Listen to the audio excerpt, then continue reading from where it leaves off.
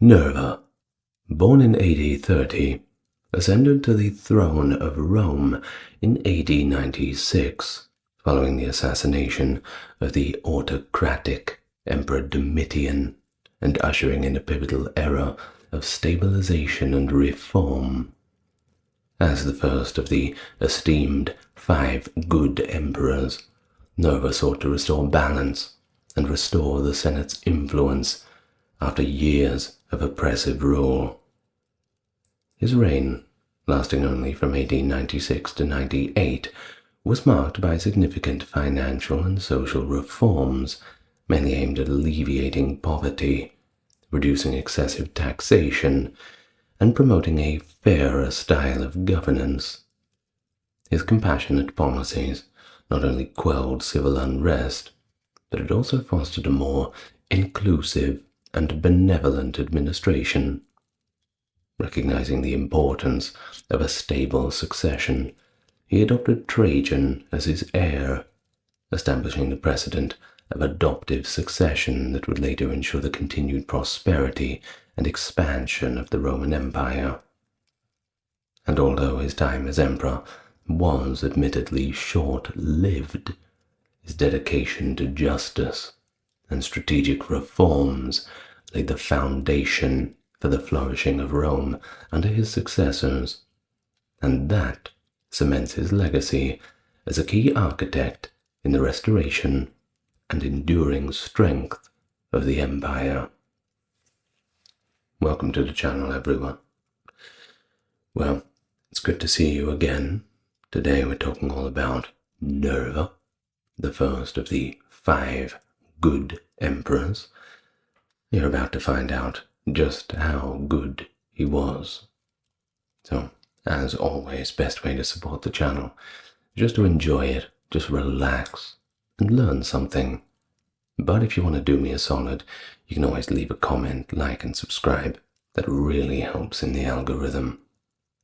Now with that being said, let's all get nice and relaxed, and let's talk about the life of Nerva.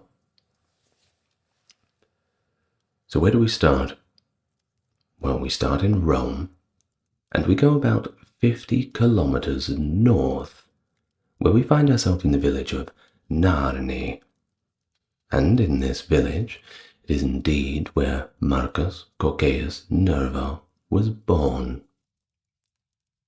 Now he was the son of Sergia Plautilla and Marcus Cocceius Nerva, same name as his father, who served as a suffect consul during Emperor Caligula's reign and lived to tell the tale. Now we don't know the exact year of his birth. We know the date. That would have been November 8th, but some people say it's somewhere between the year 30 and 35. So we tend to be a little bit conservative and just say 30. Any arguments can be addressed in the comments, I'm sure. Nerva also had a sister, Coccea, who married Lucius Salvius Otho Titianus, who was the brother of Emperor Otho. Nerva's family did not belong to the patrician Julio-Claudian class of earlier times, but they were part of the newer Italian nobility and plebeian, similar to Vespasian, the founder of the Flavian dynasty. Nevertheless, the Coccei were among the most prestigious political families of the late Republic and early Empire, with members serving as consuls across multiple generations. Plenty of time to secure friends in high places. It's all going to come in handy later on, for sure. Now on his father's side, Nerva's direct ancestors, who were each named Marcus Cocceius Nerva, were closely connected to the imperial circles from the time of Emperor Augustus. So we're talking 27 BC to AD 14, that was his reign. So we're going back a few generations. His great-grandfather served as both governor of Asia and also the consul in 36 BC. albeit he did abdicate the consulship the same year. His grandfather was a close friend of Emperor Tiberius, who reigned from 14 to 37, and he held the suffect consulship either in 21 or 22 AD, and accompanied Tiberius into his voluntary seclusion on Capri until his death in 33. Of course, then came Emperor Caligula, and under his rule, Nerva's father also became a consul. Through Rubelia Bassa, Tiberius's great-granddaughter, who married Gaius Octavius Laenus, Sergia Plautida's brother, the Cocae maintained connections with the Julio-Claudian dynasty. Of course, little is known about Nerva's very early life and career, though it does seem that he did not follow the conventional path of military or administrative officialdom. Instead, like his ancestors, he excelled as a diplomat and a strategist, moving within the imperial circles, networking always. Nerva came into prominence during Emperor Nero's reign, particularly for his role in uncovering the Pisonian conspiracy of 65, although his exact contributions do remain a little unclear. Evidently they were substantial enough to earn him rewards comparable to those given to Tigellinus, Nero's praetorian prefect. In recognition of his service, Nero received the right to have his statues put up throughout the palace, and was awarded triumphal honors. And of course, these were typically reserved for military achievements. But putting down a conspiracy, well, that is a triumph of its own, especially when the emperor knows you've saved his life. You may hear Nerva also been hailed as the Tibulus of our time. That's by Nero. This was in reference to his literary skills. And, well, perhaps you don't know the name Tibulus. It's in reference to the old poet Albius Tibulus, quite popular in his own time. This was around the time of Mark Antony, who actually confiscated much of his wealth, but, well, we don't hold grudges. His works, unfortunately, did not stand the test of time. Never heard of him. Not many people have. I suppose he went out of fashion. Now, Vespasian, an elderly and well-respected general who had celebrated military victories in the 40s, was another notable member of Nero's entourage. During his tenure as an imperial advisor, Nero seems to have become friends with Vespasian, who may have actually asked him to look after Vespasian's youngest son, Domitian, when Vespasian left to fight the Jewish war over in Judea-Palestine in 67. The Julio-Claudian dynasty ended when Nero took his own life on the 9th of June, 68 AD. Of course, this ushered in the turbulent year of the four emperors,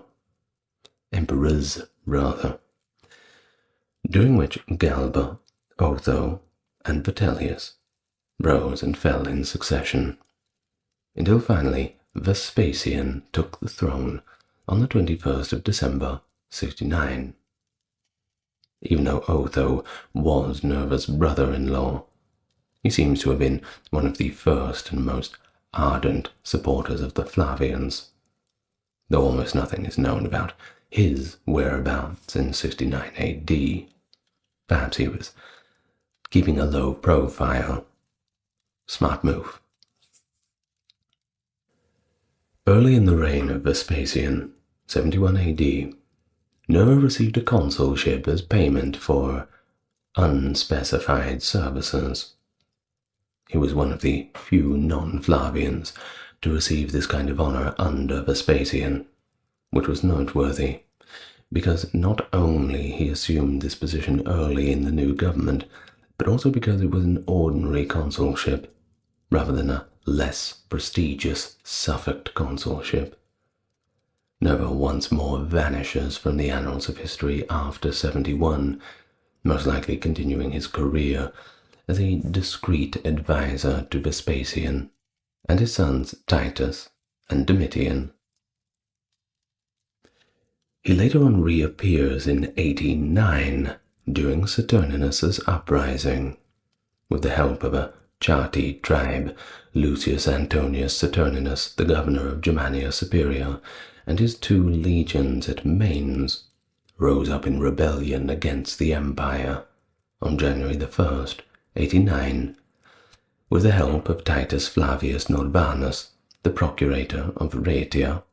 Lappius Maximus, the governor of Germania Inferior, immediately moved into the area. The rebellion was put down in no less than 24 days, and its leaders from Mainz were put to death, quite brutally. Better luck next time, kid. Those who had helped defeat them were, of course, duly rewarded, and the rebellious legions, they were sent to the front of Illyricum, not the most glamorous posting. Nerva and Domitian shared the consulship at the beginning of the year after the uprising. Once more, the honor implied that Nerva had contributed to the conspiracy's discovery, possibly in a manner akin to that of the Pisonian plot under Nero. As an alternative, Domitian might have chosen Nerva as his co-worker to highlight the regime's stability and status quo. Either way, the empire could finally resume its normal order now that that terrible uprising had been put down. Back to business as usual.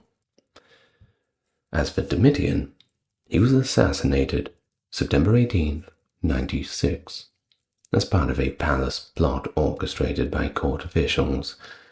He was never really that popular.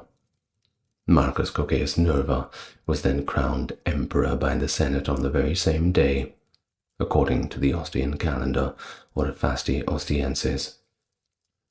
For the first time, instead of merely formally approving a decision made by the army, the Praetorian Guard, or a former emperor in his testament, the Roman Senate, actually selected a new emperor. Even with his background in politics, this was an impressive decision, since Nerva was elderly, childless, and had largely avoided the spotlight. Both ancient and contemporary writers have conjectured that he was involved in Domitian's murder, even though his likely innocence would have made him acceptable to the Domitianic faction. Cassius Dio, our main biographer, claims that Nerva was at least aware of the plot, because the conspirators had approached him as a possible successor even before the assassination took place. In contrast, Suetonius makes pretty much no mention of Nerva. However, it is possible that he left out his part out of tact. Suetonius would have been less tactful to imply that the dynasty owed its succession to murder, given that his writings were published under Nerva's direct descendants, Trajan and Hadrian. You don't want to make them look bad. Well, however, Nerva did not enjoy broad support within the empire, and his reputation as a Flavian loyalist would have made him unappealing to the conspirators. Modern historians believe Nerva was crowned emperor just on the Senate's initiative alone, and just hours after the assassination news broke. Well, we don't quite know the exact facts. Putting things down to years, months, and days is hard enough, but hours, it's kind of impossible. Nerva was, however, seemingly regarded as a safe choice, because he was elderly and childless, even though his age and poor health made him seem an unlikely candidate. In addition, he enjoyed the respect of a sizable portion of the Senate, that had strong ties to the Flavian dynasty. Nerva had witnessed the chaos that followed Nero's death, and was aware that even a brief delay could spark another civil war, not something that anybody wanted. Thus he accepted the invitation, rather than turn it down and risk the revolts that come afterwards. Nerva and the Senate don't really seem to have been part of the plot against Domitian, however, but the decision may have been hurried simply to prevent those civil wars. The Senate imposed damnatio memoriae on Domitian after Nerva became emperor. That mainly means destroying the statues, demolishing his arches, removing his name from public records. Think of these words, damnatio, damnation, and memoriae, memory. So we damn his memory. Numerous portraits of Domitian that already existed, like those on the Cancelleria reliefs, were merely recarved to resemble Nerva, a slight makeover in the marble. This made it possible to recycle the old content and create new images quickly. So it didn't take too long for them to damn his memory to not even the pages of history, more the dustbin of history. Furthermore, Nerva himself moved into the old villa that was owned by Vespasian in the gardens of Sallust, and the enormous palace Domitian had built on the Palatine Hill, known as the Flavian Palace, was renamed the House of the People. I'm sure the people liked that. As for the senators, who had suffered under the severe persecutions of Domitian, they were especially happy about the change of government, particularly now since they had a quite heightened chance of living.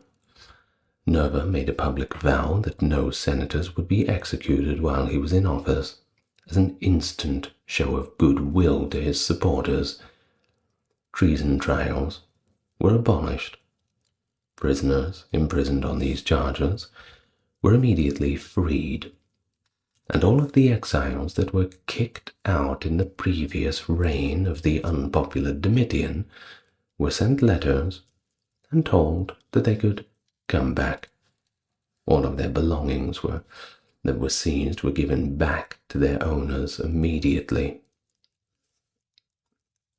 Nerva also attempted, but failed, to include the Senate in his administration. He still relied heavily on the well-known and reliable friends and advisors, of course, and by keeping cordial ties with the Senate's pro-Domitianic faction, he incited animosity that might have been the catalyst for at least one plot against his life. According to Suetonius, Nerva had to implement a number of policies in order to win over the Roman populace, as many of them were conflicted about Domitian's passing. I imagine it's not so much out of mourning, but more so out of what comes next. After a while, observable patterns, the rhymes of history, you would assume that a new psycho is just around the corner. A change of emperor was expected to bring a generous payment of gifts and money to the army and the people, of course, as was customary at this time. Had to keep the army on your side, that's for sure. And as a result, citizens were given a 75 denarii sum per head, while the Praetorian guard soldiers were given a sum that could have totaled up to 5,000 denarii per person. Of course, the Praetorian Guard are somewhat notorious for pushing elections forward, that's to say for sure. They killed more than a few emperors. You want to keep them on your side. The path of least resistance is filling their pockets. Following this, a series of economic reforms were implemented, with the goal of reducing the tax burden on the poorest of Roman citizens. Nerva distributed land worth about 60 million sesterces to the poorest.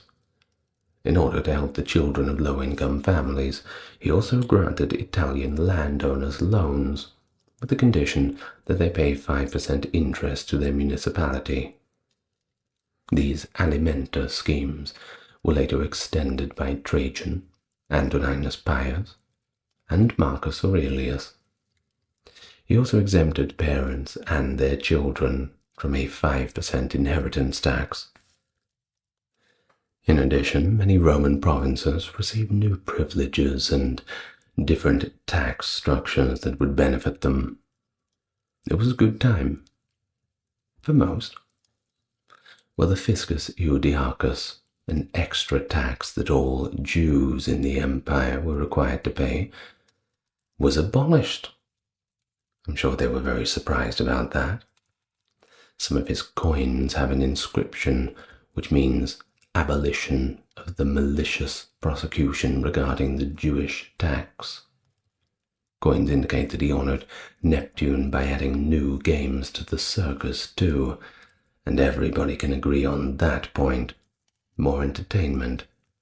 And that never goes astray. Other coins contrasted his rule with Domitian's by referring to imperial ideals like equity, justice, and liberty, all the good ones. But there was a problem. I'm sure with all these tax breaks and benefits, you can see what's coming.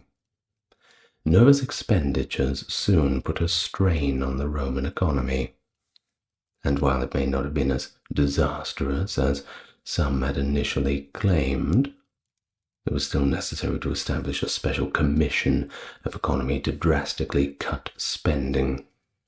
The most unnecessary religious sacrifices, games, and horse races were eventually eliminated, and the old assets of Domitian, ships, estates, and even furniture, were sold off to raise money. Nerva prohibited that similar images be created in Domitian's honor, and large sums of money were extracted from his gold and silver statues. Nerva's public works were limited, unfortunately, because his reign was so brief. Instead, he completed projects that had been started during Flavian rule. This included extending the aqueducts and making significant repairs to the Roman road network. The former consul, Sextus Julius Frontinus, oversaw the latter program, helped to stop abuses, and subsequently wrote a major work on Rome's water supply. The Horia Nervae, a granary, and Domitian's Forum of Nerva, which connect the Forum of Augustus to the Temple of Peace, were the only significant structures built under Nerva, due in part to the Via dei Fori Imperiali cutting through it. Not much of it is left in our modern day. I'm sure it was lovely at the time now. The army which had demanded Domitian's deification right after his assassination continued to support him, despite Nerva's efforts to maintain his popularity with the Senate and Roman populace. Nerva had fired their prefect, Titus Petronius Secundus, one of the main conspirators against Domitian, in an effort to placate the Praetorian Guard soldiers. Casperius Aelianus, a former commander, had taken his place. Similarly, it was anticipated that the troops' liberal donativum after his accession would quickly put an end to any demonstrations against the bloody regime change. Nerva rejected the Praetorians' demand that the Domitian's killers be put to death, because they believed these steps were, insufficient. The worst crisis of Nerva's reign would eventually result from ongoing discontent from this decision. After a little while, of course, Nerva's position as an emperor proved to be more than a little precarious, and his benevolent disposition transformed into a reluctance to assert his authority, even though the quick transfer of power after Domitian's death had avoided immediate conflicts and civil wars. He had stopped treason trials when he took office, but he also permitted the Senate to continue prosecuting informers due to the chaos caused by everyone acting in their own best interests, as of course they would, and attempting to make amends with personal rivals. The consul, Fronto, famously said that Domitian's tyranny was ultimately better than Nerva's anarchy. A plot headed by Senator Gaius Calpurnius Piso Crassus Frugi Licinianus failed in early 97. But Nerva, being too much of a nice guy, refused to execute the conspirators. The Senate were not pleased with this. Perhaps he was a little bit out of his depth. When you're an emperor, you need to know how to play both sides of the coin. The lack of a clear successor made matters even worse, and Nerva's advanced age and creeping illness made them even more urgent. He only had distant relatives, you see, and as far as children, he had none of his own, making him unfit for public office. It would be necessary to select a successor from among the generals or governors of the empire, and by the year 97, Nerva seems to have been thinking about adopting Marcus Cornelius Nigrinus Curiatus Maternus, who was a strong governor with a good reputation in the province of Syria. Those who backed the more well-liked military leader, Trajan, a general of the armies at the German frontier, were in secret opposition. When the Praetorian Guard, under the command of Casperius Aelianus, besieged the imperial palace and captured Nerva in October of 97, these tensions were well and truly at their breaking point. He didn't have much of a choice. He had to give in to their pressure, agreeing to turn over Domitian's killers, and even thanking the dissident Praetorians in a speech. Well, I suppose it all goes in with his personality. Too nice. They hunted down and killed Domitian's former chamberlain, that being Parthenius, and Titus Petronius Secundus. He got the same fate.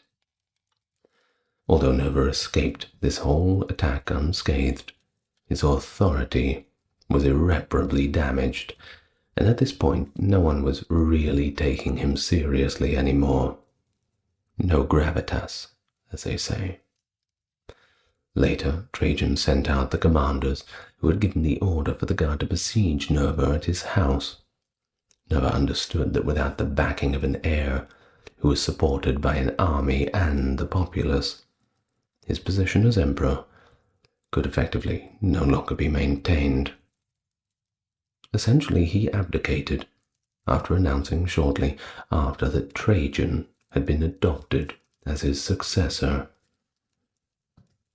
In 98, Trajan was officially given the title of Caesar and shared the consulship with Nerva. We have a section from Cassius Dio dealing with this. It goes like this. Thus Trajan became Caesar and later emperor, although there were relatives of Nerva living, but Nerva did not esteem family relationships above the safety of the Senate, nor was he less inclined to adopt Trajan because the latter was a Spaniard instead of an Italian or Italot, inasmuch as no foreigner had previously held Roman sovereignty, for he believed in looking at a man's ability rather than his nationality. Well, how very progressive of him. However, Nerva actually, in reality, had very limited options for who he could choose as his successor, in contrast to the viewpoint here that is popularized by Cassius Dio. He was in dire need of one who could repair his damaged reputation in the face of this serious crisis. Trajan was the only one with the necessary military background, connections, and consular heritage. Scholars also dispute Dio's assertion that Trajan was not of Italian ancestry, since Trajan's ancestry is known to have originated in Umbria, and that is the same region where Nerva was born. So if Trajan is all of a sudden a foreigner, so is Nerva by that same reckoning. But some contemporary historians do not agree with Edward Gibbon's well-known claim. That is the author of Decline and Fall of the Roman Empire, if you're not aware. A very long and complex text. Where am I? That's right. Some contemporary historians do not agree with Gibbon's well-known claim that Nerva thereby created a tradition of succession through adoption among the 5 good emperors. There's certainly arguments to be made. When doing a private audience, on the 1st of January 98, the first day of his 4th consulship, Nerva suffered from a stroke. He contracted a fever shortly after, and on January 27th, at his villa in the gardens of Sallust, he passed away. His ashes were interred in the mausoleum of Augustus after he was deified by the Senate. Trajan, Nerva's now adopted son, succeeded him without any incident, and was warmly welcomed by the Roman populace. Pliny the Younger claims that Trajan built a temple in the honor of Nerva, but we're yet to find anything conclusive of that. Additionally, a commemorative coin series for the deified Nerva wasn't released until 10 years after Trajan's passing. I'm sure the collectors were waiting for that one. However, Cassius Dio claims that Casperius Aelianus, the guard prefect who led a mutiny against Nerva, was fired immediately when Trajan took power. He was lucky he wasn't executed or exiled.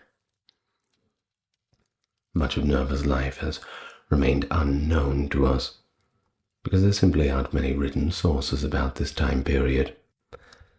Writing later on, the 3rd century historian Cassius Dio wrote the most comprehensive surviving account of Nerva's reign, and we're quite lucky to have that. But it is written more than a century after Nerva's death. His Roman history covers almost 1,000 years, from Aeneas's arrival in Italy to the year 229 itself when it was written. An excerpt biography from the Epitome de Caesaribus, a work credited to the historian Aurelius Victor in the 4th century, gives us a little more information. And then we have the histories, written by Tacitus, a more thorough work that's thought to provide a more detailed account of Nerva's life. Rome's history is chronicled in the Histories work, which spans 3 decades, from Emperor Nero's death in 69 AD to Domitian's passing in 96. Only the first 5 books, which cover the year of the 4 emperors, remain significant, though as a significant portion of the work has been lost. However, Tacitus portrays Nerva as the dawn of a most happy age, when Nerva blended things once irreconcilable, sovereignty and freedom. In the preface to his biography of Gnaeus Julius Agricola, he tends to be quite positive towards Nerva. None of these surviving histories, however, provide a thorough analysis of Nerva's policies, but they all speak quite favorably of his brief rule.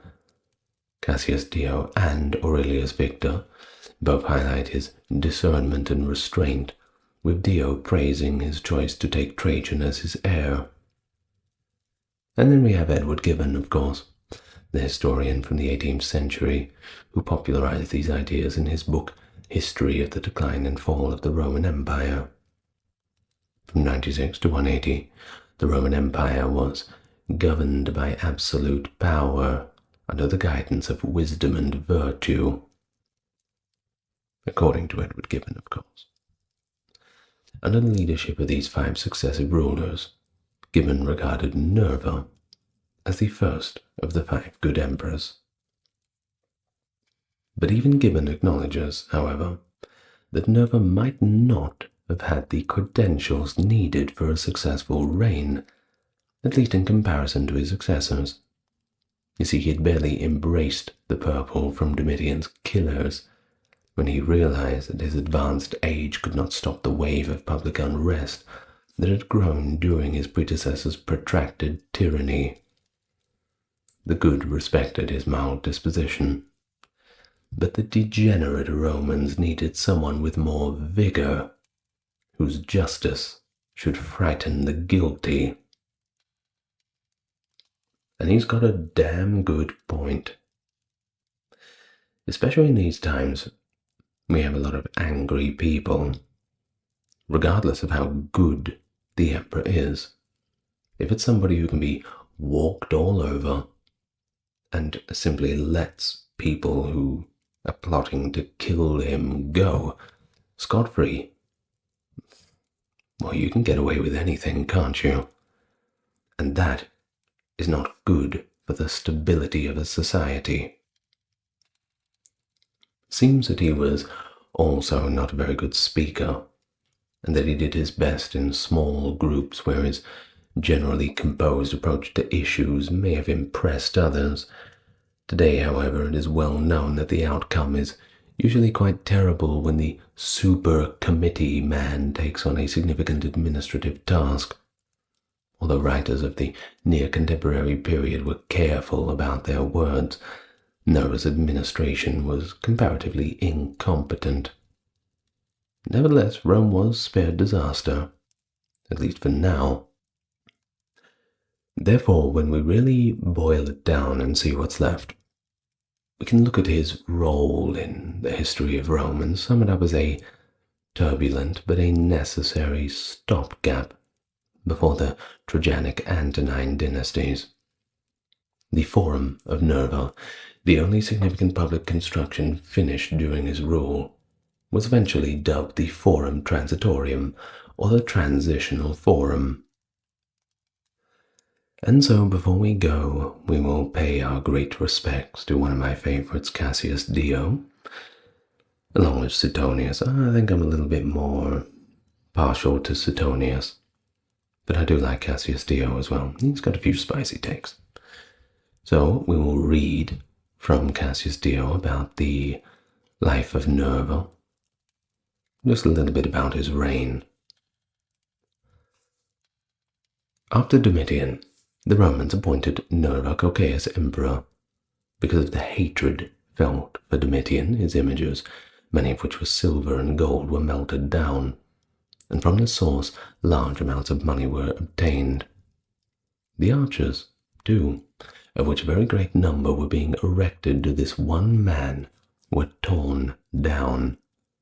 Nerva also released all who were on trial for maestas and restored the exiles.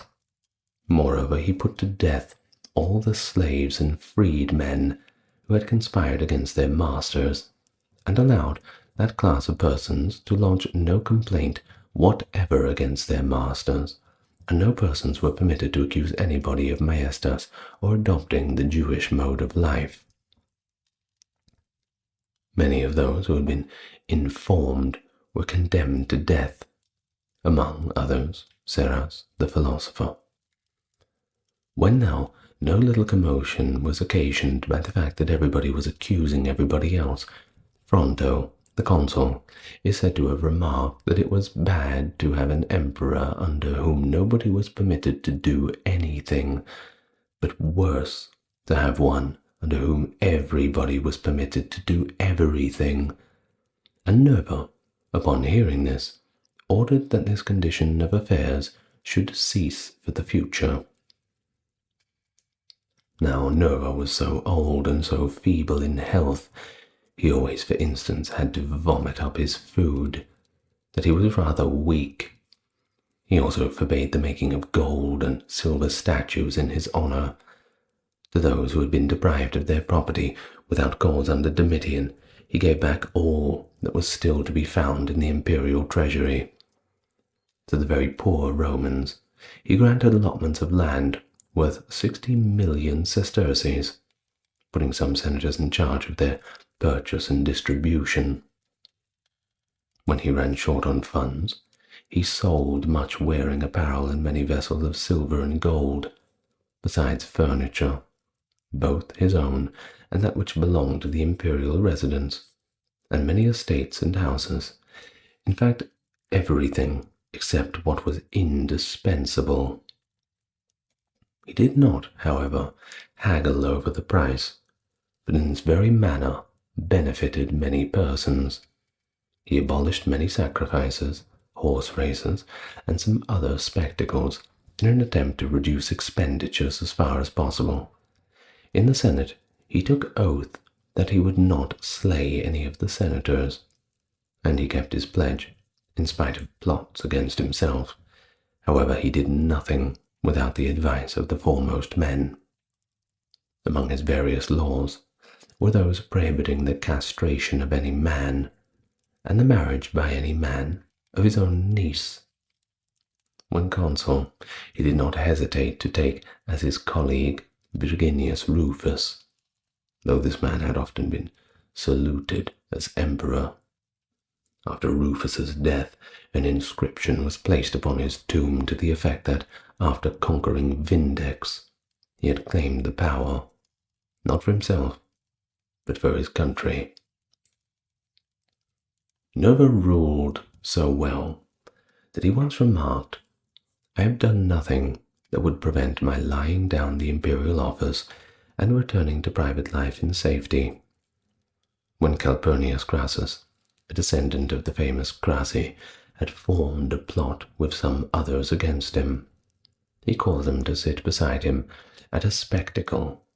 They were still ignorant of the fact they had been informed upon, and gave them swords, ostensibly to inspect and see if they were sharp, as this was often done, but really in order to show that he did not care, even if he died then and there.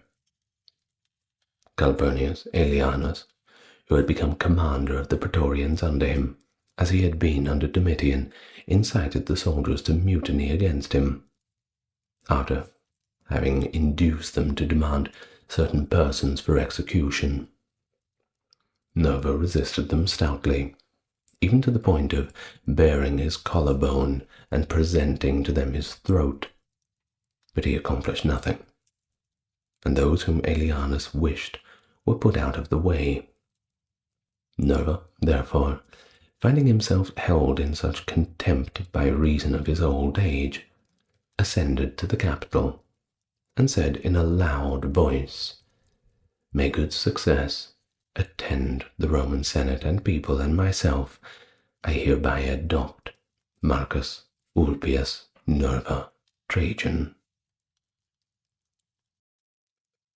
Trajan, born in AD 53 in modern-day Spain, ascended to the Roman throne in AD 98, and is celebrated as one of Rome's most illustrious emperors. Renowned for expanding the empire to its greatest height, Trajan's successful conquest of Dacia secured immense wealth and vital resources, solidifying Rome's dominance in Europe. Beyond his military achievements, he spearheaded monumental public works, including Trajan's Forum, Market, and of course, Trajan's Column.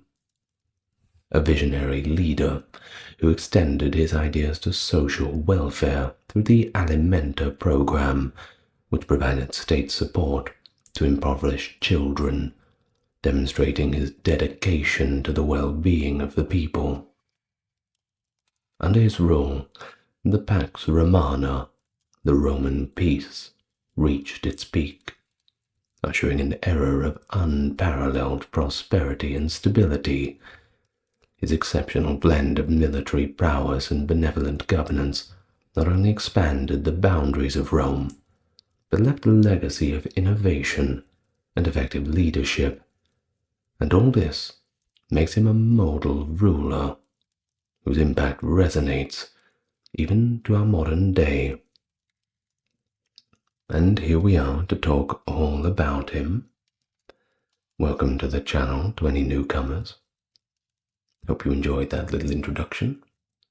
Of course, we're talking about Trajan today, back to Roman times, as I finish off a few of the Roman emperors that I had not covered yet. So here we are. As always, the best way to support the channel is just enjoying it, and I certainly hope you do. But do me a solid and click the like and subscribe button, leave a little comment. Certainly tells YouTube that give a little boost in the algorithm. You know what it's like. Now, with all that said, I invite you to relax, and we can learn everything that you need to know about Trajan. Of course, our story starts in the Municipium of Italica, which is now the municipal area of Santiponce on the outskirts of Seville. Back in those days, it was a Roman colony, founded in 206 BC by none other than Scipio Africanus. And this is where, on September the 18th, AD 53, Marcus Ulpius Traianus was born in this Roman province of those days of Hispania Baetica, which is now Andalusia in modern Spain. It was a tiny town when Trajan was born, a very small area under its direct control, and no theatre, no amphitheatre, not even a bath. Not very Roman. At least, that didn't feel that way. And since Trajan's birth here cannot be ultimately confirmed, it might have been AD 56. But, for argument's sake, we will just go with AD 53. Trajan is described as an Iberian. This is referring to the Iberian Peninsula, and neither an Italian or even an Italite in the best-known version of Cassius Dio's Roman history. Now, Cassius Dio is writing sometime after the events, but he does provide a pretty good biography, albeit with a few personal twists of his own that may have been politically motivated. However, other ancient sources contradict this claim that Cassius Dio has made, and contemporary scholars who have reconstructed Trajan's Italic ancestry have rejected it. According to Appian, Trajan's hometown of Italica was named for and populated by Italic veterans who fought under Scipio Africanus in Spain. In the centuries that followed, of course, we have lots of newcomers who came from Italy to settle down there more permanently. The Ulpi and the Traii were two of the Italic settlers who either joined the original colonists or came as late as the end of the 1st century BC. Trajan's description of them as Ulpius Traianus ex urbe Tardatina and the Epitome de Cercerabis states that their original hometown was the town of Tudor or Todi in the Umbria region of central Italy. And you can't get more Italian than that. Of course, linguistic analysis of the family names Ulpius and Traius demonstrates that both are of Osco-Umbrian heritage, and archaeological evidence places both the Ulpi and Traii in Umbria generally and the Tudor specifically. I don't think there's much of an argument against him being Italian. He was as much of a Roman as anybody else. Of course, when you have people who don't want him to succeed to the leadership, they'll find anything to throw against him, won't they? Whether Trajan's ancestors were Roman citizens when they arrived in Spain, that is unfortunately not something that we know. And if they were, they may have come after the Social War, that is from 91 to 87 BC, when Tudor was a municipium of Roman citizens, and if they did, well, that would have made them undoubtedly Roman citizens. They might have intermarried, of course, with native Iberians in Spain, in which case their citizenship would have been revoked. Once again, we just don't have the paperwork. Well, moving on from that, it is important, though, to think about where Trajan came from, because when it comes to succession, it is important. But let's talk about his family for a while. You see, the Ulpi line persisted long after Trajan's passing. Ulpia Marciana was his older sister, and Salonia Matidia was his niece. Although very little is known about Trajan's early years, it is believed that he spent his first months or years in Italica before relocating to Rome. He would have been most likely returned to Italica temporarily with his father during Trajanus's governorship of Baetica. It was around 64 to 65, and at this time he would have been around the age of 8 or 9 years old if we are following the convention of his birth date quoted earlier in the video as AD 53. The Ulpi had to form local alliances in the Baetica with the Ani and Ucubi, and possibly the Dasumi from Corduba, the Tarconens and the Narbonese primarily through Trajan's wife Pompeia Plotina, due to lack of strong local power base brought about by the size of the town from which they originated. Many of these alliances were formed in Rome, however, rather than in Spain itself. The Domus Traiana, the family's residence in Rome, was situated on the Aventine Hill. Remains of the family's expansive suburban villa were also discovered during excavations beneath the Piazza del Tempio di Diana, and there was evidence of rather elaborately furnished rooms, so certainly doing quite well for themselves. Rising through the ranks of the Roman army as a young man, Trajan served in some of the most dangerous and disputed areas along the empire's frontier. In 76 to 77, Trajan remained tribunus legionis, while his father served as governor of Syria. He appears to have been moved to an undisclosed Rhine province after his father's replacement, and Pliny, another writer from the time, suggests that he served on active combat duty doing both commissions. And, well, if you know anything about the Rhine back in those times, active combat duty there is certainly very active. The Germans were not very happy with the Romans crossing the Rhine, that's for sure. Trajan's cousin Aelius Afer passed away around the age of 86, leaving his young children Paulina and Hadrian as orphans. The two children were placed under the joint guardianship of Trajan and Publius Achilles Attianus, his colleague.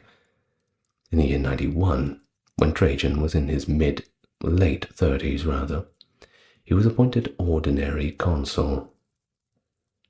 Given that his father had recently been made a patrician, held his consular rank, and played a pretty big role in the rise of the ruling Flavian dynasty, this early appointment might have been a reflection of prominence of his father's career. Once more, friends in high places. It helps when your dad can give you a job, doesn't it? During this period, Trajan also got married, congratulations, to Pompeia Plotina, a noble woman from the Roman settlement at Nîmes, and bought Apollodorus, an architect and engineer from Damascus to Rome. The marriage, however, didn't really go well. It eventually ended, and without any children to show for it. With the exception of his support for Domitian during a coup attempt led by Lucius Antonius Saturninus, the governor of Germania Superior, in 89 while serving as legate of the Legio VII Gemina in Hispania Tarraconensis. Little's known about Trajan's early military career. We're unfortunately left to piece it together from a few fragments. After the uprising was put down, Trajan most likely stayed behind to interact with the Chatti, who had sided with Saturninus, before sending the 7th Gemina Legion back to Legio in Hispania Tarraconensis. He and Achilles Glabrio shared a consulate in 91, which was unusual, because neither consul belonged to the governing dynasty. He served as governor of Germania Superior, or Pannonia, or perhaps both, under an unidentified consular commission. Pliny, who appears to have purposely avoided providing information that would highlight the close bond between Trajan and the tyrant Domitian, gives him credit for a number of unspecified military endeavors at the time. So let's talk about Nerva. That was Domitian's successor. He was disliked by the army and had been made to carry out Domitian's murders by his Praetorian prefect Casperius Aelianus. Nerva needed the army's help to stay in power. Of course, you can't be in power without the army at your back. In the summer of 97, he achieved this by designating Trajan as his adopted son and heir, attributing this solely to Trajan's exceptional military abilities, which apparently nobody bothered to write too much about. However, there are indications in modern literary sources that Nerva was rather forced to adopt Trajan. Pliny hinted at this when he stated that it was how Trajan came to power. Even though an emperor could not be forced to do anything, but it was somehow worth it. The Historia Augusta states that Trajan was informed of his adoption by the future Emperor Hadrian, and yes, that is indeed the one who built Hadrian's wall. In fact, Hadrian became privy to the network of friends and associates Trajan surrounded himself with, because Trajan kept him on the Rhine frontier as a military tribune. Among these was Lucius Licinius Sura, a Spanish-born Roman senator, and the governor of Germania Inferior, who became an official advisor to the emperor and personal friend of Trajan. Due to his considerable influence, Sura was chosen to serve a third term as consul in 107. The historian Tacitus, who recognized Sura's military prowess and oratory skills, but contrasted his rapaciousness and cunning tactics with those of Vespasian's eminence Licinius Mucianus, may have been among the senators who resented Sura's actions as a kingmaker and eminence gris. And thus, in 108, Sura reportedly told Hadrian that he had been selected to be Trajan's heir apparent. During the rule of Nerva, Trajan was appointed governor of Upper Germany, also called Germania Superior for using the Latin naming conventions, earning the remarkable title of Germanicus, not for really his military skills, but more his administration and clever control of the unstable frontier province. Following the death of Nerva, on January 28, 98 AD, Trajan assumed the throne, within hours apparently, and without any notable problems. He may have been uncertain of his place in Rome with the armies at the front, as evidenced by his decision to take a long tour of the inspection on the Rhine and Danube frontiers, rather than immediately rush towards Rome to take on his new role. Alternatively, Trajan's military skill recognized the value of fortifying the empire's borders. His plans for future conquests called the careful augmentation of defenses, transportation, and surveillance systems along the Danube. Trajan ordered his prefect Aelianus to accompany him to Germany before his frontier tours, but he was reportedly executed right away, and Attius Sabranus took over his now vacant position. Therefore, Trajan's accession might have been considered more of a successful coup than a peaceful succession. But I suppose it depends who you ask. Trajan gave a direct gift of money to the plebs upon his arrival in Rome, which I'm sure they all appreciated. However, the customary donation to the troops was cut in half. The problem of these tense relations between the Senate and the Emperor persisted, particularly in the line of the alleged bloodlines of Domitian's reign and his interactions with the Curia.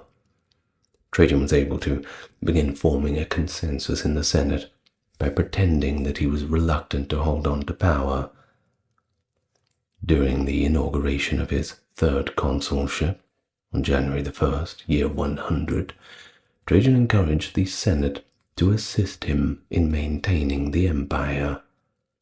This event was later commemorated with a coin, as Pliny freely acknowledges, and I quote from Pliny's work, "Everything depends on the whims of a single man, who on behalf of the common welfare has taken upon himself all functions and all tasks." Trajan did not, in fact, share power with the Senate in any significant manner. His decision to turn the senatorial provinces of Achaia and Bithynia into imperial ones in order to address the excessive expenditure of local magnates on public works, and in general the mishandling of affairs by various proconsuls appointed by the Senate, was perhaps one of the most important trends of his reign. More effective governance. The boring stuff, I'm afraid. However, according to Pliny, Trajan was a good emperor in terms of that. The naming convention, the 5 good emperors, these sorts of things. Well, Pliny includes him in this classification, mainly because acting alone he endorsed or attributed the same actions that the Senate would have done anyway without him. If Trajan was an autocrat in practice, his submissiveness to his peers made him a suitable candidate to be considered a good king, not to the point of being a philosopher king in the Platonian sense, but we can't all get to that point. According to the theory, Trajan exercised autocratic power by using moderatio, moderation, rather than insolence, instead of contumacia. Trajan was a good ruler in Pliny's opinion because men learn better from examples. This is in line with the ethics for autocracy that were developed by the majority of political writers of the imperial Roman age. The Roman Senate eventually gave Trajan the honorific of Optimus, which means the best. Of course, where we get our word optimal from, which is used on coins from 105 onwards, because of how well liked he was by his peers. Trajan's role as benefactor, such as returning confiscated property, was the main focus of this title. According once again to Pliny, Trajan's ideal role was more conservative. Dio viewed Trajan, that being Cassius Dio, as a supporter of the status quo, because he was a Greek-style intellectual, and notable who had friends in high places. He may have been an official friend of the emperor, too. The ideal king, according to Dio's third kingship oration, would rule by a friendship that is through patronage and a network of local notables to serve as go-betweens for the ruler and the emperor. Well, Trajan gained the favor of Greek intellectual elites too. He also enjoyed cordial relations with Plutarch, who was a prominent figure in Delphi, appears to have benefited from the rulings made on behalf of his homeland by one of Trajan's delegates, who had arbitrated a boundary dispute between Delphi and the surrounding cities. Trajan was aware, nevertheless, that the Greek notables and thinkers were to be treated as instruments of local governance, and not to be permitted to dream of a position of privilege among the Senate, or in any other regard for that matter. Greek civic elites were to be treated according to their status, as supposedly free, but not on equal footing with Roman rulers. Equal, but not quite, as Pliny had stated in one of his letters at the time, in response to the city of Apamaea's complaint about Pliny's audit of its accounts, which claimed that the city was free because it was a Roman colony. Trajan wrote that he had ordered the inspection because he just wanted them to. Trajan's decision to prohibit Nicomedia from having a fire department of all things. If people assemble for a common purpose, they soon turn to a political society. That was his quote about that. And also his and Pliny's concerns about excessive civic generosity by local nobles, such as the distribution of gifts or money, to show again the concern about autonomous local political activity. I couldn't imagine the fire department unless they had very pressing concerns forming their own political faction. But then again, I'm not a politician, and I ignore politics. Well, at least for the most part, as much as any human being can. The well-known general Gaius Julius Cadrius Bassus, who served as consul in 105, was grandfathered by Severus. Gaius Julius Alexander Berenicianus, a descendant of Herod the Great, was one of the other notable senators from the East. He was appointed consul in 116. In an unprecedented move, Trajan appointed at least 14 new senators from the Greek-speaking half of the empire. Of course, this raises doubts about both the Hellenism of his successor Hadrian and the traditionally Roman nature of his rule. However, many of Trajan's new Eastern senators were not completely new in that sense to the Senate, because they were mostly extremely wealthy and already powerful men, and that comes with a wide range of connections through marriage and more than just local influence. Long after Trajan's rule, the majority of the Greek intellectuals and notables in the lower echelons of the eastern provinces propertied continued to feel alienated from Roman rule, and the majority of them viewed Romans as basically foreigners.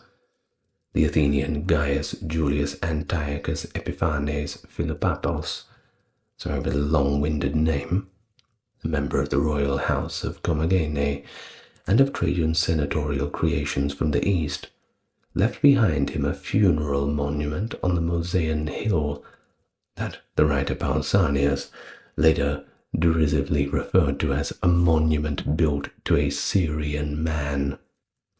Now those are fighting words, aren't they? Rome's two wars against Dacia, a region that had plagued Roman politics for more than 10 years due to the precarious peace negotiated by Domitian's ministers with the strong Dacian king Decebalus, were the first of Trajan's conquests. And if you want to make a name for yourself, conquest is the best way to do it. The first war, between 101 and 102, would see Trajan's Rome reduce Dacia to a client kingdom. The second war would see the Trans-Danube border, group of the Dacia actually incorporated into the empire, a full-scale annexation. Decebalus, well, he was recognized as Rex Amicus, or client king, in accordance with the terms of his previous treaty with Rome, which was made during the reign of Domitian. In return, Decebalus received a substantial stipend and a consistent flow of technical specialists from Rome. It appears that the treaty gave Roman soldiers permission to invade Marcomanni, Quadi, and Sarmatians by passing through the Dacian kingdom. However, Domitian's payment of what was perceived as tribute to a barbarian king was never forgiven by senatorial opinion. It was seen as poor taste. They meant to conquer barbarians, not pay them. Trajan had a good reason to attack the Dacian kingdom, because in contrast to the Germanic tribes, it was well organized, and it could form its own alliances, and that of course makes it a strategic threat. So, Trajan's first campaign into the Dacian kingdom began in May of 101. He crossed the Danube's northern bank and routed the Dacian army at Tape, close to the iron gates of Transylvania. But it was not a clear-cut victory. Trajan postponed further campaigning for the year in order to regroup and bolster his army, as he had suffered significant casualties in this battle. Even so, the battle was regarded as a Roman triumph, and Trajan worked to solidify his position by capturing the sister of Decebalus, as shown on the murals of Trajan's column, and he also engaged in other significant battles, forming himself quite a nice little winning streak. And so, with the help of the Sarmatian cavalry, which are quite handy in a pinch, Decebalus took the initiative the next winter and launched a counterattack downstream across the Danube, forcing Trajan to assist the soldiers in his rear guard.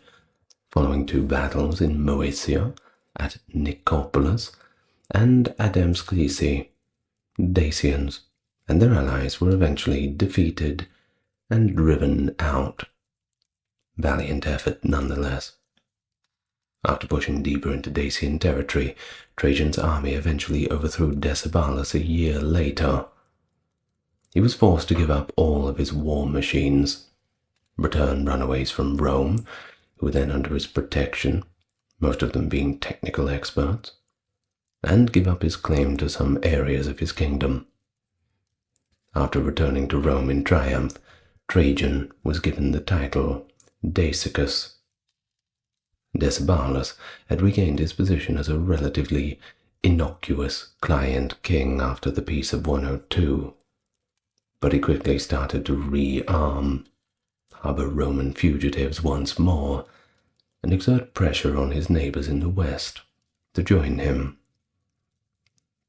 Decebalus stopped Trajan from viewing Dacia as a protectorate rather than outright conquest by working to create an anti-Roman bloc. Decebalus came up with a failed plan in 104 to have some Roman deserters try to kill Trajan. Good luck with that. Additionally, Decebalus captured Longinus, Trajan's legate, who later poisoned himself while in captivity rather than be taken by the Dacians. Decebalus finally launched an invasion of the Roman-occupied territory north of the Danube in year 105. On the Roman side, Trajan had raised two brand new legions before the campaign, which may have been stationed in the east port of the Syrian port of Laodicea. By 105, 14 legions, up from 9 in 101 4 years prior, made up the majority of the Roman army, which was concentrated in the middle and lower Danube, exactly where they needed to be. The Danube frontier would eventually supplant the Rhine as the Roman Empire's primary military axis. And that's not just during the Dacian Wars, but for quite some time after. Between 150 and 175,000 Roman troops, including auxiliary forces, were involved in both campaigns, whereas Decebalus could get rid of up to 200,000. According to other estimates, there were about 86,000 Roman soldiers engaged in active campaigning, with sizable reserves held in nearby provinces during the Second Dacian War of Trajan. Decebalus' diminished forces and absent allies may have had much smaller numbers, perhaps as low as 50,000. Lacking room for maneuver, the Dacians stuck to their network of fortresses, which the Romans attempted to storm in a methodical manner during a fierce campaign that appears to have mostly involved static warfare. Decebalus' stronghold in Sarmizegetusa Regia, was eventually overrun and destroyed by Romans as their hold grew stronger. Decebalus may have offered poison to his remaining men as a substitute for capture or death while attempting to escape the besieged capital with him, according to conscientious scene on Trajan's column shortly before the Regia fell. Decebalus ran away, but he took his own life after he was surrounded by Roman cavalry. The cavalryman Tiberius Claudius Maximus severed his head and carried it to Trajan, where it was later displayed on the Capitol steps in Rome. It wasn't until a Dacian noblewoman named Bicelis was taken prisoner that the location of the renowned Dacian treasures was made public. To keep the secret, the captive workers were put to death, and Decebalus' treasures were buried beneath a river that had been temporarily rerouted. Huge quantities of silver and gold were discovered and taken away, all to bolster Rome's finances, as if they didn't need any help already.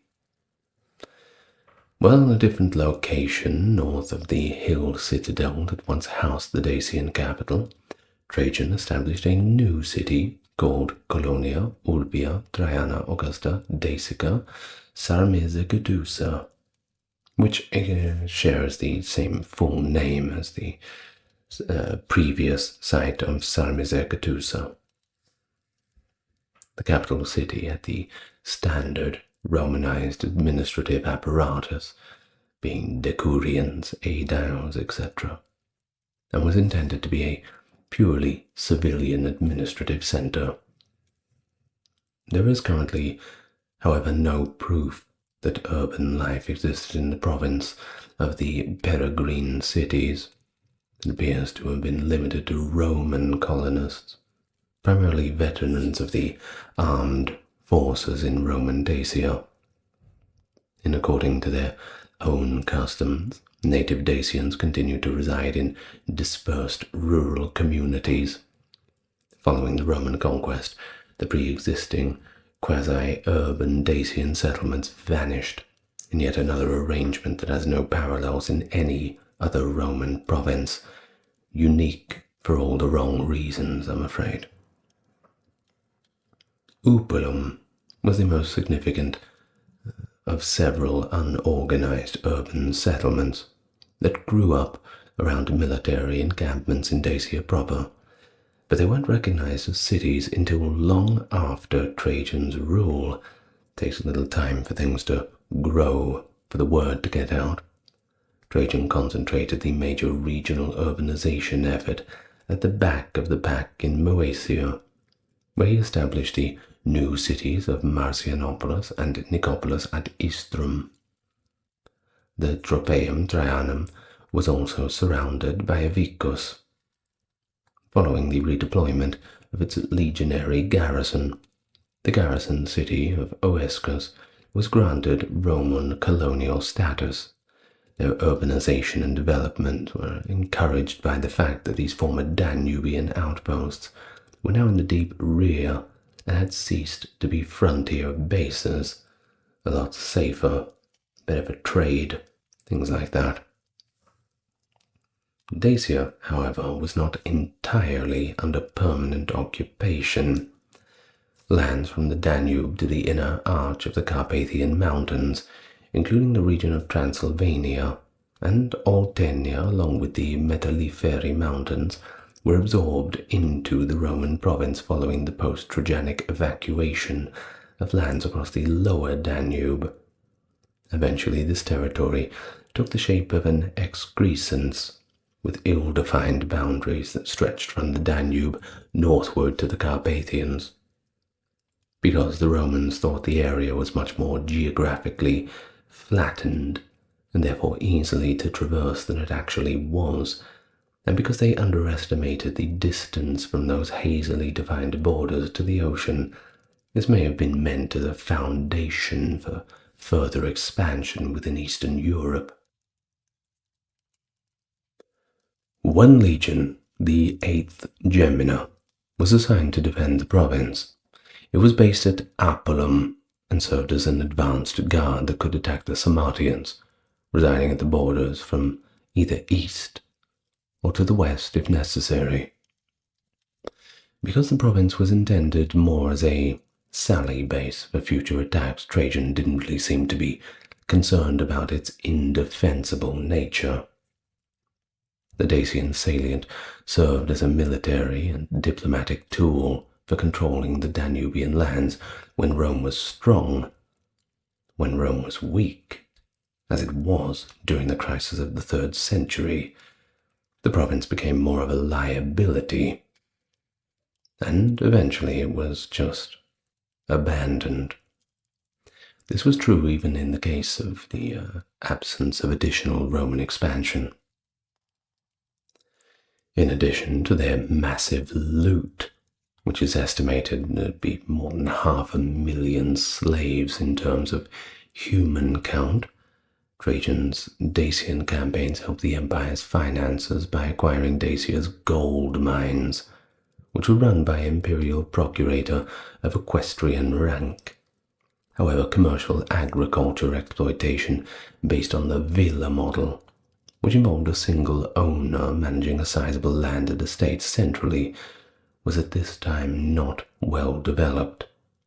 As a result, the province's use of slave labor seems to have been rather primitive. Both the much latter Trajan's Column in Rome, which depicts the key events of the Dacian Wars, and the 102 cenotaph in Moesia, commonly known as the Tropaeum Traiani, were built in honor of this victory. And so Trajan launched his last campaign in 113 after Parthia installed an unsuitable king on the throne of Armenia, a kingdom over which the two great empires had ruled since Nero 50 years earlier. Trajan, in Syria since early 113, consistently rejected Parthian diplomatic attempts to resolve the Armenian conflict peacefully. The fragmentary literary accounts of Trajan's Parthian war make it hard to place them in context, leading to a long-running debate about its events and goals. In terms of modern historians, they generally suggest that Trajan's war against Parthia was purely economic. Well, the majority of wars are, aren't they? You see, after annexing Arabia, he built the Via Traiana Nova, which was a road from Bostra to Aila on the Red Sea. Charax on the Persian Gulf was the only western terminus of the Indian trade route outside of Roman control, which was important to lower import prices and limit the supposed drain of precious metals caused by the deficit in Roman trade with the Far East. A contemporary Palmyrene epigraph describes Palmyrene citizens honored for holding office in Charax, proving that Charax traded with the Roman Empire. Their rulers may have controlled the Bahrain Islands, which could have extended Roman hegemony into the Persian Gulf. A Parthian king of Charax appointed Palmyrene's citizen as a satrap over the islands shortly after Trajan's death. But Trajan's campaign aimed to break up Parthia's far eastern trade through small Semitic Arab cities, and eventually put it under Roman control like everything else. Trajan had already used Syrian auxiliary units in his Dacian conquests, and their veterans and traders helped to colonize Dacia. Palmyrene units, including a unit of camels, were added to his army to support the goal of annexing Charax. Trajan may have annexed Mesopotamia after annexing Armenia to prevent the Parthians from disrupting trade from the Persian Gulf and or causing trouble at the Roman frontier on the Danube, although some people reject these motives because Parthian control over the maritime Far Eastern trade route was conjectural and based on selective readings of some Chinese sources of the issue. Land trade through Parthia seems to have been unhampered by Parthian authorities and left to private enterprise. In 2nd century Mesopotamia, commercial activity was common among many peoples, both inside and outside the Roman Empire, but there seems to be no apparent imperial policy, no blanket laws for it. As with the alimenta, some scholars believe that Roman leaders trade in Far Eastern luxuries in addition to collecting toll taxes and customs was a moral one because the Roman mores frowned upon the softness of luxuries. In the absence of conclusive evidence, trade between Rome and India may have been more balanced in terms of precious metals exchanged. Pliny the Younger's uncle, Pliny the Elder, had previously described the Gangetic Plains as a gold source for the Roman Empire. When, according to Cassius Dio, the campaign was driven solely by territorial annexation and prestige. Tax collecting, especially the 25% tetart on all Roman goods entering the empire, made Trajan's Parthian War an economic one in terms of territorial conquest. Emulating Alexander the Great's eastern conquests in Roman fashion was also a propaganda tool of the day.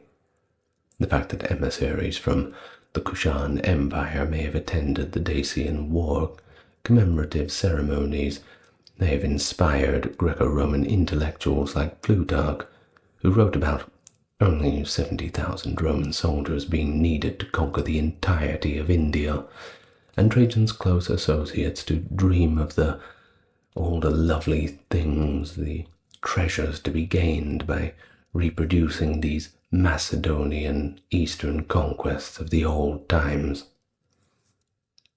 Trajan's association with Hercules in coins and monuments may have been another attempt to emphasize this quasi-divine status through an ambitious blueprint of conquest. The campaign was carefully planned, of course.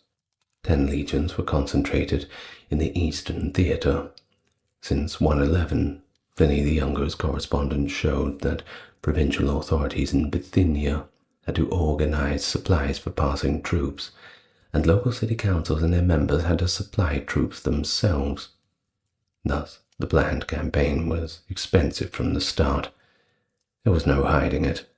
Everybody knew this was going to be a costly endeavor. But think of the treasure.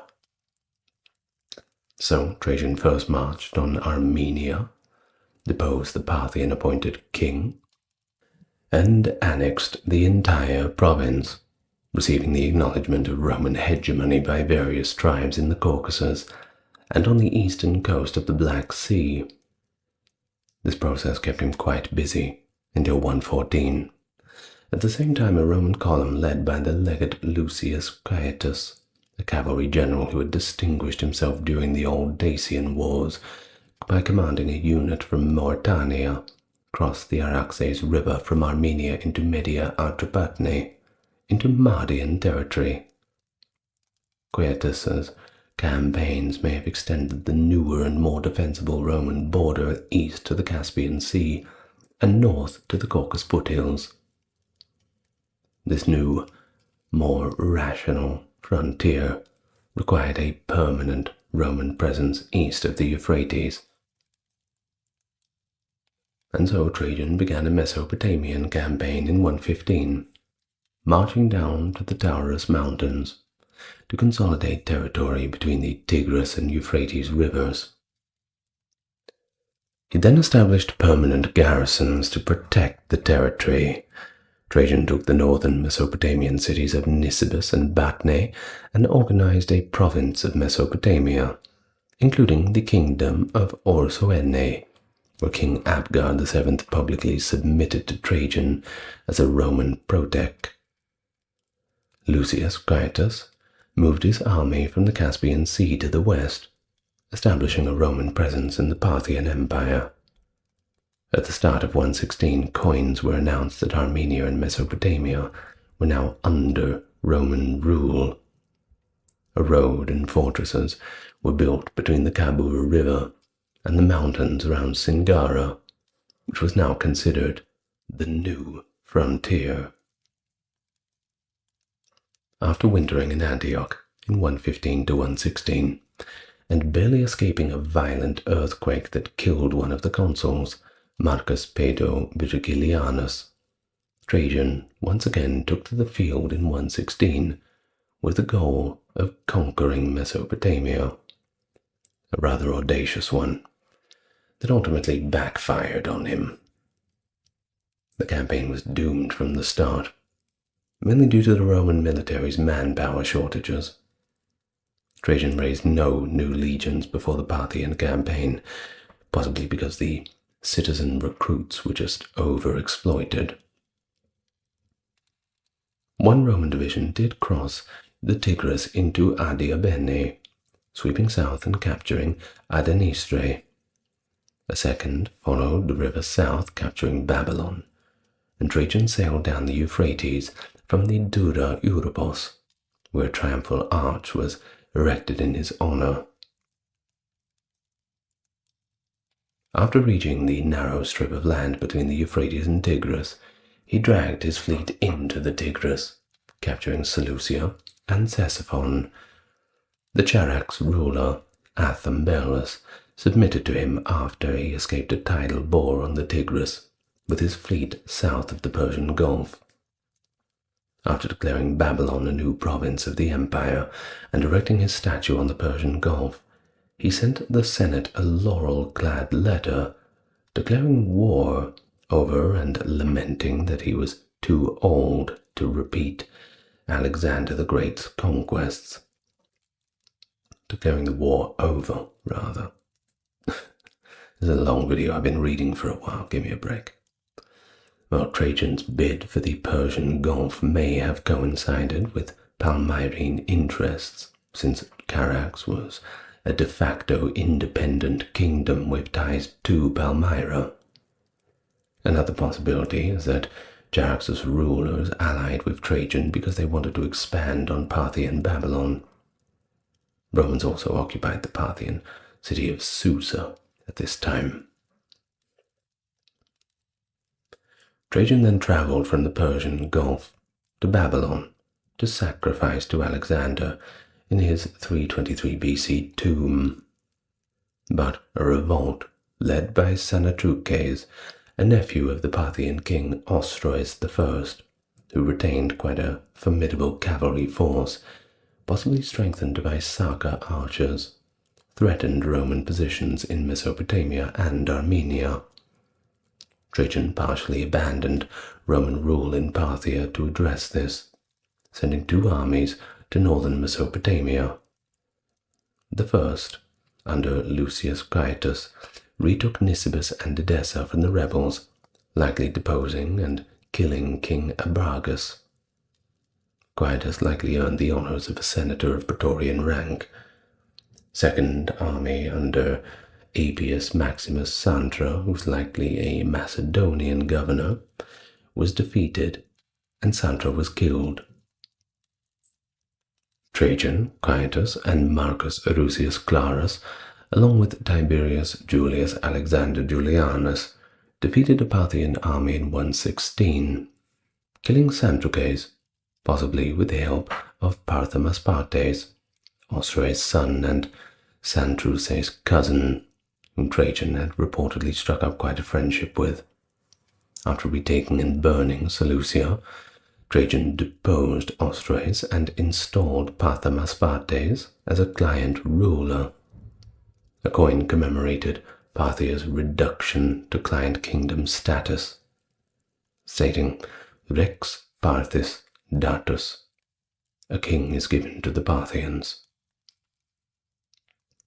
Trajan retreated north to keep what he could of his new provinces in Armenia, where he had accepted an armistice in exchange for giving part of the territory to Santruces' son Vologases and Mesopotamia. But it was around this time in early 117 that he had become ill, and he sailed back to Italy. His health deteriorated during the spring and summer of 117, which may have been acknowledged to the public exhibition of a bronze portrait bust at Ancyra's public baths. It depicts an elderly and gaunt man, though it is debatable whether this is representing Trajan. Shortly before August 11th, he arrived in Selinus, where he very quickly passed away. Dio asserts that Trajan's wife, Pompeia Plotina, ensured Hadrian's succession by concealing Trajan's death long enough for her to produce and sign a contract, a document attesting to Hadrian's adoption as son and successor, even though Trajan in person could have legitimately designated Hadrian as his successor. But I suppose it's best that you make sure. Well, and with that, we reach the end of the life of Trajan. Publius Aelius Hadrianus, born in 76 AD, serving as the Roman emperor from 117 to 138, of course better known by the shortened form Hadrian. His reign marked a significant shift from territorial expansion to consolidation, symbolized by the construction of the famous Hadrian's Wall in Britain, which defined the empire's northern boundary.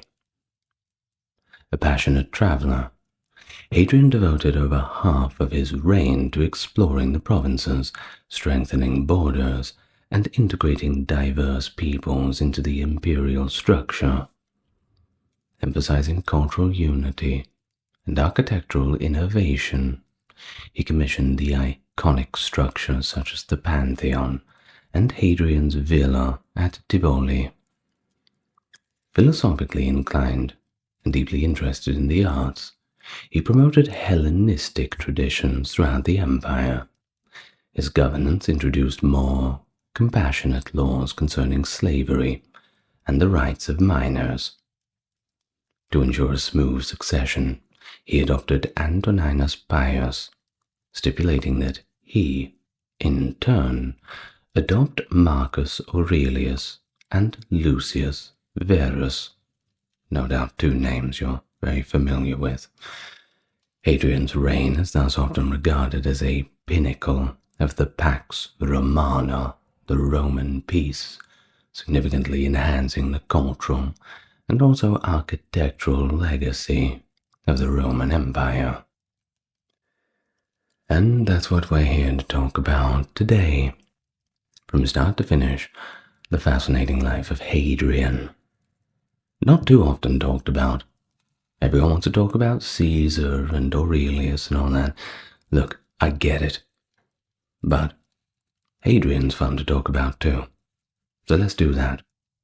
As always, special thank you to all the members and Patreons helping to keep the channel going. Really do appreciate you.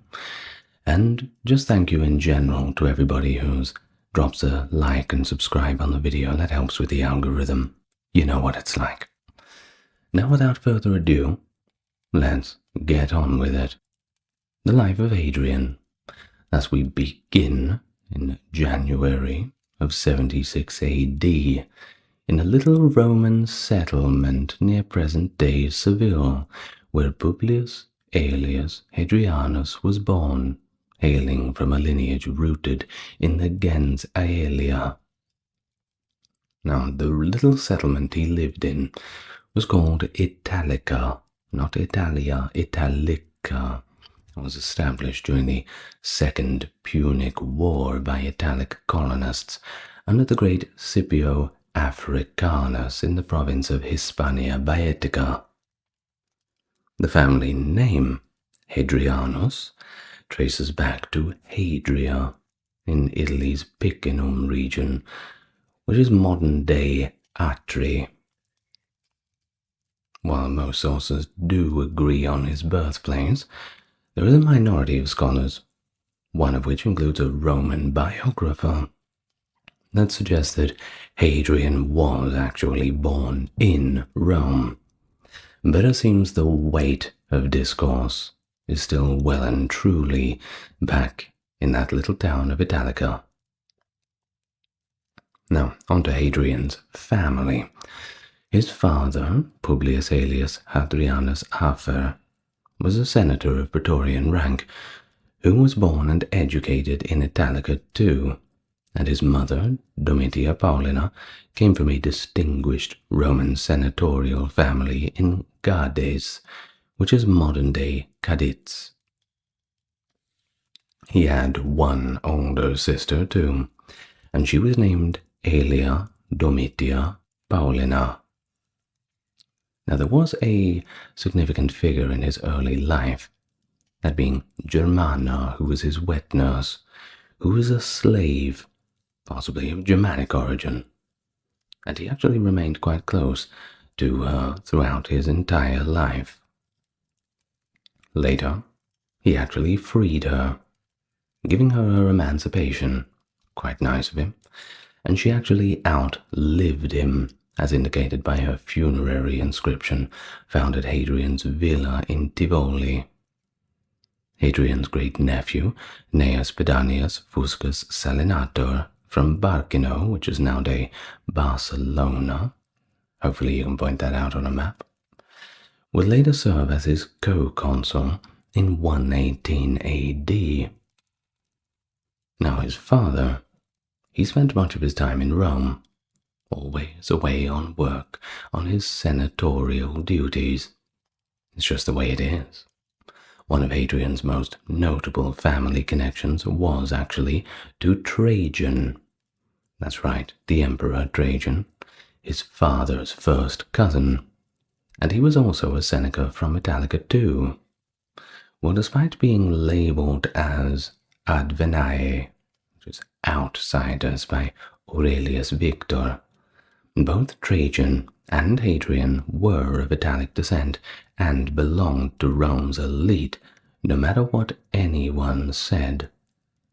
Now, some scholars have proposed to referring to them as part of the Ulpio-Aelian dynasty, but we're not going to get too deep into that. It's not really relevant in the grand scheme of things, to be honest.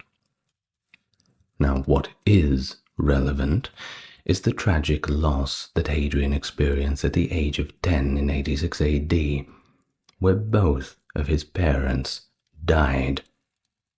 He and his sister became wards of Trajan and Publius Acilius Attianus, who would later become Trajan's Praetorian prefect. Now, an active youth with a passion for hunting, Hadrian was called to Rome at the age of 14 by Trajan himself to receive an education that was pretty typical and more suitable for a young Roman noble. The kind of thing that you couldn't really get out into the provinces, at least not in those provinces. Maybe ones closer to home, Greek provinces, parts of southern Gaul, things like this. Well, of course, his deepest interest was in Greek literature and also Greek culture, and it actually earned him the name Graeculus, which means little Greek.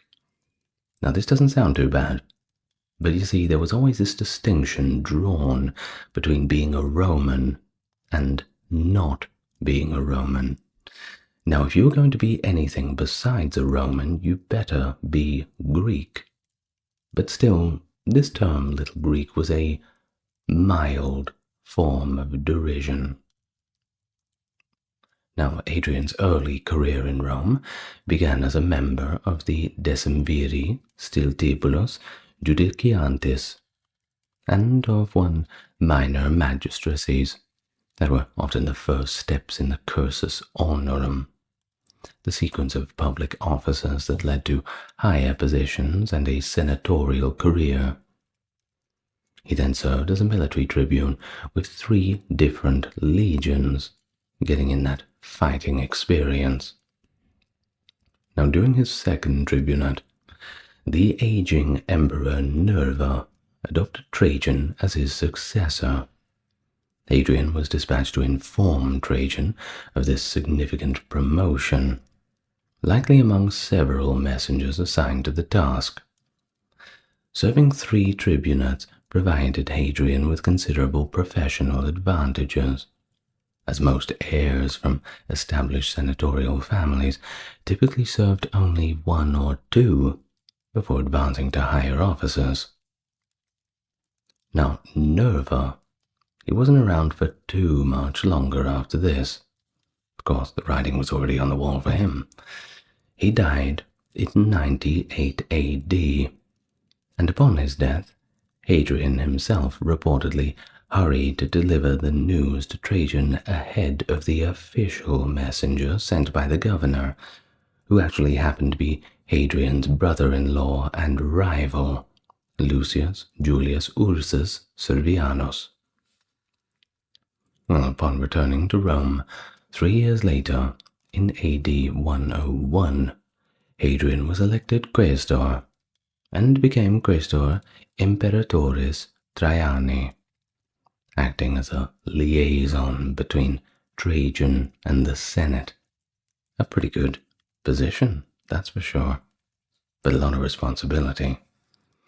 Now, in this role, he transmitted the emperor's communications and speeches, possibly even composing them on behalf of Trajan, a position previously held by the influential Licinius Sura. Following this, Hadrian served as ab actis senatus, responsible for keeping the Senate's records. Now, it wasn't all peace and record keeping. There's war, too. Seems to be a trend for Rome. And at this time, it was the First Dacian War. Dacia was a frontier province out there to the east. Now, this was around 105 AD, and Hadrian was part of Trajan's personal entourage. But he was later relieved of his military duties to become a tribune of the plebs in Rome. After the war, he had likely achieved the rank of praetor. Now, the war in Dacia was far from over, of course. There was a second Dacian war, and in this war, he joined up again to Trajan's inner circle as the legate of Legio I Minervia. By 107 AD, Hadrian was appointed governor of Lower Pannonia with the task of containing the Sarmatians. Containing them in whatever way you can, I suppose. Well, between 107 and 108, he successfully repelled an invasion by the Laziques into Roman territories of Banat and Oltenia. While the exact terms of the subsequent peace agreement are unknown to us, it is believed that Rome retained control of Oltenia in exchange for certain concessions, most likely a one-time tribute, As we always say on this channel, nothing greases the wheels more than that. The Lazyges gained control of Banat during this period, likely as part of the treaty. And so at this time, Hadrian was in his mid-30s, the prime of life. Hadrian travelled to Greece, where he was granted Athenian citizenship, of course, Little Greek, and served briefly as the Epomenos Archon of Athens in 112 AD. Now the Athenians were very keen on giving him a warm welcome, and they even honoured him with a statue inscribed in the Theatre of Dionysus, detailing his career achievements up to that point, which is very handy when you're trying to date when the statue was made.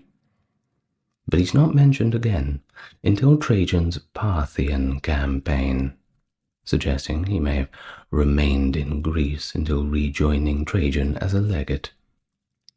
When disturbances resurfaced in Dacia, the governor of Syria was sent to address them, and Hadrian was appointed as his successor, with independent authority. Now, as Trajan fell seriously ill and set sail back for Rome, Hadrian stayed behind in Syria, effectively having full command of the Eastern Roman army. Trajan reached Selinus in Cilicia, but he died there, August 8th, 117 AD. He is remembered as one of Rome's most esteemed emperors. Yes, I'll do a video on Trajan soon. Probably should have done one before I did the Hadrian video. Well, it is what it is, isn't it? Now, around 100 or 100 AD, during his quaestorship, Hadrian got married. Congratulations! And the lucky lady was Vibia Sabina, Trajan's grandniece, who was about 17 or 18 years old. Now, Trajan seemed pretty indifferent to the marriage, we are told, and ultimately it proved unhappy. Certainly hard to recover from being indifferent from the wedding onwards. Doesn't set a good precedent. Well, the marriage may have been orchestrated by Trajan's wife, Plotina, a learned and influential woman who shared Hadrian's vision of the Roman Empire as a commonwealth rooted in Hellenic culture. By supporting Hadrian's potential succession, Plotina and her family stood to maintain their status after Trajan's death. Well, Hadrian also benefited from the support of his mother-in-law, Salonia Matidia.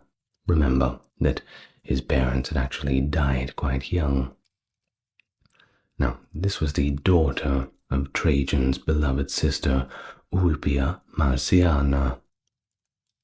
When Marciana died in 112, Trajan deified her and elevated Matidia to the rank of Augusta. Now on to the specifics of Hadrian's relationship with Trajan. Well, it's a little complex.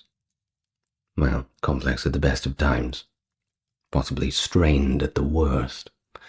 You see, he seemed to attempt to influence Trajan by building relationships with the emperor's young favorites, leading to unexplained tensions around the time of his marriage to Sabina.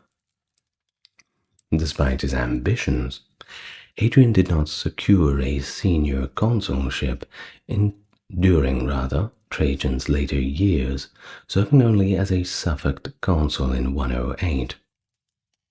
This position placed him on equal footing with other senators, but lacked the prestige of a designated heir. Trajan could have elevated Hadrian to patrician status, which granted him privileges like early access to the consulship, without any prior tribunate service. But he chose not to do this. Now, although Hadrian became tribune of the plebs at a younger age than usual, he had to leave Dacia and Trajan to assume the role, and it's possible that Trajan wanted him to leave. Now, we got mention in the Historia Augusta, the mentions that Trajan gave Hadrian a diamond ring, which was originally from Nerva, which, I quote, encouraged Hadrian's hopes for the throne. Well, either way, it seems that while Trajan did advance his career, the career of Hadrian that is, he did so rather cautiously. Well, failing to name an heir, of course, could lead to destructive power struggles, and even civil war, and it often did. But announcing one too early is a problem too. You see, you announce one too early and people think that you are abdicating, which also complicates a smooth transition. And so, in the final days as Trajan lay dying, attended by his wife Plotina and closely watched over by prefect Antoninus, he could have legally adopted Hadrian through a simple declaration before witnesses. He could have. But the adoption document that surfaced bore Plotina's signature, not Trajan's, which is of course a problem. But additionally, Hadrian's absence from the adoption ceremony in Syria was seen as quite irregular, as Roman law required both parties to be present. Well, his succession was clouded by rumors and doubts, and some speculate that Trajan's young servant, Phaedimus, who died shortly after Trajan, was either killed or took his own life to avoid scrutiny. Ancient sources are divided on the legitimacy of Hadrian's adoption. You ask Cassius Dio, he'll tell you it's false, while the author of the Historia Augusta accepted it as completely genuine. No problem at all. Either way, there was a gold coin minted in Hadrian's reign that reflects the official stance, and nothing proves an emperor like coinage. It depicts him as Trajan's Caesar, his designated heir. Hard to argue with that.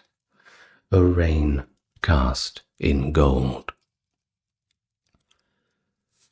Now, according to the Historia Augusta, Hadrian informed the Senate of his rise to power via a letter presenting his succession as an accomplished and unarguable fact. He then explained that the soldiers' swift action in proclaiming him emperor was driven by their belief that the state could not function without one, and that's a pretty solid belief, to be honest. It cannot function without one. Well, to reward the legions for their loyalty, Hadrian granted them a customary bonus, and the Senate confirmed his acclamation.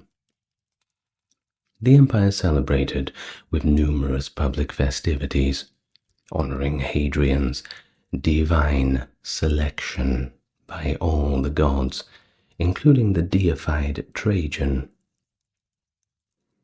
Well, Hadrian remained in the eastern provinces for a time. He wasn't too keen on settling down. Why would he? He had that Jewish rebellion to address that had begun between Trajan's reign, and that was a big problem. New provinces, it's hard to get them to behave. Well, the Moorish general Lucius Verus was dismissed. He was the governor of Judea, and that removed him from command of his Moorish troops. Afterwards, Hadrian moved to suppress the unrest across the Danube frontier himself, taking matters into his own hands, sleeves well and truly rolled up, ready for the fight. Now back in Rome, his former guardian and current Praetorian prefect Antoninus claimed to have uncovered a conspiracy involving Lucius Verus and 3 prominent senators that being Lucius Publilius Celsus, Aulus Cornelius Palma, Frontonianus, and Gaius Avidius Nigrinus. Very complex names. Now, without public trials, these four were tried in absentia, pursued, and when found, well, you know what happened when they found them. Well, Hadrian asserted that Antoninus had acted completely independently, later elevating him to senatorial and consular rank before retiring him by 120. He assured the Senate that their traditional right to judge their own members would be respected moving forward. Now, the exact reasons behind the executions, rather than some other, think about banishment, exile, these sorts of things, some other punishment for them, well, it remains a little bit uncertain. But you see, official recognition of Hadrian as Trajan's rightful successor may have come too late to prevent other potential claimants. His main rivals were Trajan's closest allies, you see, and senior members of the imperial council, individuals who could have been legitimate contenders for the throne, and you know what happens to other contenders for the throne. Also, supporters of Trajan's expansionist policies, while Hadrian had intended to reverse them. Aulus Cornelius Palma, known for conquering Arabia and Abatea, likely had vested interests in the east of his own. The Historia Augusta depicts Palma and Lucius Publilius Celsus, who, by the way, had served as consul for not the first but the second time in 113, as personal enemies who openly opposed Hadrian. The fourth individual, Gaius Avidius Nigrinus, was a former consul, intellectual, and reportedly a friend, quite close one, of Pliny the Younger, and briefly the governor of Dacia, at least at the start of Hadrian's reign. He was possibly Hadrian's chief rival, a senator of high rank and even higher connections. According to the Historia Augusta, Hadrian had even considered naming Nigrinus as his successor before deciding to eliminate him. Well, shortly after these events, in 125, Hadrian appointed one Quintus Marcius Turbo as his new Praetorian prefect. Turbo was a close friend, a leading member of the equestrian order, a high-ranking judicial official and procurator. Hadrian implemented a policy preventing equestrians from judging cases against senators, thereby preserving the Senate's exclusive legal authority over all of its members. The Senate remained thus the highest court of appeal, and formal appeals to the emperor against its decisions were completely forbidden. No exceptions. Better luck next time, kid. Whether or not Hadrian fully grasped the impact, this move failed to repair the damage that was caused earlier by Antoninus, and his reputation and relationship with the Senate remained strained for the rest of his reign. Well, we have some sources that suggest that Hadrian occasionally employed a network of informers, such as the frumentari, to discreetly investigate high-ranking individuals, including senators and close associates. We're talking private investigators, detectives for hire, that sort of thing. Well, Hadrian would spend more than half of his reign traveling outside of Italy, unlike previous emperors who simply relied on reports from their envoys while they stayed in Rome. He chose to observe conditions across the empire first-hand, getting well and truly involved with all of the provinces. Earlier rulers often left Rome for extended periods, mainly to conduct wars, returning only after the conflicts were resolved, having a nice triumph, a big party, all little rose petals thrown down on them. It's pretty nice. Well, Hadrian's frequent journeys might represent a deliberate break from traditions that view the empire solely as Roman dominion. It wasn't about, well, this part in the province or this part in the province. No, it's just a little piece of Rome that is having some trouble. A little dirty spot we need to go and clean up. Well, of course, Hadrian aimed to integrate provincial populations into a kind of commonwealth of civilized societies, unified by a Hellenic culture under Roman governance. So instead of establishing new Roman colonies with Roman laws, he promoted the development of provincial cities. In Latin we say municipia. That's where we get the word municipal from. Municipal government, municipal laws, this sort of thing. And these would have been self-governing urban centers with their own customs and their own legal systems. But still, standing beneath that umbrella of Roman guidance and Greek culture.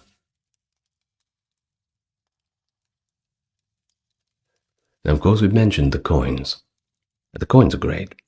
We call this study numismatics, numis being the word for coin or money, I believe.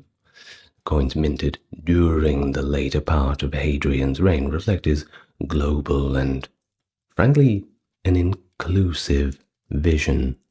It depicts him of somewhat raising up personifications of various provinces. Later, Aelius Aristides noted that Hadrian extended a protective hand over his subjects, assisting them as one helps those who have stumbled. Sounds like a nice guy, doesn't he? Well, this approach is unfortunately not well received by Roman traditionalists. The indulgent Emperor Nero had previously undertaken a long and peaceful tour of Greece, attracting criticism from the Roman elite for neglecting his essential duties. Nero had enjoyed widespread support in the eastern provinces, and to a lesser extent in the west. Rumors of his return or resurrection emerged soon after his death, and Hadrian may have consciously tapped into these favorable associations during his travels. Well, in the Historia Augusta, he is described as excessively Greek, seen as way too cosmopolitan for a Roman emperor by traditional standards, too Greek for Roman town, too Roman for Greek town. What are we going to do with Hadrian? Well, before Hadrian arrived in Britannia, which is of course that wall of his being his most famous achievement, the province experienced a major uprising, since between the years of 119 and 121. There are inscriptions that reference an Expeditio Britannica, British expedition, that involves several troop movements, including a detachment of about 3,000 soldiers. Fronto mentions military defeats in Britannia during this time. Things were not going to plan. Coin inscriptions from 119 to 120 confirm that Quintus Pompeius Falco was sent to restore order. In 122 AD, Hadrian initiated the construction of the wall, which was intended to separate the Romans from the barbarians. While it's plausible that the wall was built in response to a genuine threat, or at least its resurgence, this remains a little speculative. A prevailing desire to halt the empire's expansion may have been the decisive factor.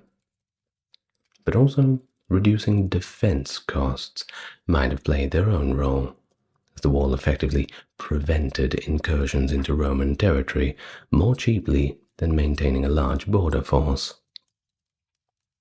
Well, it also regulated this cross-border trade and immigration. Either way, a shrine was established at York to honor Britannia as the personification of Britain, and coins were minted bearing her image, recognized as Britannia. By the end of 122 AD, Hadrian had completed his journey to Britannia, but he never saw the finished wall which now bears his name. Well, it appears that Hadrian had also travelled through southern Gaul. Now, at Nemausus, modern-day Nimes, he likely oversaw the construction of a basilica dedicated to the patroness Plotina, who had recently died in Rome and had been deified at the request of Hadrian himself. Around this time, Hadrian dismissed his secretary, the biographer Suetonius, for his excessive familiarity with the empress, and we all know what that means. Now Gaius Septicius Clarus, who served alongside Marcius Turbo as a praetorian prefect, was also removed for the same alleged reason, which may have been a pretext for their dismissal. Hadrian spent the winter of 122 to 23 AD in Tarraco, Spain, and while he was there, he spent his time rebuilding the Temple of Augustus. Now, winter over.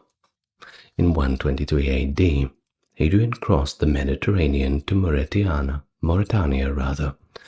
personally leading a brief campaign against local insurgents.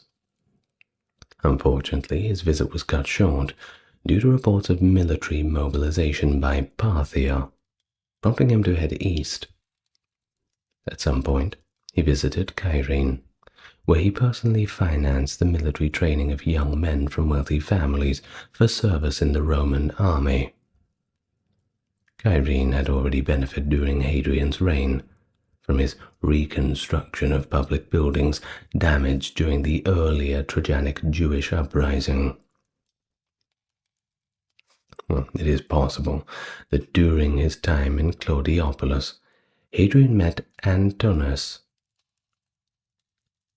a young man of humble origins, who would later become his beloved companion. Now, sources offer little detail about when or where they met. Representations of Antoninus show him around 20 years old, just before his death in 130. So, in 123, he may have been about 13 or 14. Antoninus may have been sent to Rome for education as a page to the emperor, eventually becoming his favorite. The favorite what? The specifics of their relationship remain largely unknown, and I'm not going to dig too far into that one. Now, regardless of Antoninus' presence, Hadrian continued his travels through Anatolia. Various accounts place him at different locations and mention his founding of the city Hadrianature in Mysia after a successful boar hunt. Around this time, plans were made to complete the Temple of Zeus at Cyzicus, which had been started by the rulers of Pergamon. The temple was adorned with a colossal statue of Hadrian, just for good measure, and thus Cyzicus, Pergamon, Smyrna, Ephesus, and Sardes were all designated as regional centers for the imperial cult. In the following year, the autumn of 124 AD, Hadrian arrived in Greece and participated in the Eleusinian Mysteries. He had a special affinity for Athens, which had previously granted him citizenship and an archonship at the Athenians' request. He revised their constitution, including a creation of a new tribe, of course, named after him. Hadrian combined proactive initiatives with cautious restraint. He declined to intervene in local disputes between olive oil producers and the Athenian Assembly and Council, who had set production quotas that the producers found unreasonable, but he did approve an imperial subsidy for the Athenian grain supply. He established 2 endowments to fund public games, festivals, and competitions in the absence of citizens willing or able to sponsor them. Now, Hadrian often encouraged Greek elites, including priests or the imperial cult, to focus on more practical and lasting contributions, particularly public works like aqueducts and fountains. Athens also received 2 such fountains because of this. One brought water from Mount Parnes to the Athenian agora through a complex system of aqueducts and reservoirs, a project that would take several years to complete. Other foundations were provided to Argos to alleviate a severe and long-standing water shortage, so severe that in the Homeric epics we have mention of thirsty Argos. Just shows you how the problem was. Well, during the winter, Hadrian toured the Peloponnese, which makes me very jealous. The exact route is uncertain, but likely included Epidaurus. According to Pausanias, temples were built there by Hadrian, and the locals erected a statue of him, a rather heroic one, completely nude, as a gesture of gratitude to their restorer. Now, if that's not Greek style, I don't know what is. I'm sure Hadrian would have been delighted, provided they didn't rip him off on the proportions. Now, it is possible that Hadrian and Antinos were lovers by this time. Hadrian showed particular favor to Mantinea, which had ancient, mythological, and politically advantageous connections to Antinos's homeland back in Bithynia. He also restored the temple of Poseidon in Hippios in Mantinea, and, as Pausanias notes, reinstated the city's original classic name. You see, it didn't used to be called Mantinea. It had been called, during the Hellenistic time, Antigonea, in honor of King Antigonos II, Doson III. Hadrian also rebuilt ancient sanctuaries at Abae and Megara, as well as the Heraion of Argos. Now, while traveling through the Peloponnese, he persuaded the Spartan noble Eurycles Herculaneus, head of the Euclid dynasty that had ruled Sparta since Augustus's time, to finally join up with the Roman Senate, along with the Athenian noble Herodes Atticus the Elder. Now, these two became the first representatives from what was known as Old Greece to enter the Roman Senate. Pretty historic time. The historic rivalry and prominence of Sparta and Athens that no doubt you know from the old wars. And this was a significant step in encouraging Greek elites to participate in a more Roman-style political life. In March of 125 AD, Hadrian presided over the Athenian festival of Dionysia, wearing Athenian attire. Always the little Greek. And in true Greek fashion, he couldn't ignore the terrible state of the temple of Olympian Zeus, which had been under construction for nearly 500 years. It makes my government look pretty good by comparison, building the highways, I suppose.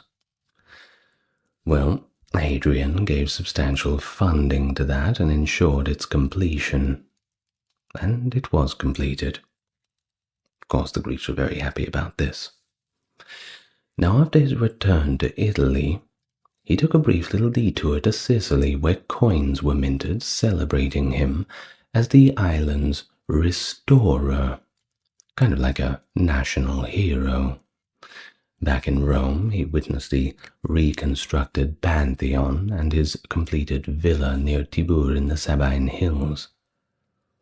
In early March of 127, he embarked on a tour of Italy, with his route pieced together by historians based on his various gifts and offerings that he gave along the way.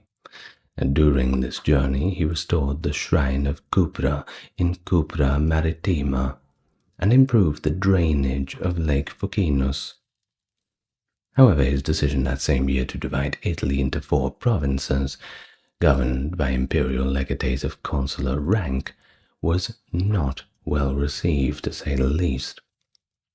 These officials were given authority over all of Italy, except for Rome, effectively shifting Italian legal cases away from Roman courts. While the Roman Senate disapproved of reducing Italy to provincial status, and this reform did not survive far beyond Hadrian's reign. In fact, they rather quickly cleaned this up once he was dead and gone. Well, around this time, Hadrian actually began to feel ill, but his condition didn't prevent him from setting out to Africa in the spring of 128. His arrival coincided with timely rainfall that ended a drought. Of course, superstitions of the old world, this was seen as rather auspicious. In addition to acting as a benefactor and restorer, he took the opportunity to inspect the troops, and his speech to them has been preserved. Now, I might do a reading of that later on, but we'll see. Returning to Italy in the summer of 128, his stay was brief before he embarked on another journey lasting 3 years. In September of the same year, 128, Hadrian once again participated in the Eleusinian Mysteries. Now, this visit to Greece focused on Athens and Sparta, the ancient rivals for regional dominance, initially considering the League in Delphi as the center for his Greek revival. He ultimately pursued a more ambitious plan, establishing the Panhellenion, a council intended to unite Greek cities. Well, after beginning the necessary preparations, which involved verifying claims to Greek city status, a process that required time, of course, Hadrian then departed for Ephesus. Traveling from Greece, through Asia, to Egypt, he likely crossed the Aegean Sea with an Ephesian merchant named Lucius Erastus and his entourage. He later wrote to the Council of Ephesus, recommending Erastus as a suitable candidate for town councillor, and offering to pay the required fee. So obviously, he had made quite an impression. Now, just before the Egyptian New Year, Hadrian arrived in Egypt, August 29th, the year 130. He started his visit by restoring the tomb of Pompey the Great at Pelusium, performing a sacrifice in his honor and inscribing an epitaph on the monument. Now, since Pompey was known for solidifying Rome's control in the East, this act likely symbolized the reaffirmation of Roman authority following the social unrest during Trajan's later years. Hadrian and his companion Antoninus went on a lion hunt in the Libyan desert. A poem by the Greek poet Pancrates about this event is the earliest evidence we have of their travels together. Nothing like a hunting trip, I suppose. While during their voyage to the Nile, something went wrong. Antoninus drowned, under what seems to be mysterious circumstances. The exact details of his death remain uncertain, of course. It's hard to sort of trace it back that far. But there are theories ranging from accident to murder to religious sacrifice and even the taking of his own life. We do have something from the Historia Augusta, though, which reads as following. During a journey on the Nile, he lost Antoninus, his favorite. And for this youth he wept like a woman. Concerning this incident, there are varying rumors, for some claim that he had devoted himself to death for Hadrian, and others, what both his beauty and Hadrian's sensuality suggest.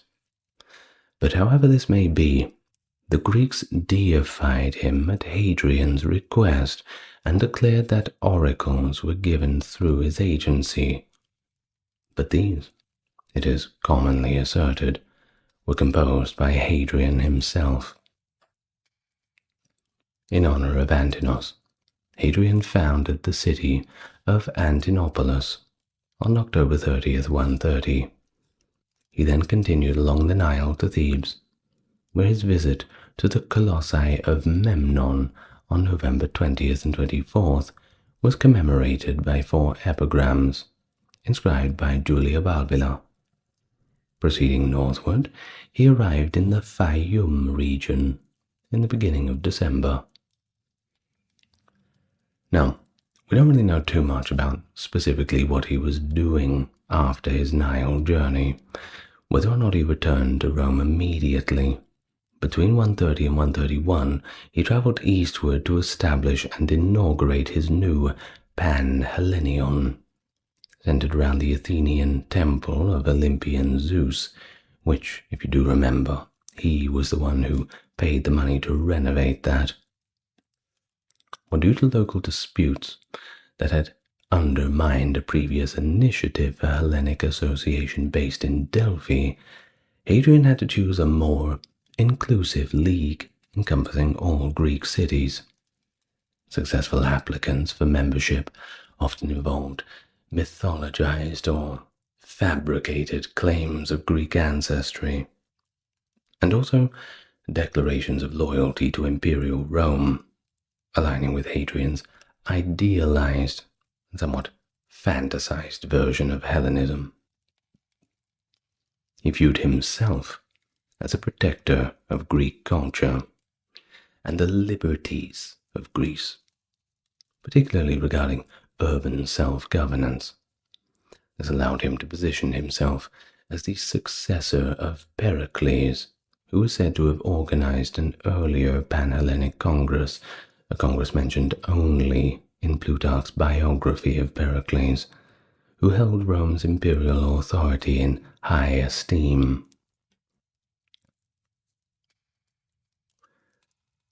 Now, Hadrian spent the winter of 131 to 32 in Athens, where he dedicated the completed temple of Olympian Zeus, and in 132 he traveled eastward to Judea. Now, during Roman Judea, Hadrian visited Jerusalem, which remained in ruins following the First Roman-Jewish War of 66 to 73.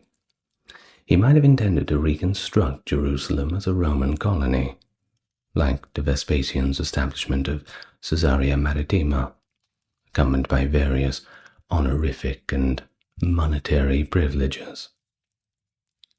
The non-Roman populace had no need to engage in Roman religious ceremonies, but was anticipated to uphold Roman imperial structure.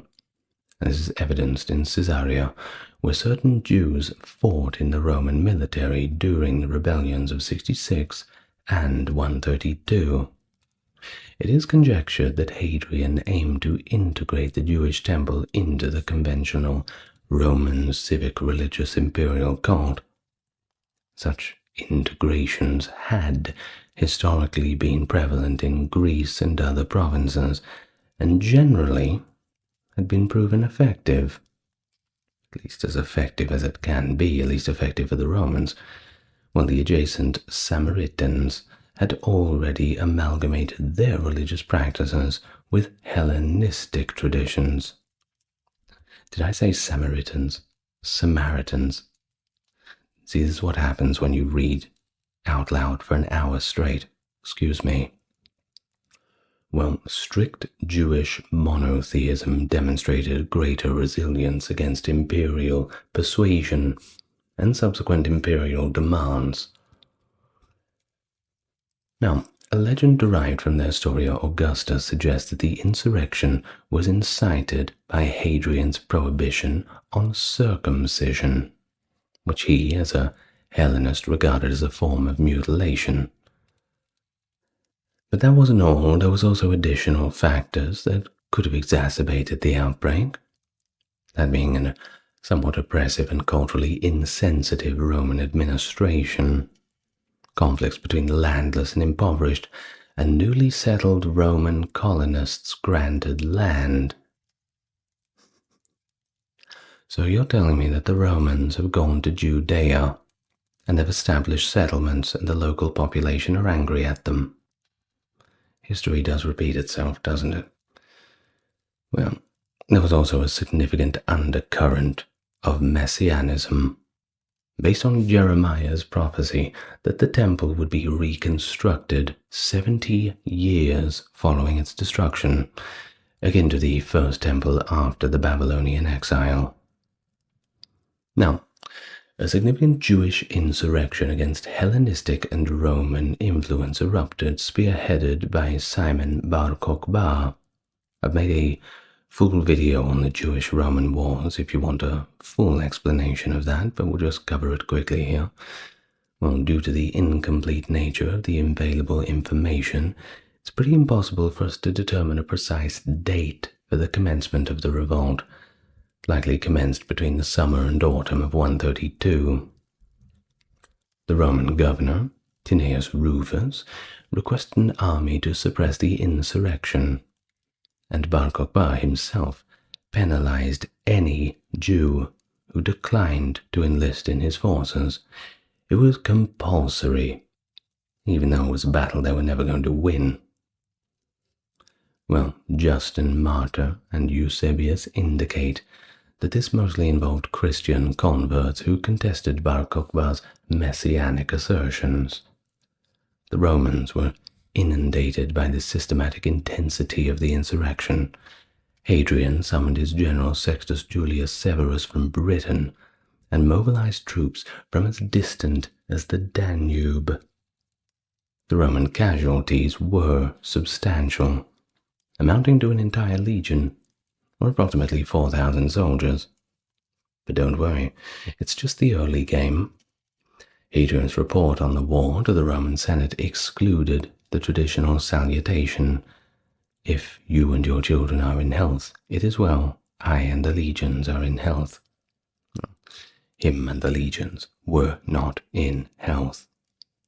Either way, the insurrection was suppressed in 135. Cassius Dio reports that Beitar, a fortified city located about 6 miles southwest of Jerusalem, succumbed after a siege lasting 3.5 years, starving them out. A little bit of disease in the mix, too. Of course, the Roman military campaigns in Judea resulted in around 580,000 Jewish fatalities, and the destruction of 50 walled towns, along with 985 villages. A certain unspecified percentage of the population was also slaves. The magnitude of punitive actions against the Jewish population continues to be a kind of subject of contention. We're not really sure exactly how many passed away. I suppose we'll never really know. Well, Hadrian altered the province's designation to Syria Palestina. He dubbed Jerusalem Aelia Capitolina, in honor of himself and Jupiter Capitolinus, subsequently restructuring it in the Greek architectural style. Well, following the quelling of the insurrection, Hadrian granted the Samaritans a temple dedicated to Zeus Hypsistos, the highest Zeus, on Mount Gerizim.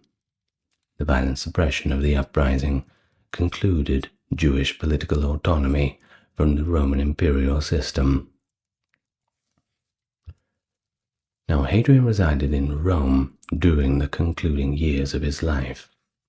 In 134, he received an imperial salute marking the conclusion of the Third Jewish War, which did not officially cease until the subsequent year. Commemorations and achievements and awards were also minimalized, as Hadrian perceived the war as, I quote, a harsh and abrupt disillusionment to his ambitions for a cosmopolitan empire. You see, his dream was for everybody to get along. Well, that was just not going to happen, I'm afraid. Well, Empress Sabina likely passed away around 136 too, following an unsatisfactory marriage with Hadrian that endured as political obligation.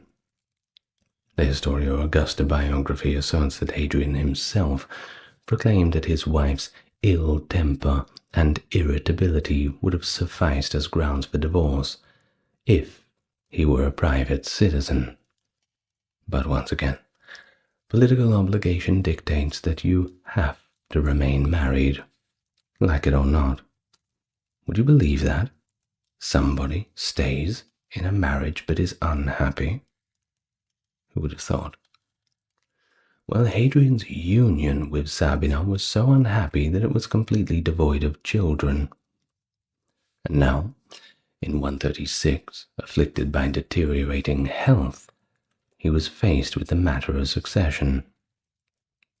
In 136, he adopted Lucius Commodus, one of the ordinary consuls of that year, who, as an emperor in waiting, assumed the name Lucius alias Caesar. Now he was the son-in-law of Gaius Avidius Nigrinus, one of the 4 consuls executed in 118. His health was fragile, and his reputation seemed more akin to that of a decadent, well-educated nobleman than that of a leader. Numerous contemporary efforts have been undertaken to elucidate Hadrian's decision. It's been suggested that Aelius was actually Hadrian's biological son, but, well, we don't really have much proof of that. His adoption has been conjectured as Hadrian's sort of late effort to reconcile with the prominent senatorial family, whose key members were executed shortly after his accession. Aelius performed commendably as the joint ruler of Pannonia Superior and Inferior. He held an additional consulship in 137, but passed away in the 1st of January 138.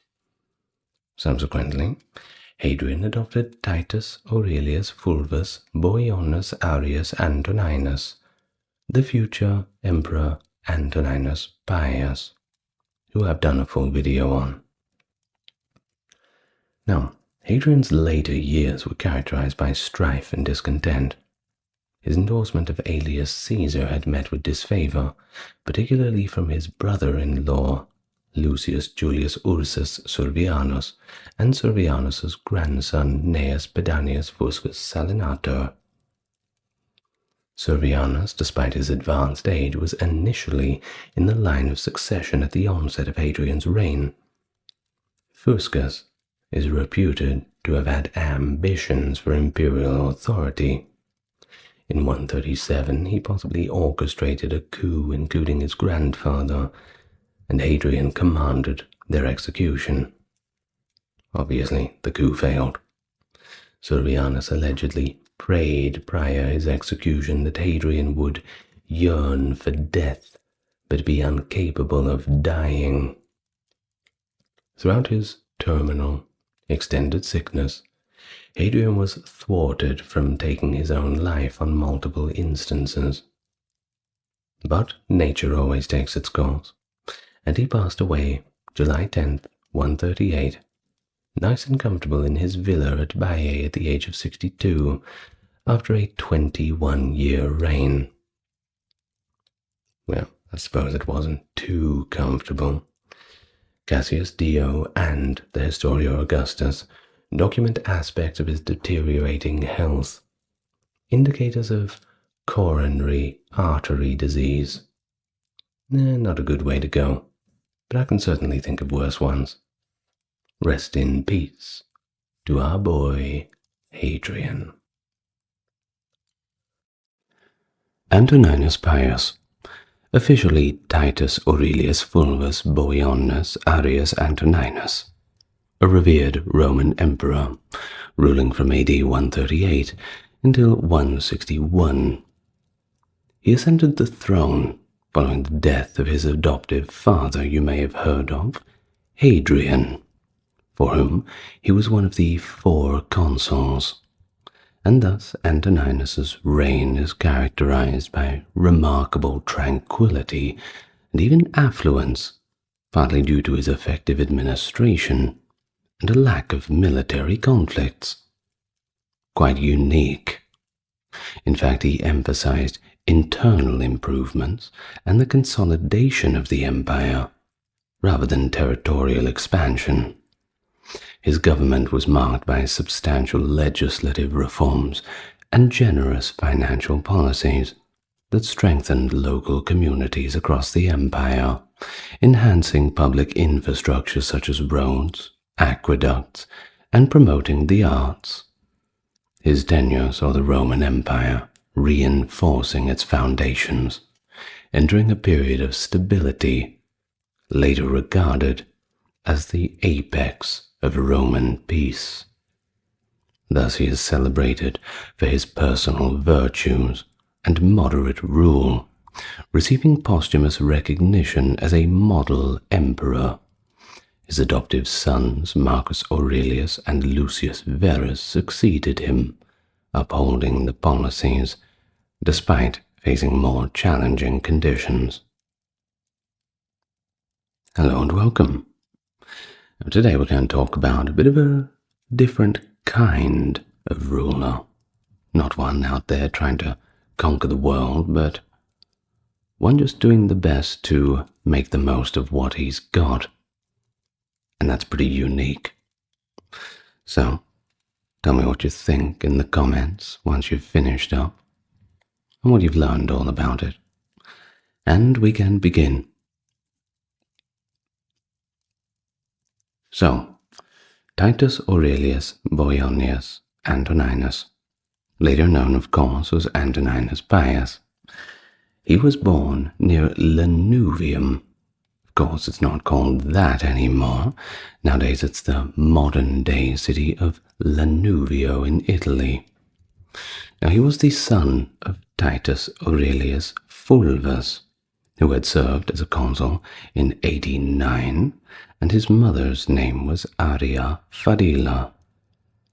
Now, in terms of his family, the Aureli family, they originated from Nemausus, which is modern-day Nimes in Gallia Narbonensis. In terms of his grandfather, well, he was also named Titus Aurelius Fulvus, and he gained prominence in the Legio III Gallica as a legate himself, supporting Emperor Vespasian's rise to power. Now, although relatively new to the Roman Senate, the Aureli family, the Aureli Fulvi rather, were elevated under the Flavian dynasty and retained very strong ties to their provincial origins. Now, after his father's early death following his consulship, Antoninus was brought up by his maternal grandfather, that being Gnaeus Arius Antoninus. Gnaeus was well respected for his moral integrity, along with his intellectual prowess and close friendship with the great Pliny the Younger. Now, in terms of his mother, following her first husband's death, Aria Fadila remarried one Publius Julius Lupus, a suffect consul, in the year 98 AD. Now, this marriage produced 2 daughters, Aria Lupula and Julia Fadila. Around 110 to 115, Antoninus wed Annia Galeria Faustina the Elder, whose parents were consuls Marcus Annius Verus and Rupilia Faustina, making her a relative of Empress Vibia Sabina. Now, despite some rumors, pretty damaging ones about Faustina's character, Antoninus was deeply devoted to her, and their marriage was actually known to be a very happy one. Open displays of affection, all the rest. In fact, together they had 4 children, that being Marcus Aurelius Fulvus Antoninus, who actually died before 138, with his funerary inscription found in the mausoleum of Hadrian at Rome. The other, Marcus Galerius Aurelius Antoninus, who also died before 138, and his name appears on a Greek imperial coin, with funerary inscriptions also located at that same mausoleum. Now, unfortunately, another child passed away in 135, being Aurelia Fadila. It was a daughter. She was married to Lucius Plautius Lamia Silvanus, a consul in 145, and unfortunately they did not have any children. Well, finally, there was Annia Galeria Faustina Minor, who was commonly known as Faustina the Younger. Born around 125 to 130, and she became a future empress, the only child of theirs that actually managed to live to a notable age. In fact, she married her maternal cousin, Marcus Aurelius. Yes, that's the one you're thinking of, in 146. So, Antoninus's family connections and his marriage into another prominent senatorial family further cemented his status within Roman society. You see, it was all a political game. It was about not what you knew, but who you knew. If you were the cousin or an uncle or some distant relative of someone, you could worm your way into quite a lot of different government positions. And then, once you've got your foot in the door, you just have to wriggle your way up the rest of the way. Who knows where you could end up? Perhaps in the top position. Now, when Faustina passed away in 141, Antoninus was deeply grieved, as anybody would be. Now, to honor her memory, he sought approval from the Senate to deify her, and thus a temple dedicated to her was erected in the Roman Forum, where it would have its own priestess staff officiating. There were even coins that were made with her image, inscribed with Diva Faustina. Now, diva, of course, is referring to goddess. We get that word divinity, this sort of thing. Now, additionally, Antoninus created the Puellae Faustinianae, a charitable foundation that provided financial assistance to underprivileged girls from respectable families. As part of the Cura Annonae initiative, he also instituted a new alimenta, a kind of Roman welfare program. You can see how this is an emperor who has different priorities. Certainly something that is new for the time. I mean, it's the first I've heard of it. Of course, Antoninus being deeply aggrieved, he also chose not to remarry after the death of Faustina. But he did live with one Galeria Lysistrate, a freed woman who had actually been quite close to Faustina. You see, in ancient Rome it was common for prominent men, particularly widowers like later on Marcus Aurelius, but also Vespasian, to choose concubines rather than to remarry. Once again, politics. So Antoninus and Galeria's relationship did not produce any legitimate heirs, thus ensuring the line of succession remained more or less unchallenged. By remaining unmarried and avoiding another noblewoman from a different family, Antoninus further secured his heir's positions. Similarly, Marcus Aurelius later avoided remarrying to protect his children from a stepmother, instead choosing a concubine over his former fiancée, Caesonia Fabia. Now, before becoming emperor, Antoninus had several important positions, and among them was quaestor, consul in 120 alongside Lucius Verus, and even praetor.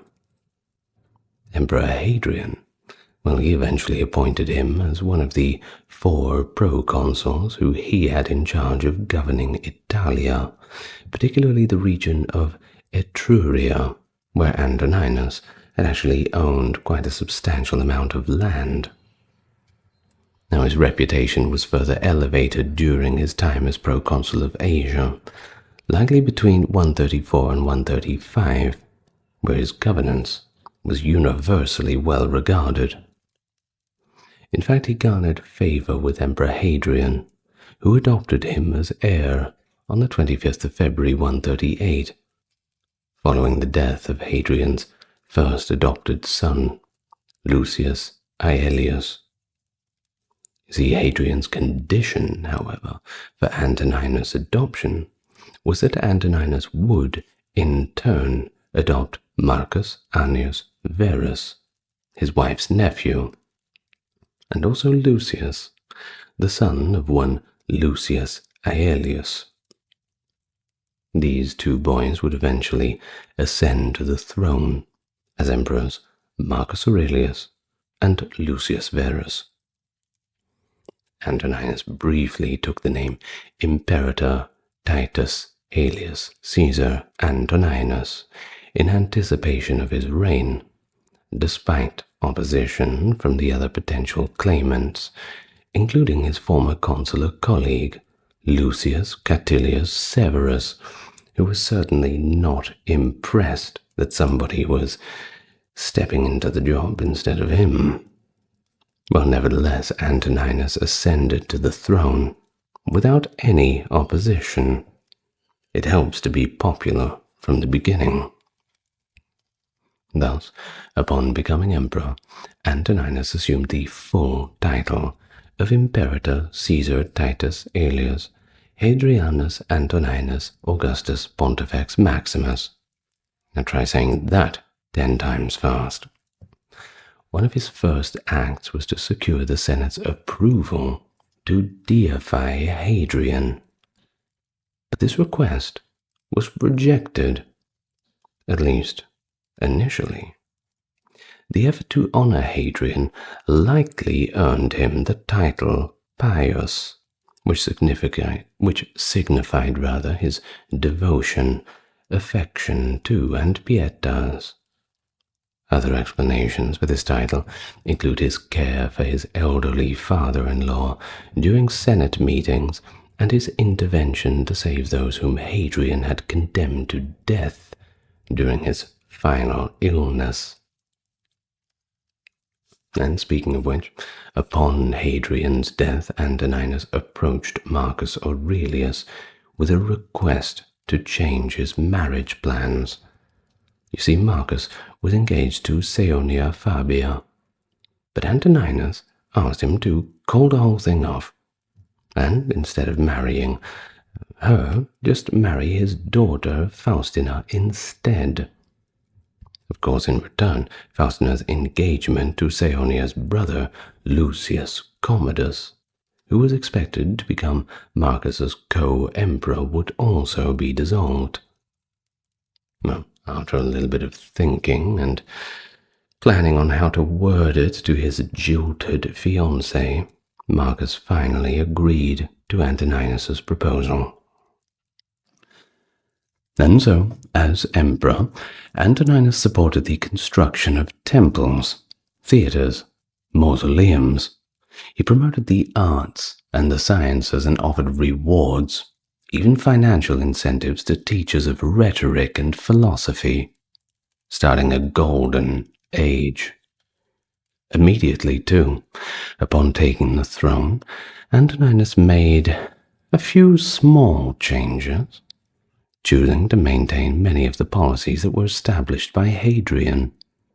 Now, epigraphical and prosopographical research has revealed that Antoninus's administration was primarily composed of interconnected families within the Senate, and many of these were associated with the cult of Hadrian. Now, there is one legend that tells the story of Paraskevi of Rome, a Christian legend, by the way, who was captured by soldiers of Emperor Antoninus Pius in the village of Therapia, Constantinople, and put on trial for blasphemy. Constantinople, of course, being the modern-day Istanbul. Now, she was accused of causing the empire's recent misfortunes through her somewhat blasphemous statements. Antoninus tried to convince Paraskevi to renounce her faith, and even offered to marry her, but she was not interested in that. Well, as a result, she was tortured, having a steel helmet with nails placed on her head and tightened. Despite the torture, she felt no pain, and her endurance inspired many to convert to Christianity after witnessing quite a test of faith. Well, naturally, frustrated Antoninus ordered that Paraskevi be immersed in a boiling cauldron of oil and tar, but she emerged unharmed. Well, after this, the accusations of sorcery, of course, went. Paraskevi splashed the liquid into Antoninus's face, blinding him. Desperate for help, he asked her for assistance, and she restored his sight. This miracle led to Antoninus Pius to convert to Christianity and release Paraskevi, after which he ended his persecution of Christians. That is, if you believe such a story. It's pretty fanciful, but, well, it's worth telling. Of course, there are no records that exist of any military-related actions in which Antoninus participated throughout his tenure. In fact, during his reign, which is considered to be the most peaceful in the history of the Principate, there were only a few military disturbances throughout the empire. Nothing big, though. Well, for example, in Mauritania, the unrest had led to the appointment of a senator as the governor of Mauritania Tingitana, a break from the usual practice of selecting an equestrian procurator, and cavalry units from Pannonia were sent to the region, resulting in the fortification of cities like Sala and Tipasa. And this was the biggest problem they had in the whole time. There were a few lesser disturbances in Judea and among the Brigantes in Britannia, though these were considered less significant than prior or later revolts, and they kind of fizzled out without anything really happening. Maybe a few punch-ups, but no bloodbaths, we put it that way. Now, in Britain, while we're on it, Antoninus adopted a more proactive approach by appointing Quintus Lollius Urbicus, who was actually a Numidian, a former governor of Germania Inferior. They made him governor of that area in 139 AD. Now, at the command of Antoninus, Lollius led an invasion of southern Scotland, securing victories and overseeing the construction of the Antonine Wall, which stretched from the Firth of Forth to the Firth of Clyde. The wall was gradually abandoned, however, by the mid-150s, and it was completely decommissioned by the early 160s. Though we're not exactly sure why, but it seems that they didn't have much of an interest in doing anything on the border. Now, Antoninus's biography in Historia Augusta briefly references the campaign, while Pausanias also makes a vague allusion to a small conflict in Britain. An inscription by Legio to Augusta, which participated in the wall's construction, features a relief of several prisoners, including one that was actually missing his head, and that's unusual for a person to be missing that, and it does suggest that combat did occur during the campaign. Now, despite being shorter and more easily defensible than Hadrian's wall, Antonine's wall encompassed a desolate territory, and it was hard to grow things up there too. Scotland does not get much sun on the crops, I'm afraid. The lack of urban development behind the wall and the stress on supply lines made maintaining control of the additional land a lot more costly. The game was not worth the candle, I'm afraid. And so, without the Romanization of the region, the territory behind the wall remained quite difficult to control. It is believed that the decision to invade these parts of southern Scotland and build the Antonine Wall might have actually been driven by internal political considerations rather than anything pressing. The campaign provided Antoninus with the opportunity to have at least a little bit of military prestige early in his reign. Thus, in 142, he celebrated an imperial salute and formally assumed the title of Imperator for the second and final time, with the minting of coins commemorating his victory in Britain. Although Antoninus delegated military leadership in the British campaign and took a hands-off approach, the orator Fronto later credited him as the helmsman of the expedition, ensuring that the honor remained with the emperor and rather the commanders who he had passed the gruesome bits of the task on to. But it seems pretty obvious to me that Antoninus was simply not interested in going out and taking glory by force. Well, the pursuit of military accomplishment was necessitated, however, by the reality of Antoninus's reign, which, despite its general tranquil nature, is just like any other reign of any other emperor, that being not devoid of attempts of usurpation. Now, we have it from Historia Augusta, which references two individuals, that is, Cornelius Priscianus for disturbing the peace of Spain.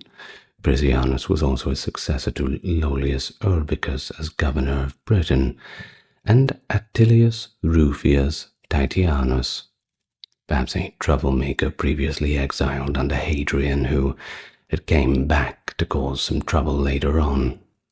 In fact, seeing that the new emperor was quite a bit more, not harmless, but just not too willing to go out and fight, maybe he thought that it was his time to strike.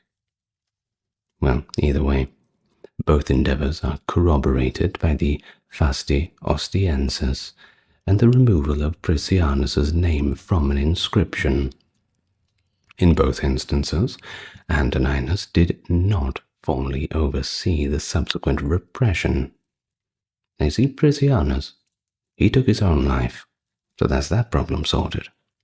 And Titianus, well, he was convicted by the Senate, although Antoninus refrained from confiscating the assets of his family, which is usually what people do. Everyone goes down with the ship when you try to depose the emperor. Well, on to Dacia Inferior, which had its own problems. Certainly a chaotic region. They experienced difficulties that necessitated the conferment of enhanced authority on the procurator governor and the deployment of supplementary troops to the province. Now, the Greek city of Olbia, located on the northern Black Sea coast, was defended against the Scythians, nomads, robbing and stealing. It's much easier than setting up roots and growing your own things. Of course, during his reign, the governor of Upper Germany, likely Gaius Popilius Carus Pido, a very unfortunate last name once again, constructed new fortifications in the Agri Decumates, extending the Limes Germanicus 15 kilometers into his province and adjacent Raetia province. A little bit to the east, Roman suzerainty over Armenia was maintained by the selection of Arsacid descendant Sohaemus as a client monarch in AD 140.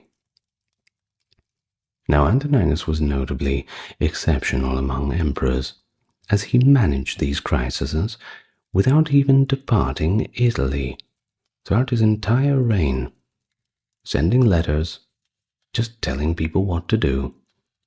A real delegator. He addressed these provincial issues of war and peace via their governors, or at least through imperial correspondence to cities like Ephesus, some of which were actually publicly exhibited. This form of governance received much acclaim from his peers and subsequent generations. Of course, Antoninus was the final Roman emperor acknowledged by the kingdoms in India. That's right, all the way in India, particularly the Empire of Kushan.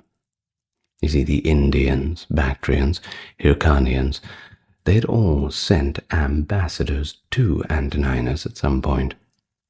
They were aware of his embodiment of justice, accentuated by his dignified and striking appearance, as well as his slender and robust physique. That's what they said about him, and that's not a bad review at all. The advent of the Antonine plague and conflicts with northern Germanic tribes unfortunately compelled Marcus Aurelius to shift the focus of foreign policies, increasingly neglecting issues pertaining to the Far East in favor of subjects directly related to the empire's survival. And thus the breadth of the spread of the Roman Empire kind of contracted somewhat because of this. Sorting out the problems at home before anything else, one can hardly blame them. Now back to Antoninus. He was esteemed as an adept administrator, and of course a proficient builder, as we have listed off some of his achievements already in that regard. Now, despite a comprehensive construction initiative that enhanced the accessibility of potable water for the citizens of Rome through the establishment of aqueducts, bridges, and even roads across the empire, the emperor successfully bequeathed a substantial public treasury amounting to approximately 2.7 billion sesterces. Yes, that's quite a lot of money. Now, Rome would not have another emperor bequeathing a surplus to his successor for a long time after this. But nonetheless, this fund was rapidly diminished during Antoninus's reign due to the Antonine plague, which is not something you want named after you. Well, this plague was effectively introduced by those soldiers who returned home from the Parthian conquest. I'm afraid we're a few thousand years too early for germ theory. And here's another thing. He notably halted tax collection. That's right, completely stopped it in various places that were impacted by natural disasters. And that includes fires in Rome and Narbonne, and earthquakes in Rhodes and certain provinces within Asia.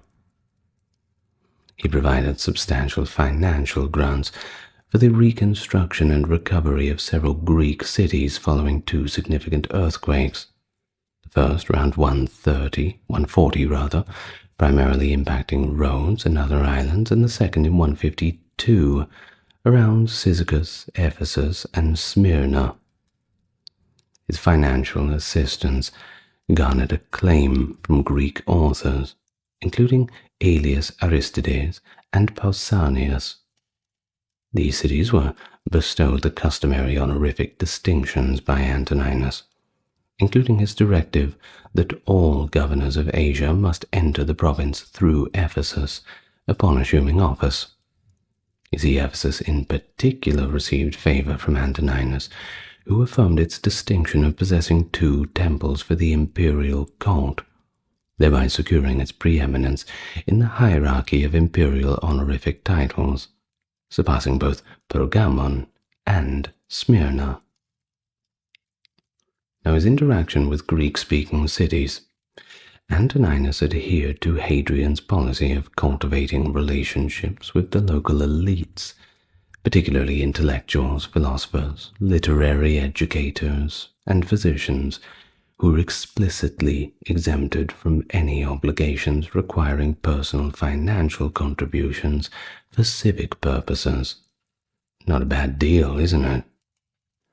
But of course, credit where it's due. It seems that Hadrian had established this privilege sometime earlier, but Antoninus had just reaffirmed it through an edict.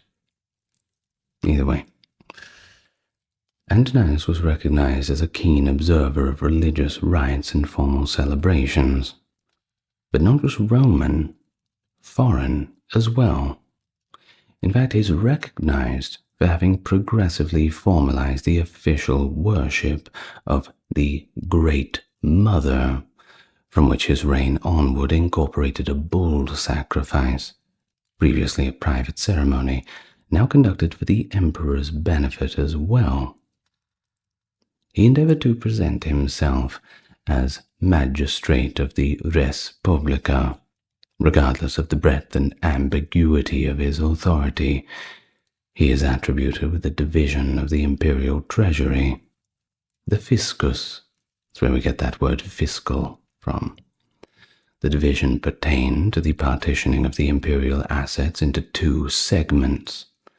Initially, the fiscus refers to the properties of the crown, which are hereditary assets passed down to each successive monarch, irrespective of their prior affiliation with the imperial dynasty. Now, secondly, the res privata refers to the private properties associated with the personal upkeep of the emperor and his family, akin to the privy purse, kind of like that.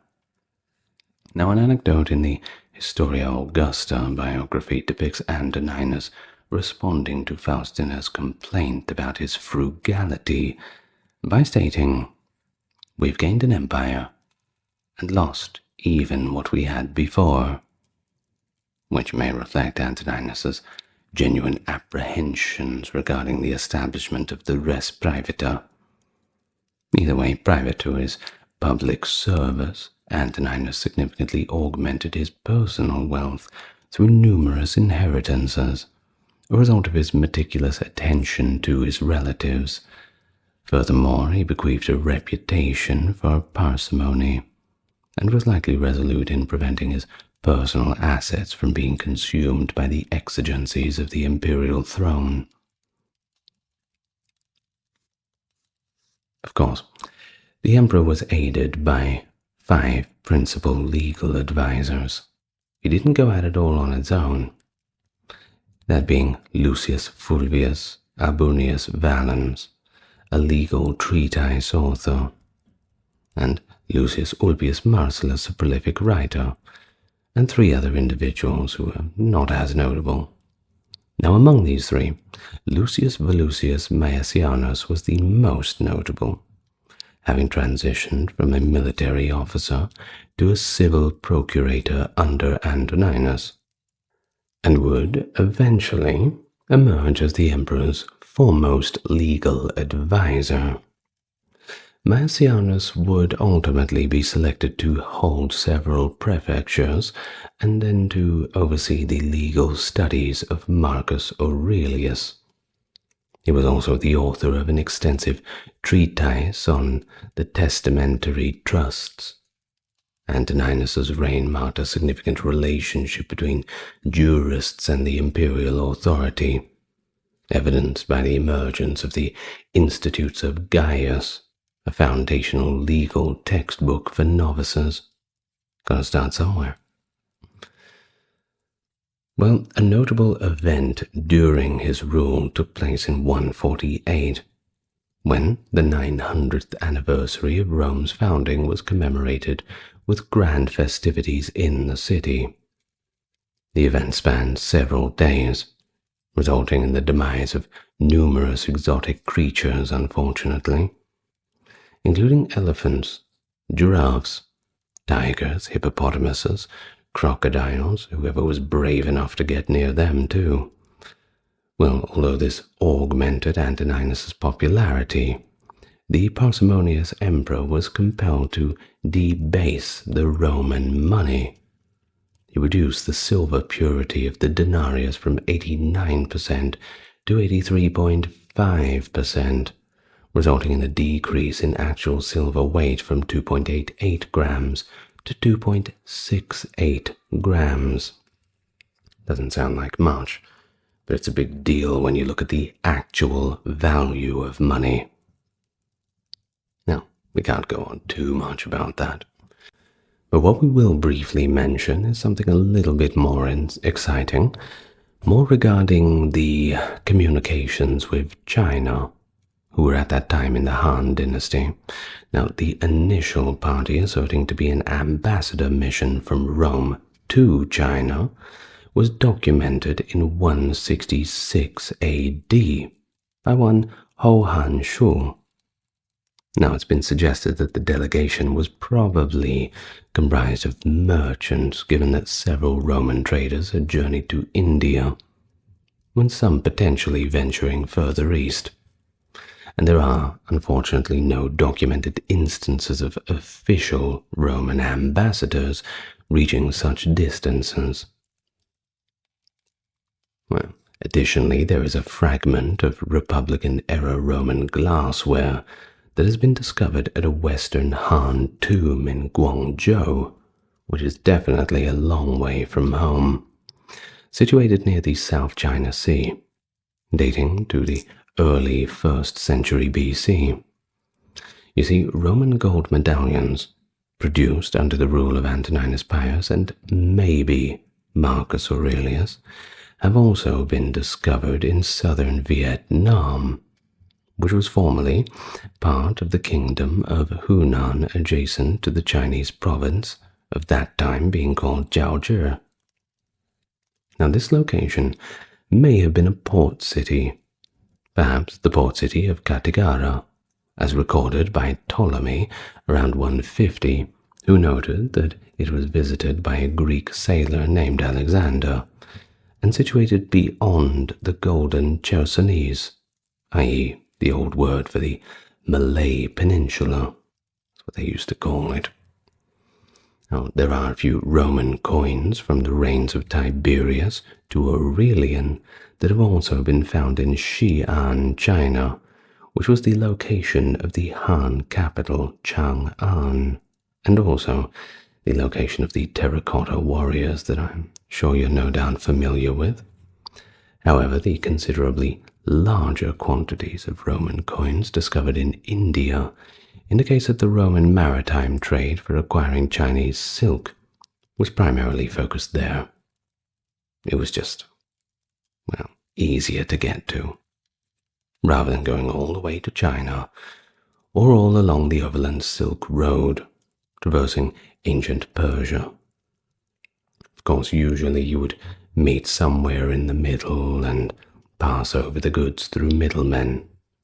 There really wasn't any need to go all the way to China. So, in AD 140, Marcus Aurelius was appointed consul alongside Antoninus, acquiring the designation of Caesar, signifying heir presumptive. Now, as Antoninus became older and began having some health problems, Marcus assumed greater administrative responsibilities. Following the demise of Marcus Gavius Maximus, one of Antoninus' most valued counselors, in either 156 or 57, Marcus's administrative responsibilities began to escalate even further. You see, for 2 decades, Gavius Maximus served as Praetorian prefect, a position that encompassed both administrative and military responsibilities. Gavius Maximus was conferred with the consular insignia and the honors appropriate for a senator. He was renowned as an exceedingly strict disciplinarian, and several equestrian procurators harbored enduring resentments towards him. In fact, one procurator, called Gaius Censorius Niger, passed away during the lifetime of Gavius Maximus. Censorius Niger's will was not kind to Maximus. In fact, it outright disparaged him, causing significant embarrassment to one of the heirs, the orator Fronto. Remember him? He's back. Of course, the demise of Gavius Maximus prompted a transition in the governing body. It is speculated that legal advisor Lucius Maesianus took the post of grey eminence. You see, Maesianus served briefly as the prefect of Egypt, and later as Prefectus Annone in Rome. If Maesianus ascended to prominence, it might have been specifically to facilitate the forthcoming and unprecedented joint succession of the 2 young emperors. Either way, in 160, Marcus and Lucius were appointed as joint consuls for the subsequent year. Antoninus at this time, who may have been unwell, passed away before the year's conclusion, likely on the 7th of March. 2 days prior to his demise, it's indicated that Antoninus was at his familial estate in Lurium, Etruria, which was some 12-13 miles away from Rome. He consumed Alpine cheese at dinner with apparently considerable voracity, and, well, this caused him to vomit in the night time and develop a fever the following day. They told him to go easy on the cheese. Well, the following day, he convened the imperial council and entrusted the state and his daughter to Marcus Aurelius. The emperor encapsulated his life in his final words. When the Night Watch Tribune inquired about the password, he replied, "Equanimity." Subsequently, he rolled over, as if preparing to sleep, but he never woke up. His demise concluded the longest rule since Augustus. In fact, he just succeeded Tiberius by a few months. His record for the second longest rule actually remained unchallenged for 168 years until 329, when he was eclipsed by Constantine the Great. And just like that, that was the life of Antoninus Pius. Bit of a different sort of emperor, wasn't he? Exciting, I think. That progenitor of Marcus Aurelius, the guy in my profile picture. It's too late to change it now, I'm afraid. Lucius Verus, born in AD 130, serving as a Roman emperor from AD 161 to 169, alongside his adoptive brother, Marcus Aurelius, marking a rather rare instance of co-emperorship in Roman history. Appointed by Emperor Antoninus Pius, Lucius Verus was known for his charismatic personality, patronage of the arts, which complemented Marcus Aurelius's stoic and philosophical demeanor. Despite lacking the same level of military skill as his co-ruler, Verus played a significant role in the successful Parthian War between 161 and 166, leading Roman forces to victory and securing the eastern borders. His reign also saw advancements in Roman infrastructure and public welfare, reflecting his commitment to the prosperity of the empire. Thus his legacy is intertwined with that of Marcus Aurelius, as their joint rule exemplified a more balanced approach to leadership, blending military campaign with cultural and administrative achievements. But his untimely death occurred in AD 169 and led to Marcus Aurelius becoming the sole emperor. He is remembered for his contributions to Rome's stability and his role in one of the empire's most cooperative and effective administrations. Welcome to the channel. Good to have you here with me today, or this evening, wherever you're watching from. Let me know where you're watching from. That's an interesting way of doing it.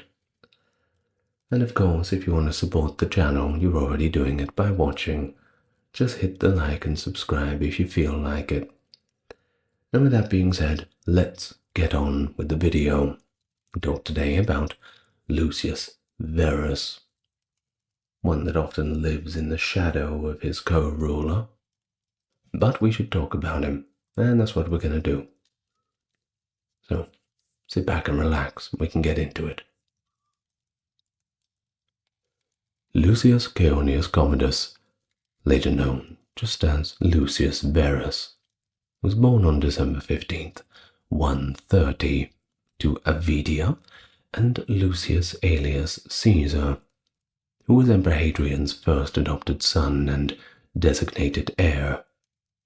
Raised in Rome, Verus had two sisters, Caeonia Fabia and Caeonia Plautia. His maternal lineage included the senator Gaius Avidius Nigrinus and the noblewoman Plautia, although it's important to mention that her identity remains somewhat less documented. When Verus's father died on January 1st, 138, Hadrian named Titus Aurelius Antoninus as his new heir and bestowed upon him the title of Caesar. Hadrian directed Antoninus to adopt both Lucius and Hadrian's nephew by marriage, Marcus. This arrangement preserved Lucius's status as Hadrian's adoptive grandson. Additionally, Antoninus engaged his daughter Faustina to Lucius, but this did not last. Their engagement was soon annulled. Following the death of Hadrian, Antoninus proposed a change in the marriage arrangements. He asked Marcus to dissolve his betrothal to Caeonia Fabia and instead marry Faustina, while also counseling Faustina's engagement to Lucius. After a little back and forth, Marcus agreed to this proposal. And so, as future emperor, Verus received an excellent education under the guidance of the renowned grammarian Marcus Cornelius Fronto, known for his romantic poetry and oratory. Verus embarked on his political career early. 1 year before the legal age, he became a quaestor in 153. Somewhat unusual, usually must conform to that age limit, but once again, friends in high places. And so we get to March the 7th of the year 161, and Emperor Antoninus Pius passes away. His successor, Marcus Aurelius, ascends to the throne. Now it's important to mention that Marcus's deep admiration for Antoninus is evident in his first book of the Meditations, where he reflects on the values and character he learned from his predecessor. Although the Senate initially intended for Marcus to rule alone, he really dug his boots in and insisted on sharing power with his adoptive brother, Lucius Verus. In fact, he refused to assume office until Lucius received equal authority. Well, the Senate really had no choice but to agree, and Lucius was granted the title of Augustus, along with the imperium and senatorial tribunal powers. In their official titles, Marcus became Imperator, Caesar, Marcus Aurelius, Antoninus Augustus, while Lucius, previously known as Commodus, took the name Imperator Caesar Lucius Aurelius Verus Augustus. The name Verus had been Marcus's family name, and the choice highlighted their familial bond. With both men holding the title of emperor, Rome experienced a historic first. Two people in power. A first joint rule. No, they were technically equals. Marcus held greater authority due to his seniority and experience. Marcus had served as consul more frequently than Verus, you see. He'd been actively involved in the administration under Antoninus Pius and held the prestigious role of Pontifex Maximus. These distinctions made his superior position rather clear to the public. One biographer had noted that Verus obeyed Marcus, as a lieutenant would obey a proconsul or as a governor would obey the emperor.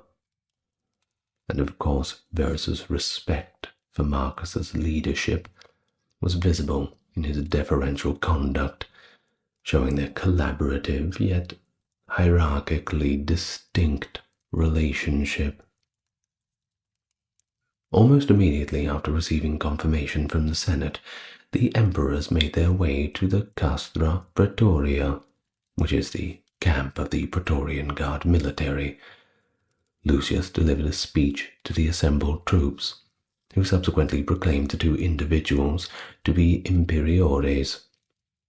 Then, just like every other new emperor that has come after Claudius, Lucius made a promise to the troops on a special donation. On the other hand, this donation was twice as large as those that had been given in the past. 20,000 sesterces, 5,000 denarii per person, and more was given to the officers. But as a condition for receiving this bounty, which was equivalent to several years' worth of pay, the soldiers had to take an oath to safeguard the emperors. I can't imagine that it was much of a difficult decision. I mean, that's a lot of money. Now, given that Marcus's accession had been peaceful and unopposed, the ceremony might not have been entirely necessary. However, as we usually discuss, when this happens, it's certainly a good insurance policy against any future military conflicts. Within a short period of time following the accession to emperors, Marcus's daughter, Annia Lucilla, who was only 11 years old at the time, became engaged to Lucius, despite the fact that he is technically her uncle. Well, along the same lines as earlier imperial foundations, new provisions were made for the support of children who were living in poverty during the ceremonies that were held to commemorate the event on the occasion. Marcus and Lucius were well liked by the Roman populace, who enthusiastically congratulated them on their lack of pomp, their civilitary behavior. Now, this behavior is pretty evident in the fact that we have a writer by the name of Marullus at the time who was criticizing them without any fear of retribution. Now, if that doesn't show that you're pro-free speech almost 2,000 years ago, I don't know what does. It is possible, of course, that he would have been put to death under a different emperor and at a different time, but fortunately, he was not under a different emperor, and it was not a different time, so he was free to write whatever he liked. On the other hand, it was in general a time of tranquility and forgiveness. In light of this, Verus's biographer had wrote that no one had missed the lenient ways of Pius. Now, in the early morning hours of March 28th, Fronto made his way back to his Roman townhouse. He had left his residence in Cirta as soon as he received news that his students had been admitted. In a letter that he addressed to Charilas, the imperial freedman, he inquired about the possibility of addressing the emperors. Later on, Fronto would explain that he had not the courage to write the emperors directly. He felt an overwhelming sense of pride, however, for his students rising to such a lofty position. Well, it can't get much higher than being emperor, can't it? When Fronto reflected on the speech he had written on taking his consulship in 143, in which he praised the young Marcus, he was filled with jubilance. He said, "There was then an outstanding natural ability in you. Now there is a perfected excellence." However, Marcus was the only person that Fronto called upon. Neither of them thought to invite Lucius, which is a bit of a shame. You feel bad for him. But like I said, consistently a life overshadowed by his co-ruler. This was also because of the fact that Lucius's interests were really not as high as his brother. Therefore his tutor Fronto really held him in lower regard. He was just not as bookish. Of course, early on in their reigns, both of the emperors had very smooth transitions. Marcus was able to devote his entire being to the cultivation of popular affection and the pursuit of these philosophical ideals. In the spring, there were a few minor problems that arose, but there will be more problems in the future. You see, a significant portion of Rome was actually obliterated when the Tiber River overflowed its banks in the spring of 162, and no amount of fancy philosophy is going to clean that mess up. Time to roll up the sleeves. It caused the city to be in a state of famine by drowning many animals. Both Marcus and Licinius focused their attention on the crisis that was occurring. And it has been said that during other periods of famine, the Roman emperors were responsible for providing food for the Italian communities using the Roman granaries. Now, during his final moments, Pius had spoke only about the state and foreign kings who wronged him, and he didn't mention much of anything else. In 161, one of these kings that he had mentioned by name, Vologases IV of Parthia, made his move sometime between the end of summer and the beginning of autumn. After entering the kingdom of Armenia, which was a Roman client state at the time, Vologases removed the king from power and installed his own Pacorus, who was also an Arsacid like him. An individual named Lucius Attidius Cornelianus served as governor of Syria during the time of this invasion.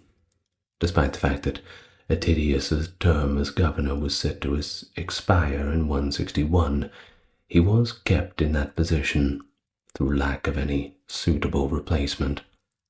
This was most likely done to prevent the Parthians from having the opportunity to surprise his inexperienced successor. Marcus Sediatus Severianus, a Gaul with a great deal of experience in matter pertaining to military affairs, served as the governor of Cappadocia, which was the front line in all Armenian conflicts. His character, however, was negatively impacted as a result of his time spent in the East. Alexander of Abanoticus. He was a self-proclaimed prophet who carried a snake named Glycon around with him, but he was really just a con man. Severianus had fallen under the influence of Alexander. In addition to being friends with a large number of members of the East Roman elite, Alexander was the father of the esteemed senator Publius Mummius Sisenna Rutilianus, who was serving as the proconsul of Asia at the time. Alexander was successful in persuading Severianus that he could easily defeat the Parthians and achieve the glory all for himself. One can hardly turn that down, can't they? And so they found themselves in Elegia, a town located just beyond the Cappadocian frontiers, high up past the headwaters of the Euphrates River. Severianus led a legion into Armenia, possibly the 9th Hispania. But Chosroes, the great Parthian general, was able to capture him there. Despite the fact that Severianus made an effort to fight Chosroes, he quickly realized that his campaign was fruitless and took the self-checkout line. Rest in peace to him. Of course, there was a massacre of the legion, and this was only 3 days into the campaign. They did not get very far. Of course, it was possible that war would also break out on other frontiers. We're talking Britain, Upper Germany, and Raetia. And in Upper Germany there was more of a risk because that was where the Chatti of the Taunus Mountains had recently crossed into parts bordering Roman territory. They were not prepared for this. The biographer writes that Marcus Aurelius spent the entirety of Pius's 23-year reign at his emperor's side and not in the provinces, where the majority of previous emperors had spent their early careers. So he was not prepared for anything in terms of war, the bloody reality of living on the frontier. It appears that Pius just did not provide him with any military experience at all, and so Marcus was responsible for making the necessary appointments, and he succeeded Severianus as governor of Cappadocia by sending Marcus Statius Priscus, who was the governor of Britain at the time. Priscus's previous position was taken over by Sextus Calpurnius Agricola. The army of Attidius Cornelianus had been defeated in a battle against the Parthians, and they had retreated in disarray. This was the latest piece of news that the Romans had got, and was certainly very demoralizing. But also, news was beginning to spread, and when news of Roman defeats begins to spread, the enemies of Rome become a lot more courageous. The Parthian frontier was the destination of all reinforcements sent out from Rome. An African senator named Publius Julius Germanus Marcianus, who was commanding the 10th Gemina at Vienna, embarked on a journey to Cappadocia with detachments from the Danubian legions. The first Minerva, which originated from Bonn in Upper Germany, the second Adiotrix from Aquinum, and the 5th Macedonica from Troesmes were also dispatched to the east. It was instructed to frontier governors that they should avoid conflict whenever it was possible. This was done in order to strategically weaken the northern frontiers. Well, it was all a little bit too much for Marcus, who went to Alsium, a little resort town on the coast of the Etrurian, for a public holiday that lasted 4 days, in order to relax, but Well, he was all a little bit too anxious. The declaration that he would not discuss his vacation was made in a letter sent to Fronto, and Fronto had responded with a sarcastic tone, writing somewhere along the lines of, "Am I not aware that you travelled to Alsium with the purpose of spending 4 full days in engaging in activities such as playing games and enjoying complete leisure?" He then encouraged Marcus to rest anyway, citing an example of his predecessors, being that Pius had enjoyed exercise in the palestra, fishing, comedy, etc. He went as far to write up a fable about the gods' division of the day between morning and evening on the basis that Marcus had apparently been spending the majority of his evenings on judicial matters rather than leisure. Marcus was unfortunately unable to follow Fronto's recommendations, writing back, "I have duties hanging over me that can hardly be ignored." For the purpose of reprimanding himself, Marcus put on Fronto's tone and said, "You will say that my advice has done you a lot of good." Although he had rested, and would continue to do so frequently, he was still devoted to his duties. Now, the selection of reading material that Fronto sent to Marcus included Cicero's Prolege Manilia, in which the orator had argued in favor of Pompey taking supreme command in the Mithridatic War. Fronto also sent Marcus a selection of other reading material. There was a possibility that this decision to send Lucius to the Eastern Front was influenced in some way by this reference, which was appropriate given that Pompey's war had taken him to Armenia. It was determined then that Lucius should personally lead the Parthian War during the winter of 161–62, as more alarming information became available. It didn't help that a rebellion was brewing in Syria, just added to the pile of worries.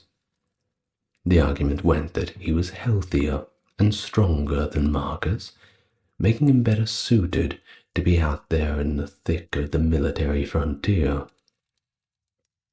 According to the biographer of Lucius, however, there were hidden agendas, that being to stop Lucius's vices, to teach him to be more frugal, and to change his morals by making him fear war, and to make him understand that he was indeed an emperor, and he ought to do what emperors do. In any case, Lucius departed after the Senate approved it, on his way for what I'm sure is an unforgettable experience. Marcus stayed in Rome, as the city demanded the presence of an emperor. Well, along with Lucius came 2 senators, that being Pontius Laelianus Lartius Sabinus and Iarlus Bassus, as well as a member of the Praetorian Guard and one of the 2 Praetorian prefects, Furius Victorinus. Victorinus had some familiarity with Eastern affairs from his time as procurator of Galatia. Furthermore, he was more qualified than Cornelius Repentinus, his Praetorian partner, who was allegedly influenced by Pius's mistress Galeria Lysistre to hold his position. Repentinus held the title of senator, but it was only one for show. He didn't actually have any access to senatorial circles. And thus Victorinus was the obvious choice, because the guard had to be accompanied by a prefect. Laelianus had direct experience with the Eastern Army and military tactics on the frontiers, having served as governor of both Pannonia and Syria in 153. As a reward for his service, he was named Augustorum, or companion of the emperors. As Fronto put it, Laelianus was a serious man and an old-fashioned disciplinarian. Probably the exact kind of person they wanted Lucius to be around.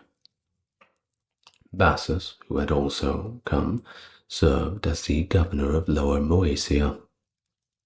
In order to manage the expeditionary forces commissariat, Lucius chose his favorite freedmen, such as Agiclitus, Coetes, Eclectus, and Geminus, who resigned their positions as praefectus verhelicorum. In addition to general communications and transportation, the Misenum fleet was tasked with carrying the emperor. Marcus accompanied Lucius as he sailed from Brundisium to Capua in the summer of 162. Lucius hunted at Apulia and feasted in the country homes that he passed. At Canossa, he became ill, most likely from a mild stroke, and went to bed. Hurrying south to see him, Marcus prayed for his protection in front of the Senate. Fronto received a letter from Lucius detailing his treatment and recuperation, which eased his distress over the news. In response, Fronto suggested a few days of quiet bed rest and advised his students to control his cravings.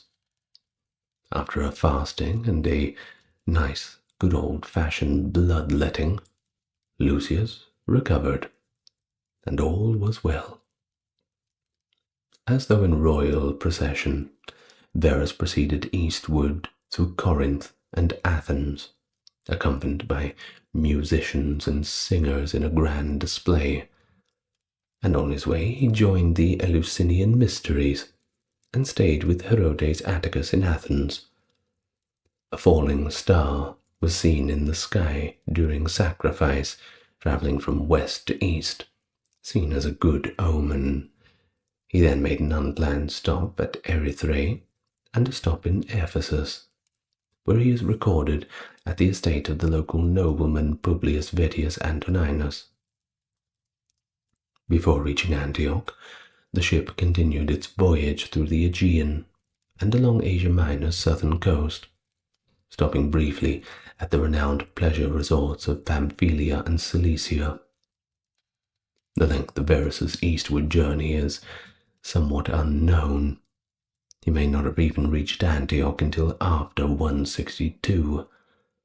But let's be fair, there are quite a few nice places to stop along the way. Although he wintered at Laodicea and summered at Daphne, a resort just outside of Antioch, Lucius spent the majority of the campaign in Antioch itself. Panthea, a mistress from Smyrna, was adopted by him. Lucius described her as a woman of perfect body, but his biographer refers to her more of a low-born girlfriend of his. According to one biographer, Panthea might have been more beautiful than any of the statues of Phidias and Praxiteles. But of course, always in the eye of the beholder. She also spoke Ionic Greek and had a lot of Attic wit. She was also quite good at music. Certainly a good way to charm the young Lucius. Now, after reading Lucian's initial draft, Panthea chastised him for being too flattering. She didn't want to be the next Cassiopeia, so she was afraid when he compared her to a goddess. She was also powerful. Lucius was forced to shave his beard for her. Like many other things, he was ridiculed by the Syrians for this. Of course, we can't go past the reportedly opulent lifestyle that Lucius was enjoying, and it was quite criticized by his critics, sometimes in jest, but also quite angrily criticized. Apparently he was into the old dice games, and he had turned to gambling, and one would hope that that was with his own money. He also liked being around actors, which was seen as kind of a lower profession.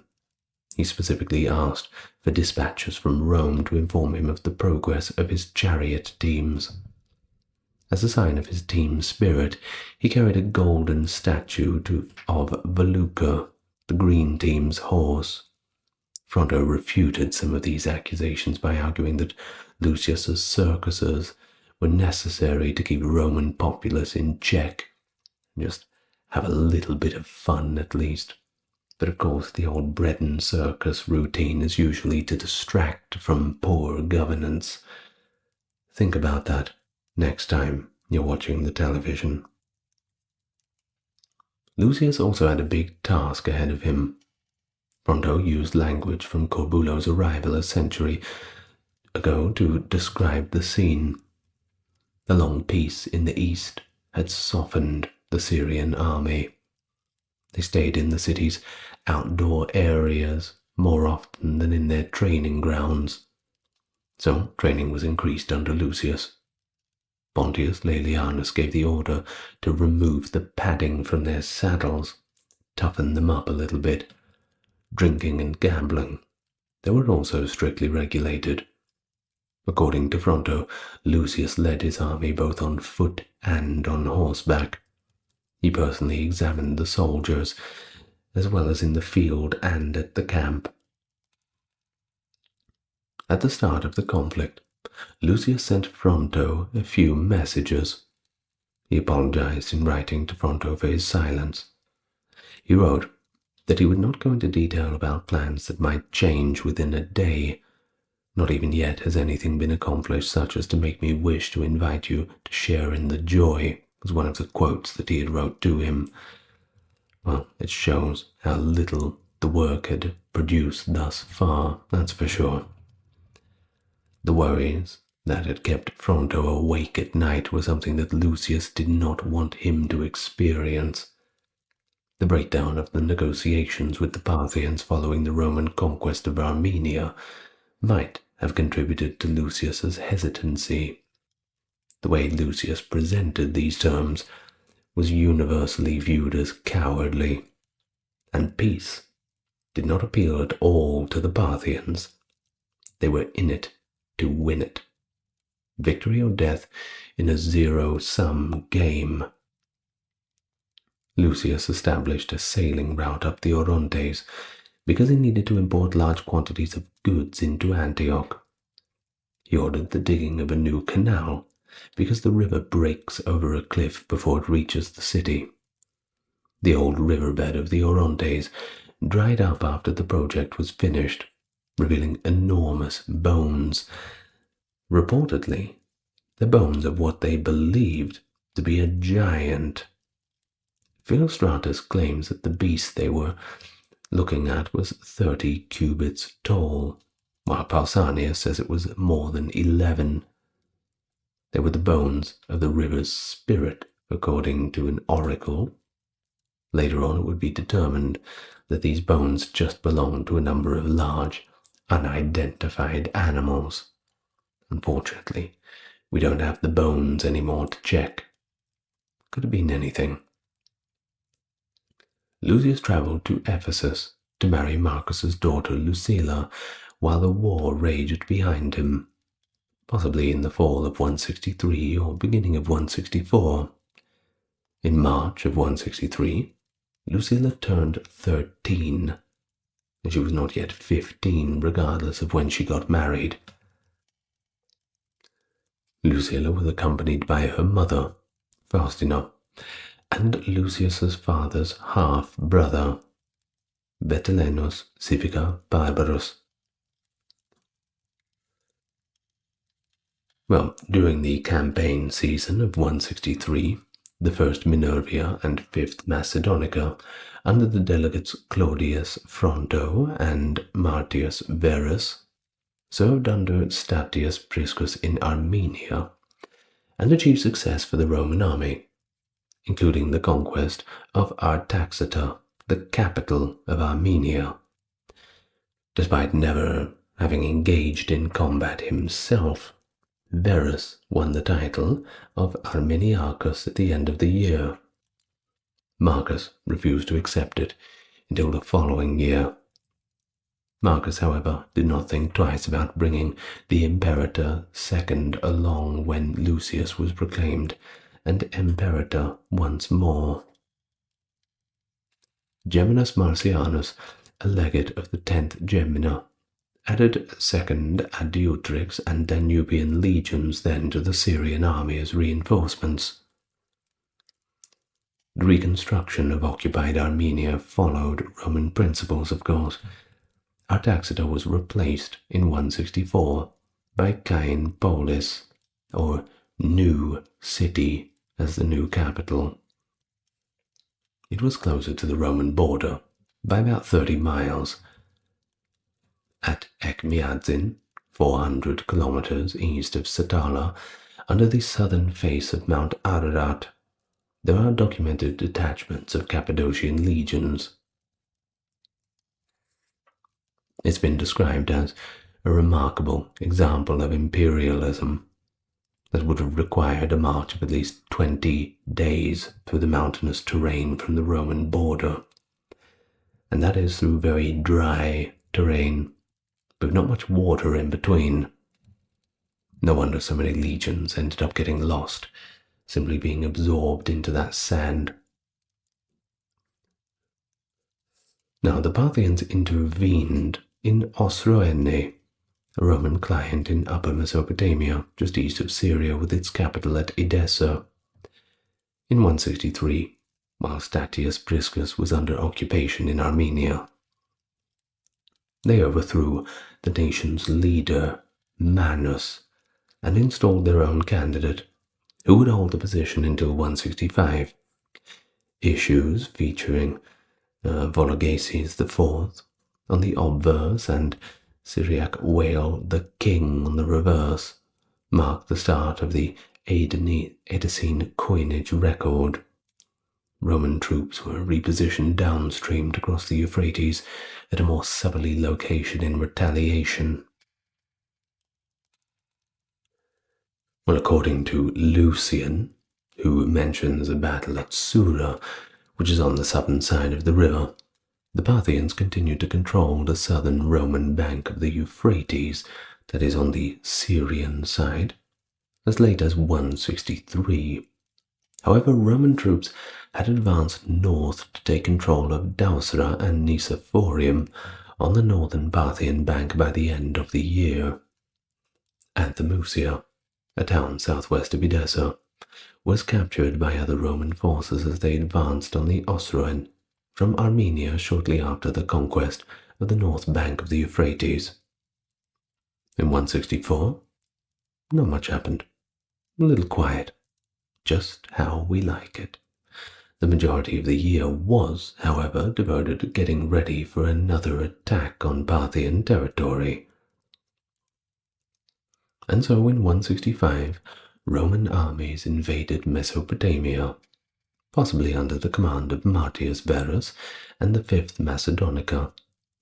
Manus was reinstated, and Edessa was occupied again. The Parthians withdrew to Nisibis, but they were also overrun, and many prisoners were taken. The Parthian army scattered across the Tigris. Khosros, their general, swam down the river and took refuge in a cave. A second force, led by the 3rd Gallica and Avidius Cassius, advanced down the Euphrates and engaged in a significant engagement at Dura.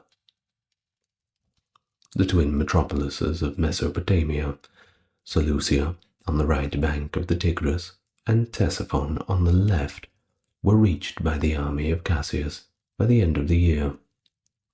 The royal palace of Ctesiphon was destroyed by fire. Seleucia's inhabitants, who were still predominantly Greek, by the way, as the city had been established as the capital of the Seleucid Empire, and was one of the kingdoms that followed Alexander the Great, one of the successor kingdoms. Of course, they welcomed the invaders. Got a lot more in common with the Romans than they did with anybody else. Nevertheless, the whole city was burned, which, well, they probably regretted welcoming the newcomers after that. It was also a big damage to Lucius's reputation. The official version claimed that these Seleucids were the first to break faith, but excuses were either made up or desperately sought. In any case, this sacking represents a particularly damaging period in the protracted decline of Seleucia. Despite a lack of supplies and the consequences of a plague that was contracted in Seleucia, Cassius's army managed to return to Roman territory without incident. The news of the victory was brought to Rome by Iunius Maximus, a young tribunus Laticlavius, who was working for Cassius in the Third Gallica. Maximus was promoted to the quaestorship right away and was given a sizable monetary reward. In 166, Cassius's army crossed the Tigris into Media and resumed combat. Lucius assumed the title Medicus, and the emperors were once more acclaimed as imperatores. Once again, Marcus waited tactfully before taking the Parthicus Maximus. But of course, it wasn't the emperors that won that war. The success was largely attributed to subordinate generals. Claudius Fronto, an Asian provincial of Greek ancestry who had commanded the first Minerva in Armenia under Priscus, led the forces that advanced on Osroene. He was likely his family's first senator. For 165, Fronto served as consul, most likely in remembrance of Edessa's capture. In addition to serving under Priscus, Lucius Verus had led the 5th Macedonica to the front. In Gallia Narbonensis, Lucius Verus may have led Tolosa as his patria. But the most well-known general was Avidius Cassius, who commanded one of the Syrian legions, the 3rd Gallica. Cassius was a low-born young senator from Cyrus, a town in northern Syria. Despite not being a senator, his father was Heliodorus, was a respected figure who served as Hadrian's close assistant and accompanied the emperor on his travels. He also served as Egypt's prefect at the end of Hadrian's rule.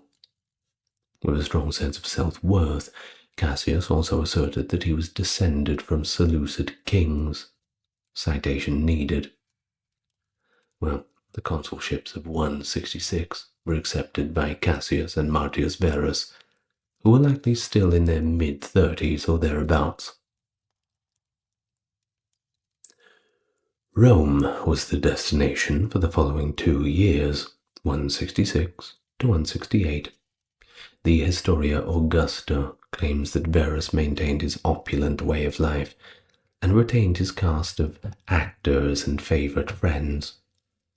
He had a tavern constructed in his home, where he hosted parties with his friends until the break of dawn.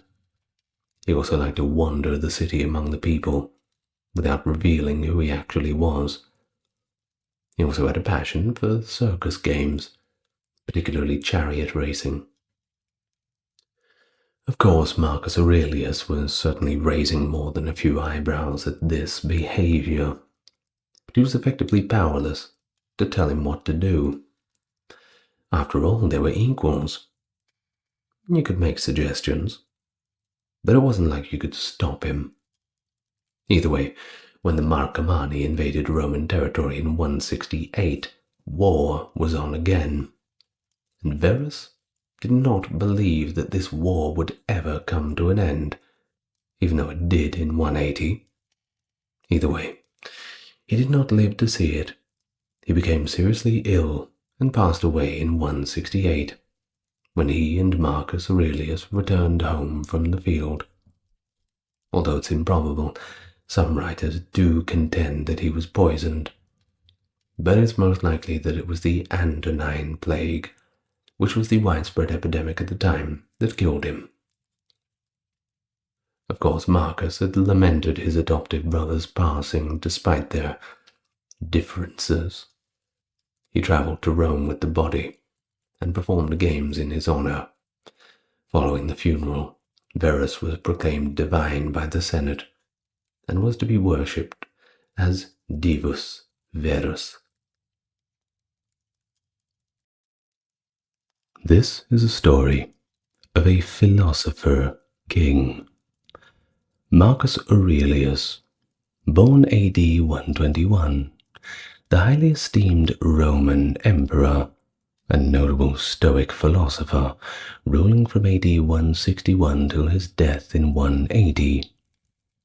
His reign signifies the conclusion of the Pax Romana, the Roman Empire's most protracted era of relative tranquility and security. He co-reigned with Lucius Verus until his death in 169, and his was a rule characterized by military engagements, notably fights with the Parthian Empire and Germanic tribes. But notwithstanding these hurdles, Marcus Aurelius is mostly recognized for his intellectual writings, especially Meditations, a compilation of personal, deep reflections and concepts on Stoic philosophy that continues to captivate us to the modern day. It remains one of the most significant philosophical texts, giving us insight into the prudent and balanced intellect of a ruler striving to comprehend his duties as both a leader and an individual. And so his reign is frequently referenced as a paradigm of exemplary governance under crisis, highlighting duty, discipline, and the significance of rational thought. Welcome to the channel. Good to see you back here if you're returning, and anyone who's new, well, it's good to meet you. As always, let's have a spirited discussion in the comments.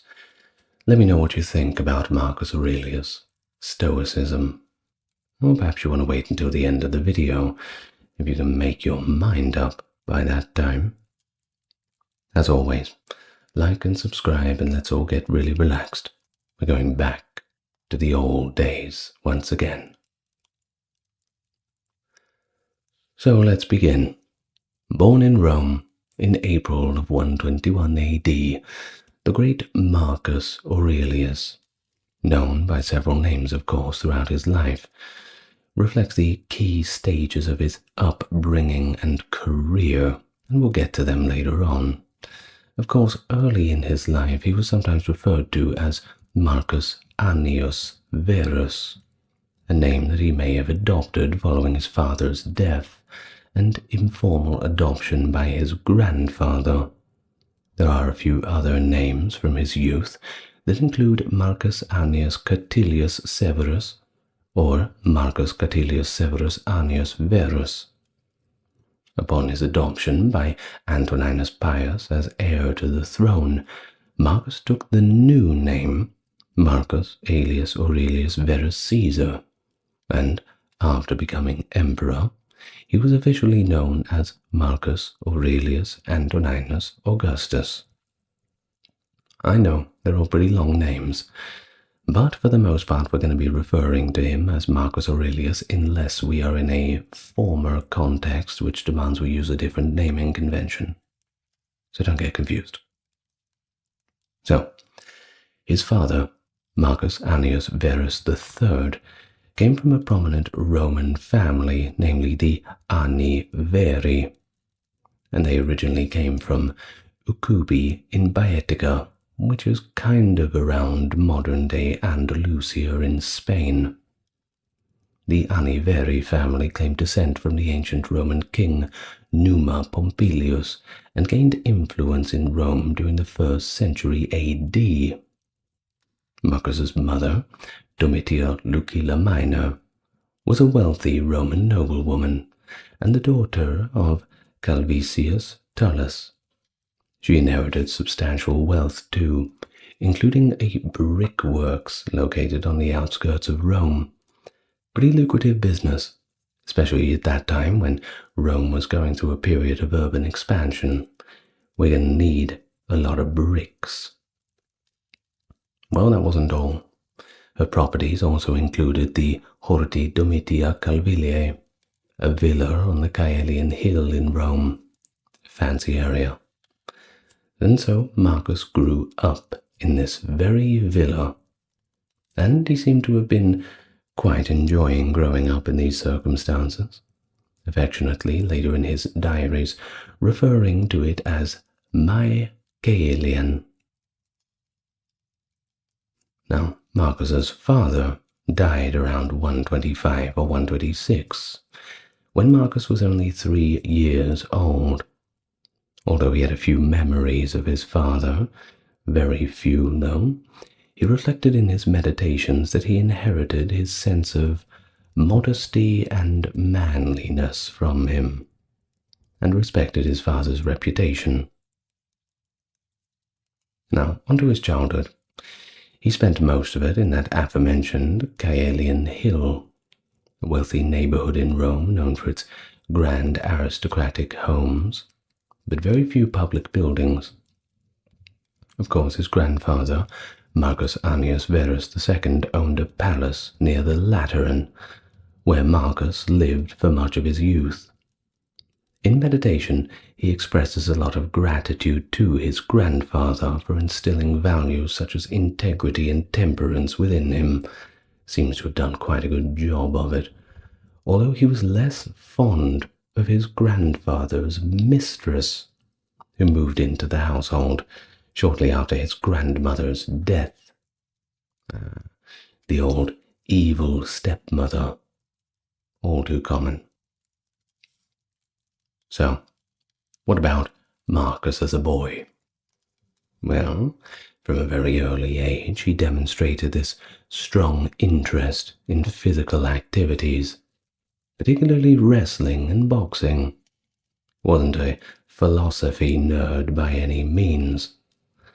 Now, he trained in both wrestling and armored combat, and even joined the Salii. That was a priestly order that was dedicated to the god of war, being Mars, and he was tasked with maintaining the sacred Ancilia shields. He was also privately educated, pretty normal for Roman aristocracy, having as many tutors as you can with all of the normal subjects. One of his earlier tutors, the painter Diognetus, also introduced him to philosophy. Of course, under his influence, he adopted a simple philosopher's lifestyle, including wearing a rough Greek cloak, and he even slept on the floor for quite some time, until his mother finally convinced him to use a bed. Perhaps she was worried that he would end up being like Diogenes out there sleeping in a little, what was the thing he slept in? It was a big kiln or a big pot, I believe.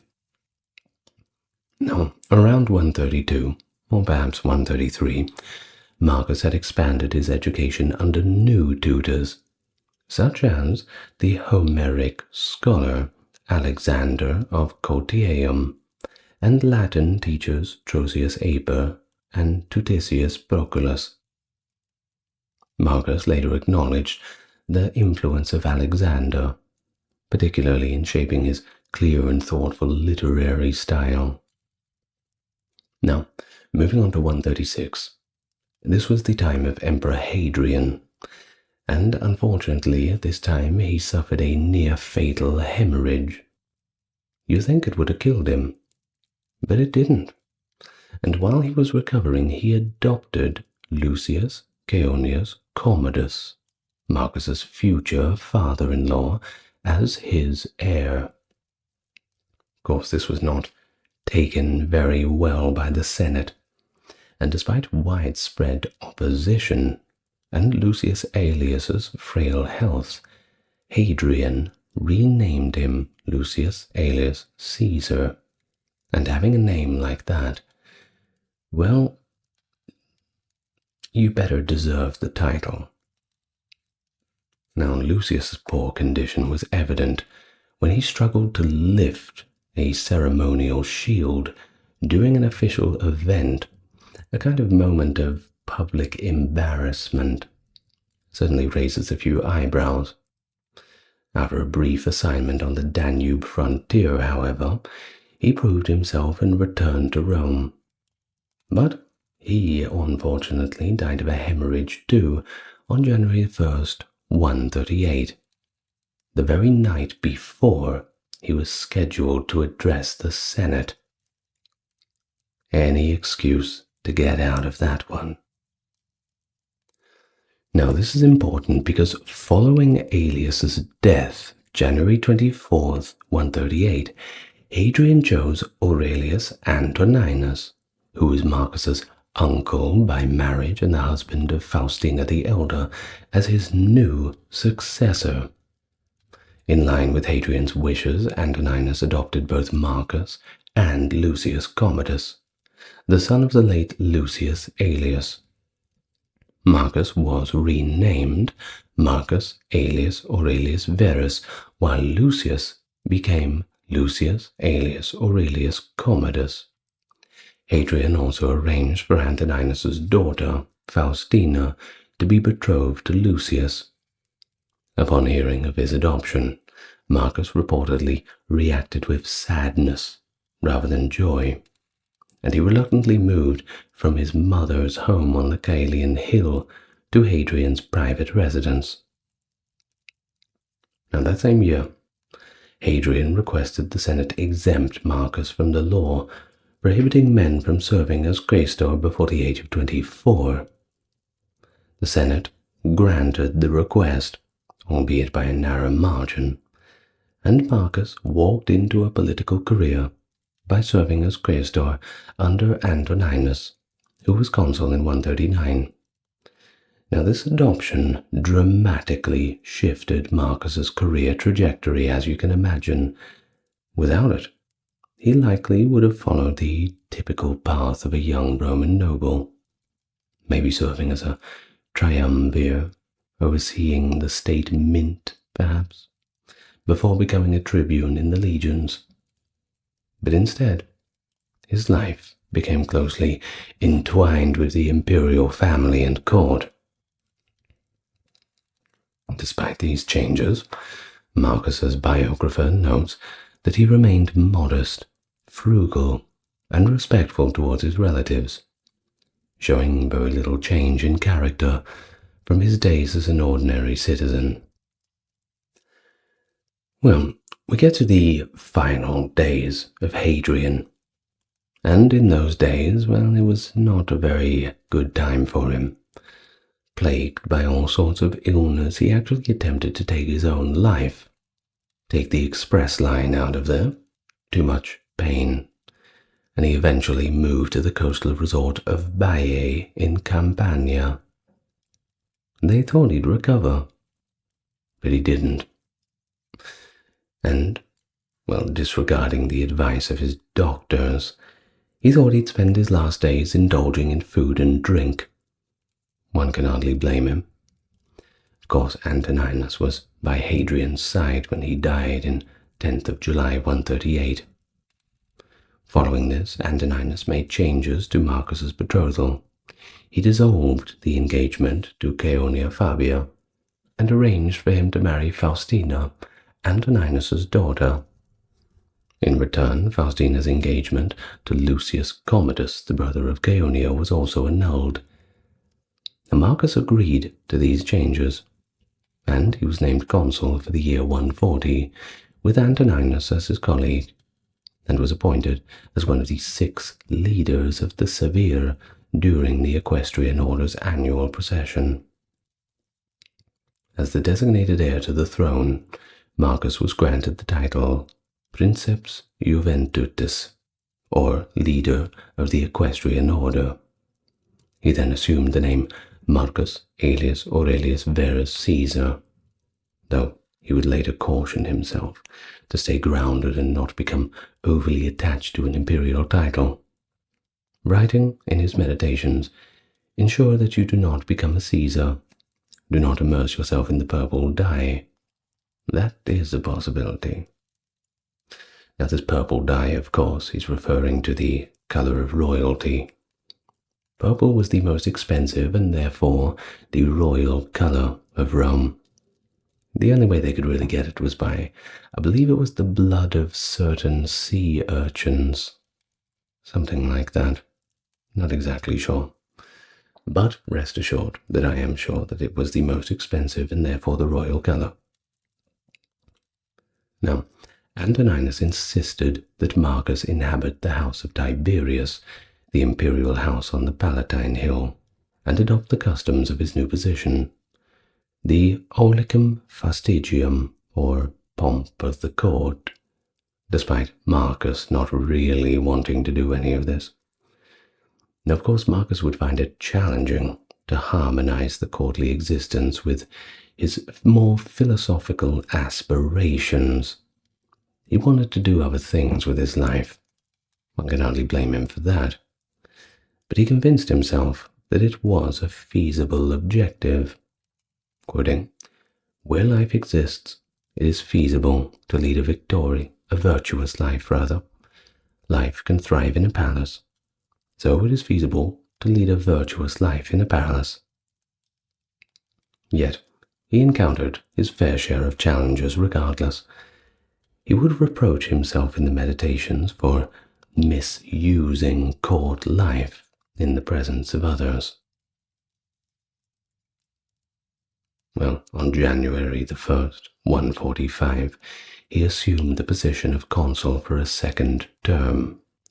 His mentor, Fronto, advised him to rest sufficiently, writing in a letter, "so that you may enter the Senate with a healthy complexion, and deliver your speech with a robust voice." Marcus had previously expressed concern over his health in another letter to Fronto, writing, "As for my strength, I am beginning to recover, and there is no longer any sign of the pain in my chest." He also mentioned an ongoing ulcer, for which he was undergoing treatment, ensuring that he refrained from any activities that might impede his recovery. Marcus, who was never particularly strong or healthy, earned the admiration of Cassius Dio for his unwavering dedication during his later years, despite his previous and various ailments. Well, in April of 145, Marcus married Faustina, who was legally considered to be his sister following his adoption by Antoninus. The marriage had been arranged since early 138. Now, we don't really have much details of the ceremony, which is unfortunate, but the biographer of Aurelius described it as noteworthy. I'm afraid that's all we have. But there were coins minted, which is something, with the portraits of the couples, and Antoninus officiated the ceremony as Pontifex Maximus. Of course, Marcus's own letters don't really mention much of the marriage, and any references to Faustina are pretty short, and there isn't very many of them. Well, following his assumption of the toga virilis in 136, Marcus likely began formal instructions in oratory. This is like rhetoric, giving speeches, that sort of thing. Now, he had 3 Greek tutors, Anninus Macer, Caninius Celer, and Herodes Atticus, and 1 Latin tutor, Marcus Cornelius Fronto. The latter 2 were highly esteemed orators at the time, experts in the field, though it's probable that they became his mentors after his adoption by Antoninus in 138. The prominence of Greek teachers underscores the importance of the Greek language to the Roman nobility. Either way, the era marked the height of the Second Sophistic, that is, the revival of Greek literature and culture within Rome, which deeply influenced pretty much every asset of Roman intellectual life. Greek culture walking hand in hand with Rome.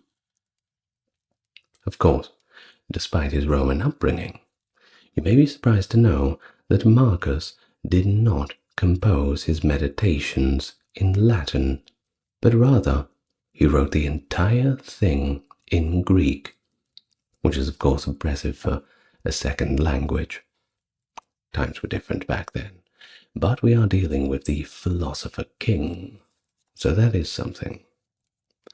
Now, Herodes Atticus was more of a controversial figure at the time. He was an extraordinarily wealthy Athenian. Some say he was even the richest man in the Eastern Empire. But he had a reputation for arrogance and was disliked by his fellow Athenians for his haughty behavior. Well, that doesn't sound like something a rich person would do. Well, Atticus was a vocal critic of Stoicism, which is no surprise for someone with all that money, dismissing its pursuit of apatheia, the freedom from passion, as leading to a sluggish, weak existence. Well, despite Atticus's influence, Marcus eventually embraced Stoicism, regardless of what he thought of it, although he made no mention of Herodes in his meditations, despite their ongoing interactions for many years. Now, by contrast, Fronto, the other one, was highly respected. In the revivalist world of Latin literature, he was considered second only to the great orator Cicero.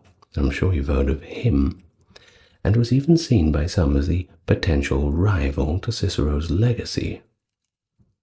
Fronto had little affection for Atticus, of course, although Marcus eventually mediated between the two. They got along fairly well, all differences aside. But Fronto's expertise lay in his mastery of the Latin language. You see, he could trace words throughout classical texts, identify these obscure synonyms, and debate minute errors in word usage. Now, a considerable portion of the correspondence between Fronto and Marcus, fortunately, has endured. The couple shared a profound friendship, employing affectionate words such as, "Farewell, my Fronto, wherever you may be, my dearest joy. What is the nature of our relationship? I love you, yet your absence." In their correspondence, there was many little things like this. It's kind of nice. It's good to have friends. So Marcus, of course, also engaged in pleasant discussion with Fronto's wife and daughter, who were both named Gratia. Now, it's all good and well to have the best teachers, the best equipment, everything you need for learning. But school sucks. So Aurelius was quite dissatisfied with his legal studies, and he was quite tired by April 146 to 47, when he was 25. He wrote to his mentor Fronto about his disillusionment with his boastful and obnoxious teacher, and the teacher told him, I quote, "It is easy to yawn beside a judge, but to serve as a judge is a noble task." Marcus was exhausted from his workouts and intellectual debates. Though Marcus's formal education came to an end, Fronto, a staunch defender of traditional rhetoric, criticized philosophical conversations for their superficiality and insincerity. Marcus still stayed close to his tutors throughout his life, despite his frustrations with them. His biographer says that his overzealousness to study hurt his health, the only flaw in an otherwise perfect childhood.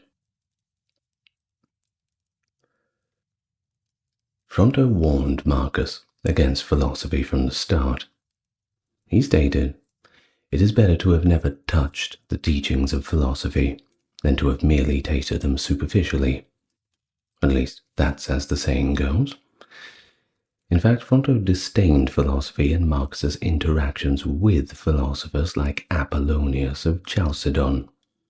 Marcus's turn to philosophy was a typical useful reaction to oratory's training's monotonous approach. He kept in touch with Fronto, though, ignoring all of the warnings. Now, in terms of who introduced him to Stoicism, it may have been Apollonius, but it was Quintus Junius Rusticus who had the most profound influence upon Aurelius. Fronto even acknowledged that Rusticus had lured Marcus away from traditional oratory study.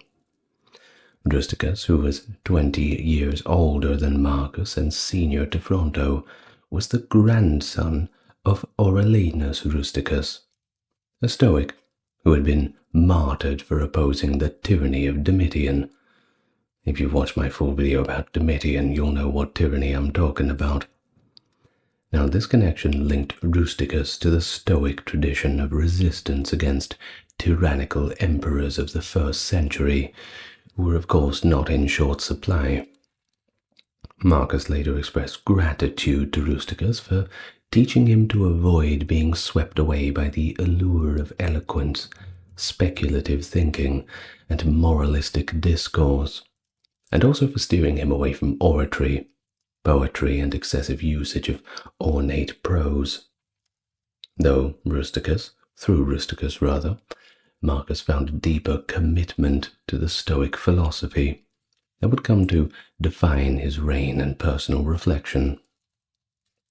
Of course, we have the account from Philostratus that even in his advanced age during the later phase of his reign, states that Marcus continued his studies under Sixtus of Chaeronea. I quote from Philostratus, "The Emperor Marcus was an eager disciple of Sextus the Boeotian philosopher, being often in his company and frequenting his house. Lucius, who had just come to Rome, asked the emperor, whom he met on his way, where he was going to and on what errand, and Marcus answered, 'It is good even for an old man to learn. I am now on my way to Sextus the philosopher, to learn what I do not yet know.' And Lucius, raising his hand to heaven, said, 'Oh, Zeus, the king of the Romans in his old age, takes up his tables and goes to school.'" On the 30th of November, 147, Faustina delivered a daughter named Domitia Faustina. She was the first of at least 13 children, including 2 pairs of twins, that Faustina would conceive under the subsequent 23 years. On the 1st of December, Antoninus conferred upon Marcus the tribunician power and the imperium, granting him responsibility over the emperor's forces and territories. As tribune, he possessed the authority to present one measure to the Senate following the 4 that Antoninus may propose. His tribunician powers would be reinstated with Antoninus on the 10th of December, 147. The initial reference to Domitia in Marcus's correspondence depicts her as a frail newborn in poor health. Domitia would unfortunately perish in 151, but between this, in 149, Faustina delivered twin sons. Coins of the time commemorate the incident, with the crossed cornucopiae beneath the portrait bust of the 2 young boys, encumbered by the inscription Temporum Felicitas, meaning the gladness of the times. They did not live too long. Prior to the year's conclusion, an additional family coin was minted, depicting the small girl Domitia Faustina alongside an infant boy. A second daughter, Annia Aurelia Galeria Lucilla, was born on the 7th of March 150. Marcus's mother, Domitia Lucilla, died between 155 and 61, possibly shortly after. Annia Galeria Aurelia Faustina may have been born in 153, but Faustina likely had another daughter in 151. There was another son too, Tiberius alias Antoninus, who was born in 152.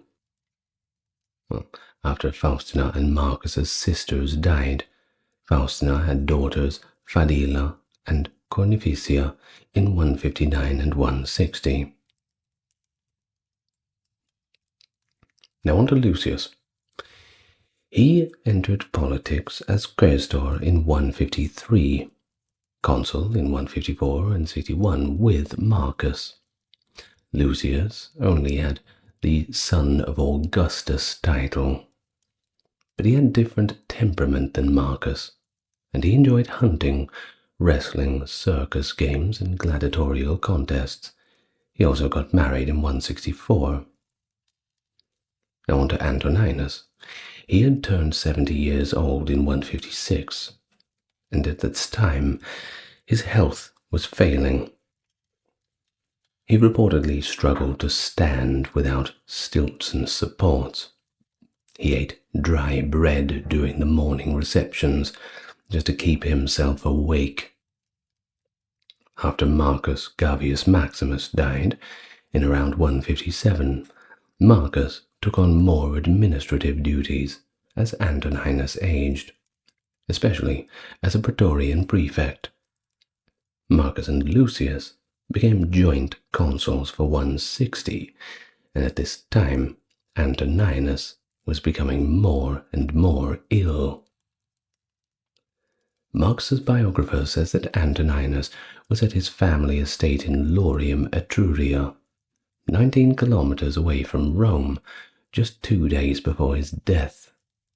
Now apparently he had eaten so much cheese at dinner that he developed a fever after vomiting the next night.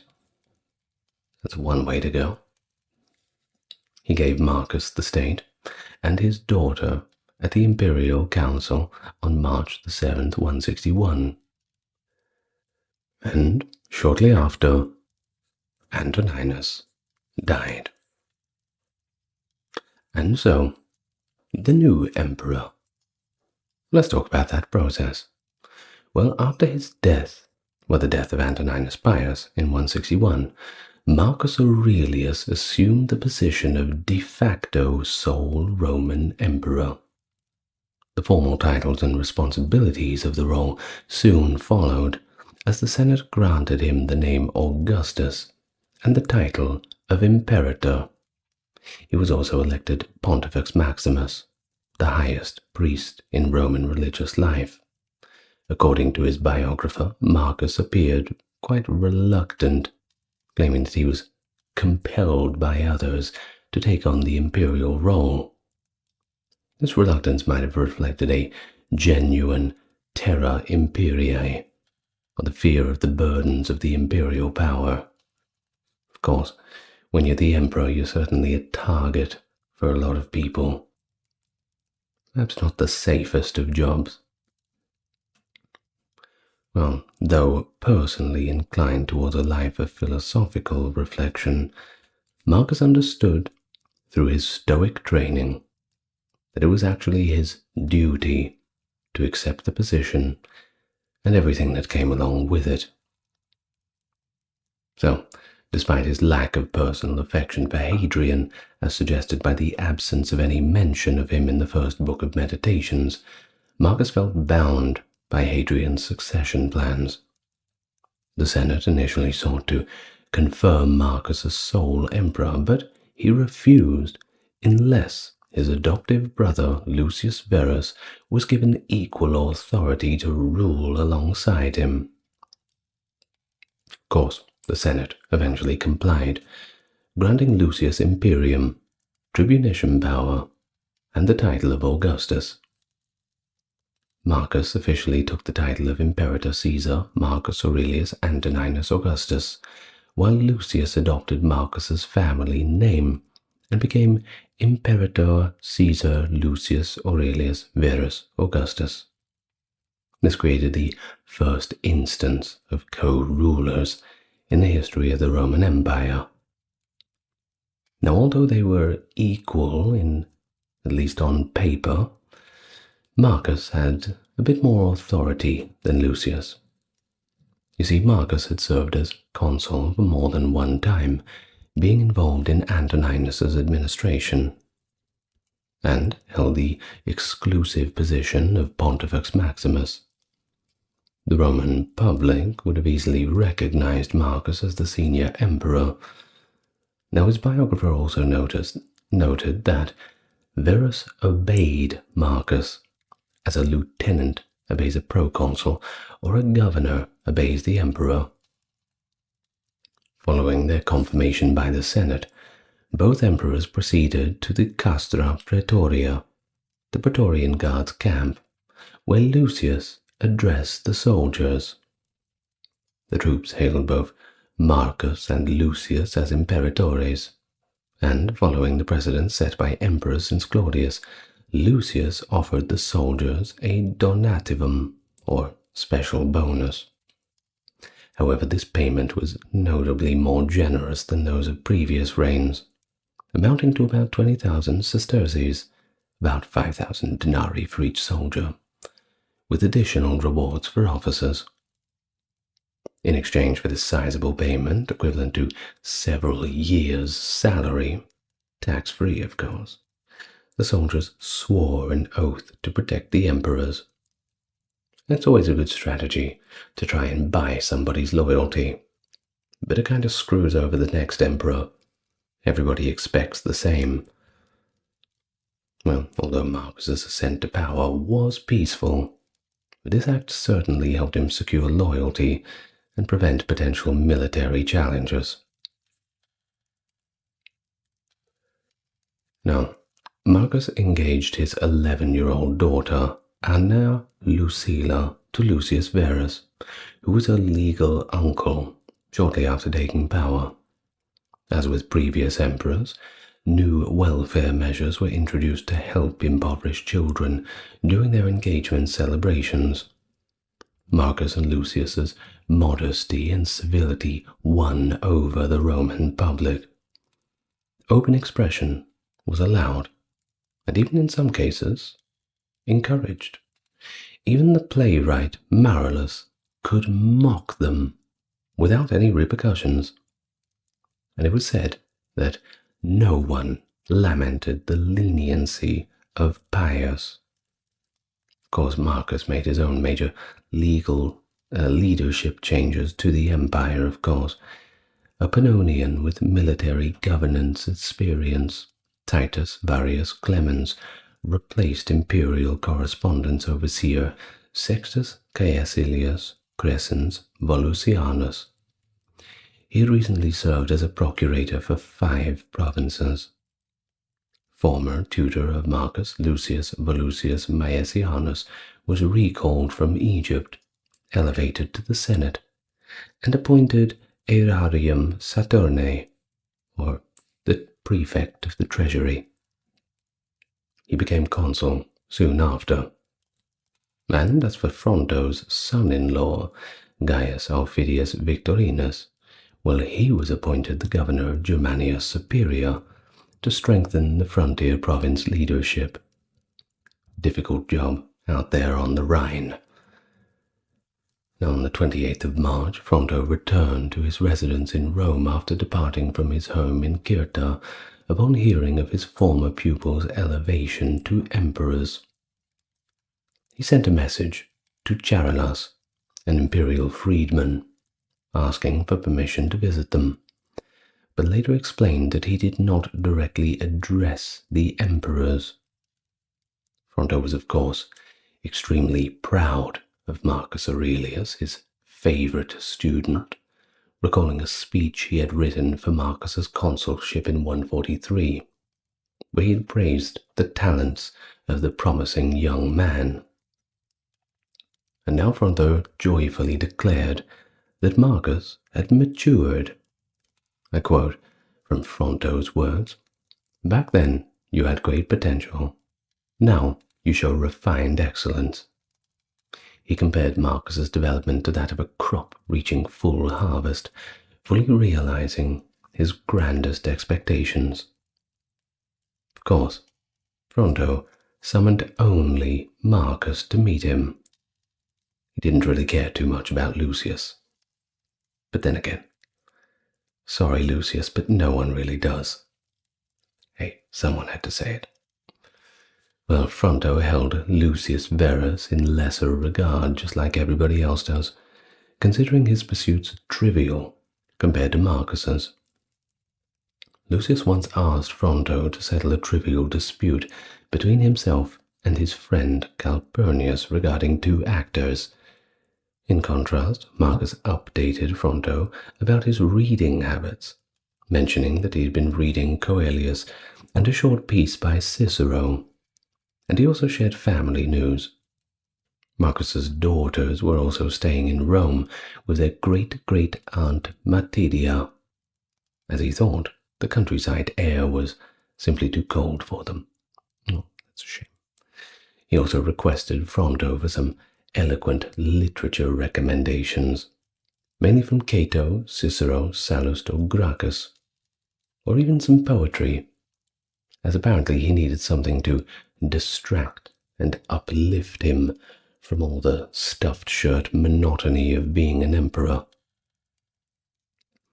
Now, while Marcus's reign did begin smoothly, with his focus on philosophy and winning over public favor, it would soon become evident that dark times lay ahead. The coinage of 161 had announced the felicitas temporum, good times, of course. But these good times were shortly lived. In the autumn of 161, or perhaps the spring of 162, the Tiber River flooded, submerging large areas of Rome, killing livestock and causing famine in the city. Both Marcus and Lucius took immediate action to address the crisis. In line with past imperial responses to famines, the emperors ordered the distribution of grain from Rome's granaries to the affected Italian villages. Of course, Marcus was adored by the Roman people, an exemplary emperor, devoted student, and, most importantly, remarkably eloquent, making his first rule Fronto's most joyful. Now, Marcus's Senate speech after the Cyzicus earthquake showed his rhetorical skills too. The Senate was astonished by it. Quoting, "The city was stirred by the earthquake as suddenly and violently as your audience was by your address." Fronto's words, of course, always in praise of Marcus. Now, Antoninus's final concerns were the state and foreign monarchs that had mistreated him. Now, Vologases IV of Parthia acted in the late summer, or perhaps early fall of 161. Vologases invaded Armenia, which was at the time a Roman client state, quickly deposing its king and appointing Pacorus, who was an Arsacid just like himself.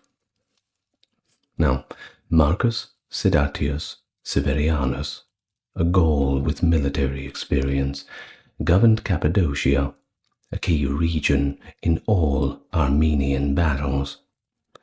After being convinced by the prophet Alexander of Abonatacus that he could easily defeat the Parthians and achieve personal glory, Severianus led a legion, possibly the 9th Hispana, into Armenia, but Chosroes, the powerful Parthian general, captured him at Elegia, a town just beyond the Cappadocian borders, upstream of the Euphrates. Well, unfortunately, the prophet was perhaps a little bit mistaken, because Severianus took his own life after failing to defeat Chosroe, and his legion, well, they were all destroyed.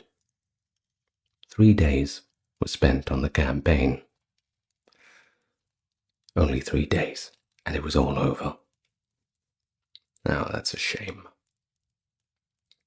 Well, of course, that wasn't the only frontier. You go a little bit north, take a turn to the west, you find yourself in Britain. Go a little bit on the other side, you're on Raetia.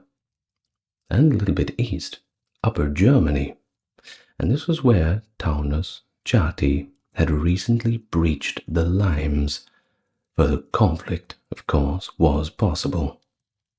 Marcus was unprepared. In fact, the biographer notes that Marcus remained with Antoninus during his 23-year reign rather than in the provinces, where the most previous emperors had started their careers. Antoninus did not train him in the military, and this is the problem with him getting into the position he did so early. He didn't have that traditional route of being in the thick of the conflict. He just didn't have the exposure. But let's not underestimate him. Well, the Syrian governor's forces were defeated by the Parthians and fled in chaos.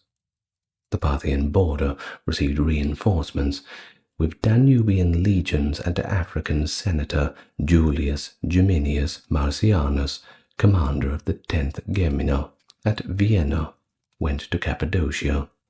3 legions, the first Minervia from Bonn in Upper Germany, the second Adiutrix from Aquincum, and the 5th Macedonica from Troesmis, set out to the east. Governors were then ordered to avoid combat on the northern frontiers. Marcus's first cousin, Marcus Annius Libo, became the governor of Syria. He started his first consulship in 161, suggesting he was in his early 30s, and he had little military experience as a patrician. Of course, Marcus was always going to choose dependability over skill. He spent a 4-day public holiday in Alsium, a coastal resort down in Etruria. He was too anxious to get relaxation. In correspondence with Fronto, he asserted that he would refrain from discussing his vacation, and Fronto responded, "What? Am I unaware that you travelled to Alsium with the purpose of indulging in games, jesting, and total relaxation for 4 consecutive days?" He then urged Marcus to take a respite, referencing the practices of his predecessors. You see, Antoninus, he'd engaged in physical exercise, fishing, and theatrical pursuits, even composing a fable regarding the gods' allocation of the day between morning and evening. But Marcus had seemingly devoted the majority of his evenings to judicial affairs rather than leisure activities. He was unable to heed Fronto's counsel, stating, "I have obligations looming over me that are difficult to evade."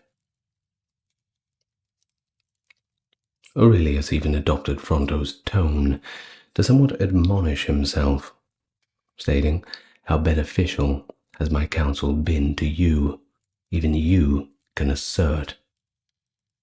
He had taken breaks and would continue to do so frequently. However, this commitment to duty, who understands it better than you the extent of the demands? Fronto dispatched Marcus a compilation of new reading materials to alleviate his apprehension around the Parthian conflict, a lengthy and thoughtful letter too, replete with historical allusions.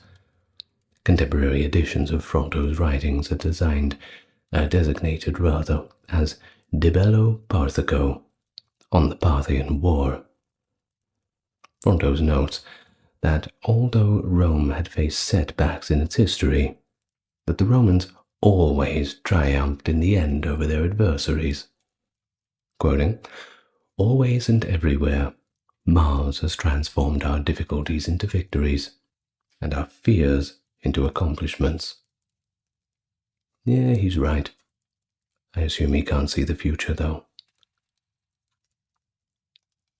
Now, during the winter of 161 to 62, reports of an impending uprising in Syria emerged, leading to the decision that Lucius should personally oversee the Parthian campaign. You see, he was more robust and healthier than Marcus, and so more appropriate for military endeavors. The biographer of Lucius suggests hidden intentions, however, to curtail the excesses of Lucius and to instill frugality, amend his ethics by this fear of bloody conflict, and to ensure his recognition as an emperor. Either way, regardless of these circumstances, the Senate had to grant its reproval, and in the summer of 162, Lucius departed. Marcus would stay in Rome, as the city needed the presence of an emperor. Lucius predominantly resided in Antioch during the campaign, but he wintered in Laodicea and summered in Daphne, a resort location just outside of Antioch. Of course, he wasn't meant to be having that much fun. Critics condemned Lucius's opulent lifestyle, asserting that he engaged in gambling all the way into the deep hours of the night and favored the company of actors, which were seen as kind of a lower-class group of people. Now, also, Libo had perished early within this conflict, and there was also rumors that Lucius was responsible for his death. Kind of a pylon of public opinion for poor old Lucius at this time, as if the pressure was not enough already. Now, during the war, likely around autumn 163, or perhaps early 164, Lucius travelled to Ephesus to marry Marcus's daughter, Lucilla. Marcus advanced the date. He may have previously been informed about Lucius's paramour, Panthia, trying to get in early before anybody makes their own decisions, right? Now, Lucilla's 13th birthday occurred in March 163. Regardless of her date of marriage, she had not yet reached the age of 15. Lucilla was accompanied by her mother, Faustina, and her uncle, Betellinus Civica Barbarus, the half-brother of Lucius's father, who had the title of Augusti, or companion of the emperors. Now, Marcus may have desired Civica to oversee Lucius, a responsibility that Libo had neglected, and he might have intended to accompany them to Smyrna. As his biographer asserts, he informed the Senate he would, but it seems as though that this did not actually occur. Yes, it seems he only accompanied the troop to Brundisium, where they embarked a ship bound for the east. He promptly returned to Rome and issued specific directives to his proconsuls to refrain from granting the group any official reception. The Armenian capital, Artaxata, was also seized in 163, and at year-end Lucius assumed the title Armeniacus. Although lacking war experience, Marcus postponed acceptance of the title until the subsequent year. When Lucius was proclaimed imperator once more, Marcus promptly accompanied him with the title Emperor, Imperator too, rather. Now, occupied Armenia was restructured according to Roman principles. In 164, Cain Polis, or New City, supplanted Artaxata as the new capital. A Roman senator of consular rank, and Arsacid lineage, Gaius Julius Sohaemus, was appointed as the new king. He may not have been crowned in Armenia. The ceremony could have occurred in Antioch or possibly Ephesus, but he was commemorated on the imperial coinage of 164 with the inscription Rex Armenius, King of Armenia, and Lucius was depicted seated on a throne with his staff, while Sohaemus stood before him, paying homage to the emperor. Now in 163, the Parthians were back, and they intervened in Osroene, a Roman client state in Upper Mesopotamia centered on Edessa, and appointed their own monarch to the throne. Well, the Romans weren't happy about that, and in response, forces were relocated downstream to cross the Euphrates at a more southern location. Before the conclusion of 163, Roman armies advanced north to seize Dacia and Nicephorium on the northern Parthian bank. Shortly after the conquest of the northern bank of the Euphrates, further Roman legions advanced on Osroene from Armenia, capturing Anthemusia, a town located southwest of Edessa. In 165, Roman troops advanced into Mesopotamia. Edessa was reoccupied, and Manas, the king deposed by the Parthians, was reinstated. The Parthians withdrew back to Nisibis, which was subsequently also besieged and seized. The Parthian forces disbanded around the Tigris River, and a secondary force, commanded by Avidius Cassius and the Third Gallica, advancing towards the Euphrates, engaged in a significant fight at Dura. By the end of the year, Cassius's army had arrived at the dual metropolises of Mesopotamia, Seleucia on the right bank of the Tigris, and Ctesiphon on the left. Now Ctesiphon was captured, and its royal palace incinerated and destroyed. The inhabitants of Seleucia, who were predominantly Greek, by the way, the city was established as a capital in the Seleucid Empire, which was one of the successor states of Alexander the Great. Well, they actually welcomed the invaders. It's better to be ruled over by Romans than Parthians, I suppose. Well, if you're Greek. But either way, the city was pillaged, which tarnished the reputation of Lucius.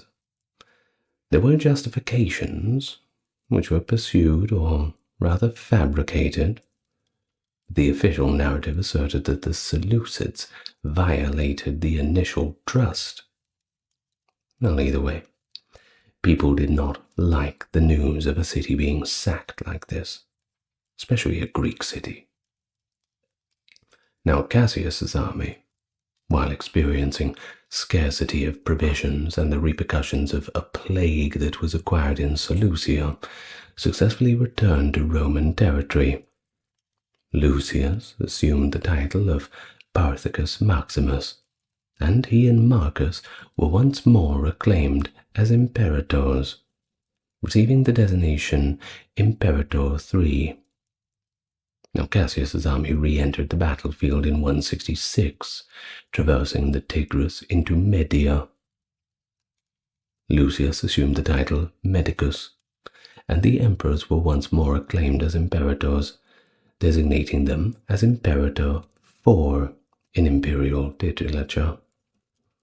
Now Marcus has now taken the Parthicus Maximus, following an additional strategic postponement, and on the 12th of October that year, he designated his sons, Annius and Commodus, as his successors. I did a whole video about Commodus if you want to learn about him. That is interesting. Now, beginning in the 160s, Germanic tribes and other nomadic groups initiated incursions along the northern frontier, especially into Gaul and across the Danube. The recent thrust westward was likely a result of the assaults from tribes located further east. Always is the way. One tribe shows up, pushes another out, and people have to fight for their new homeland. It's either that or die. Well, the initial incursion by the Chatti into the region of Germania Superior was thwarted by 162, but the invasion of 166, well, that was far more perilous, as the Marcomanni of Bohemia, vassals of the Roman Empire since back in AD 19, traversed the Danube alongside the Lombards and other Germanic tribes.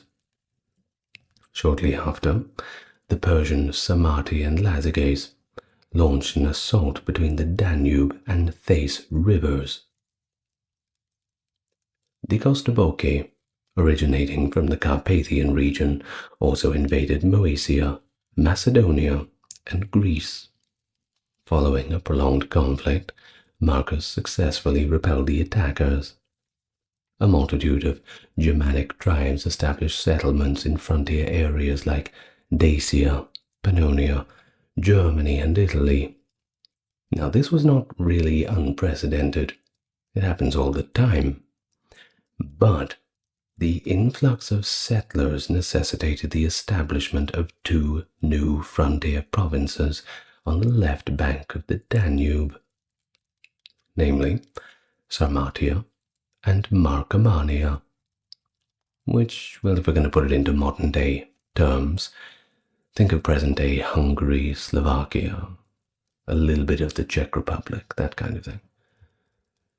So certain Germanic tribes that established themselves in Ravenna insurrected and successfully captured the city.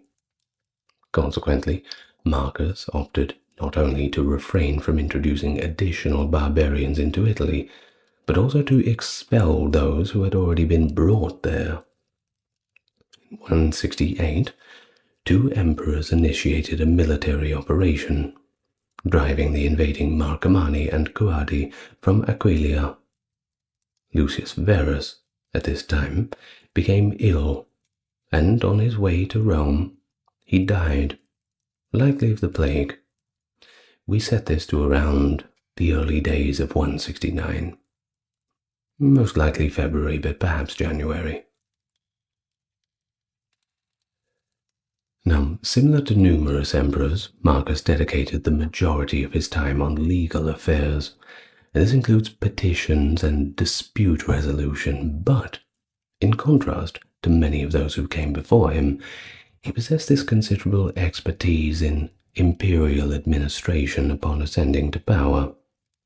He exercised meticulous attention in both theoretical and practical aspects of legislation.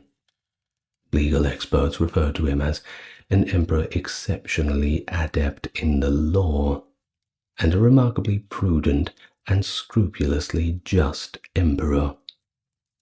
He exhibited significant interest in three legal domains, that being the emancipation of slaves, guardianship of orphans and minors, and selection of city councillors. He also showed considerable deference to the Roman Senate, and consistently sought their approval for expenditures, despite his authority and the undisputed rule of the emperor rendering such requests completely unnecessary. Of course, this made him very popular with the senators. But regardless of how popular you are, everything comes to an end. Marcus Aurelius passed away at the age of 58 on the 17th of March 180, either at the city of Vindobona, the province of Pannonia Superior, present-day Vienna, or Sirmium, province of Pannonia Inferior. He was promptly deified, of course, and his ashes were sent back to Rome, where they were interred in Hadrian's mausoleum, until the Visigothic sack in 410. Well, they carried away quite a few more things than just that. Now, his campaigns against the Germans and Sarmatians were memorialized with a column and a temple constructed in Rome. And, of course, as we've mentioned, there are quite a few who regard his demise as the conclusion of the Pax Romana, the end of the good times. Well, speaking of the end of the good times, he was succeeded by his son Commodus, who he designated as Caesar in 166, with whom he co-ruled since 177. Biological sons of the emperor, if present, were regarded as heirs. However, this marked just the second instance of a non-adoptive son succeeding his father, the sole previous occurrence being a century before, when Vespasian was succeeded by his son Titus, and I'm sure you've watched the video about that. Of course, this succession following Commodus has been condemned by a lot of historians, highlighting his unpredictable behavior and deficiencies in political and military competence. Either way, at the conclusion of this account of Marcus's reign, Cassius Dio composed an encomium for the emperor and lamented the transition to Commodus during his lifetime. In fact, Dio states that from Marcus's initial days as counselor to Antoninus, and his final days all the way up with the authority of the Emperor of Rome title, that he remained unchanged and did not alter in the slightest.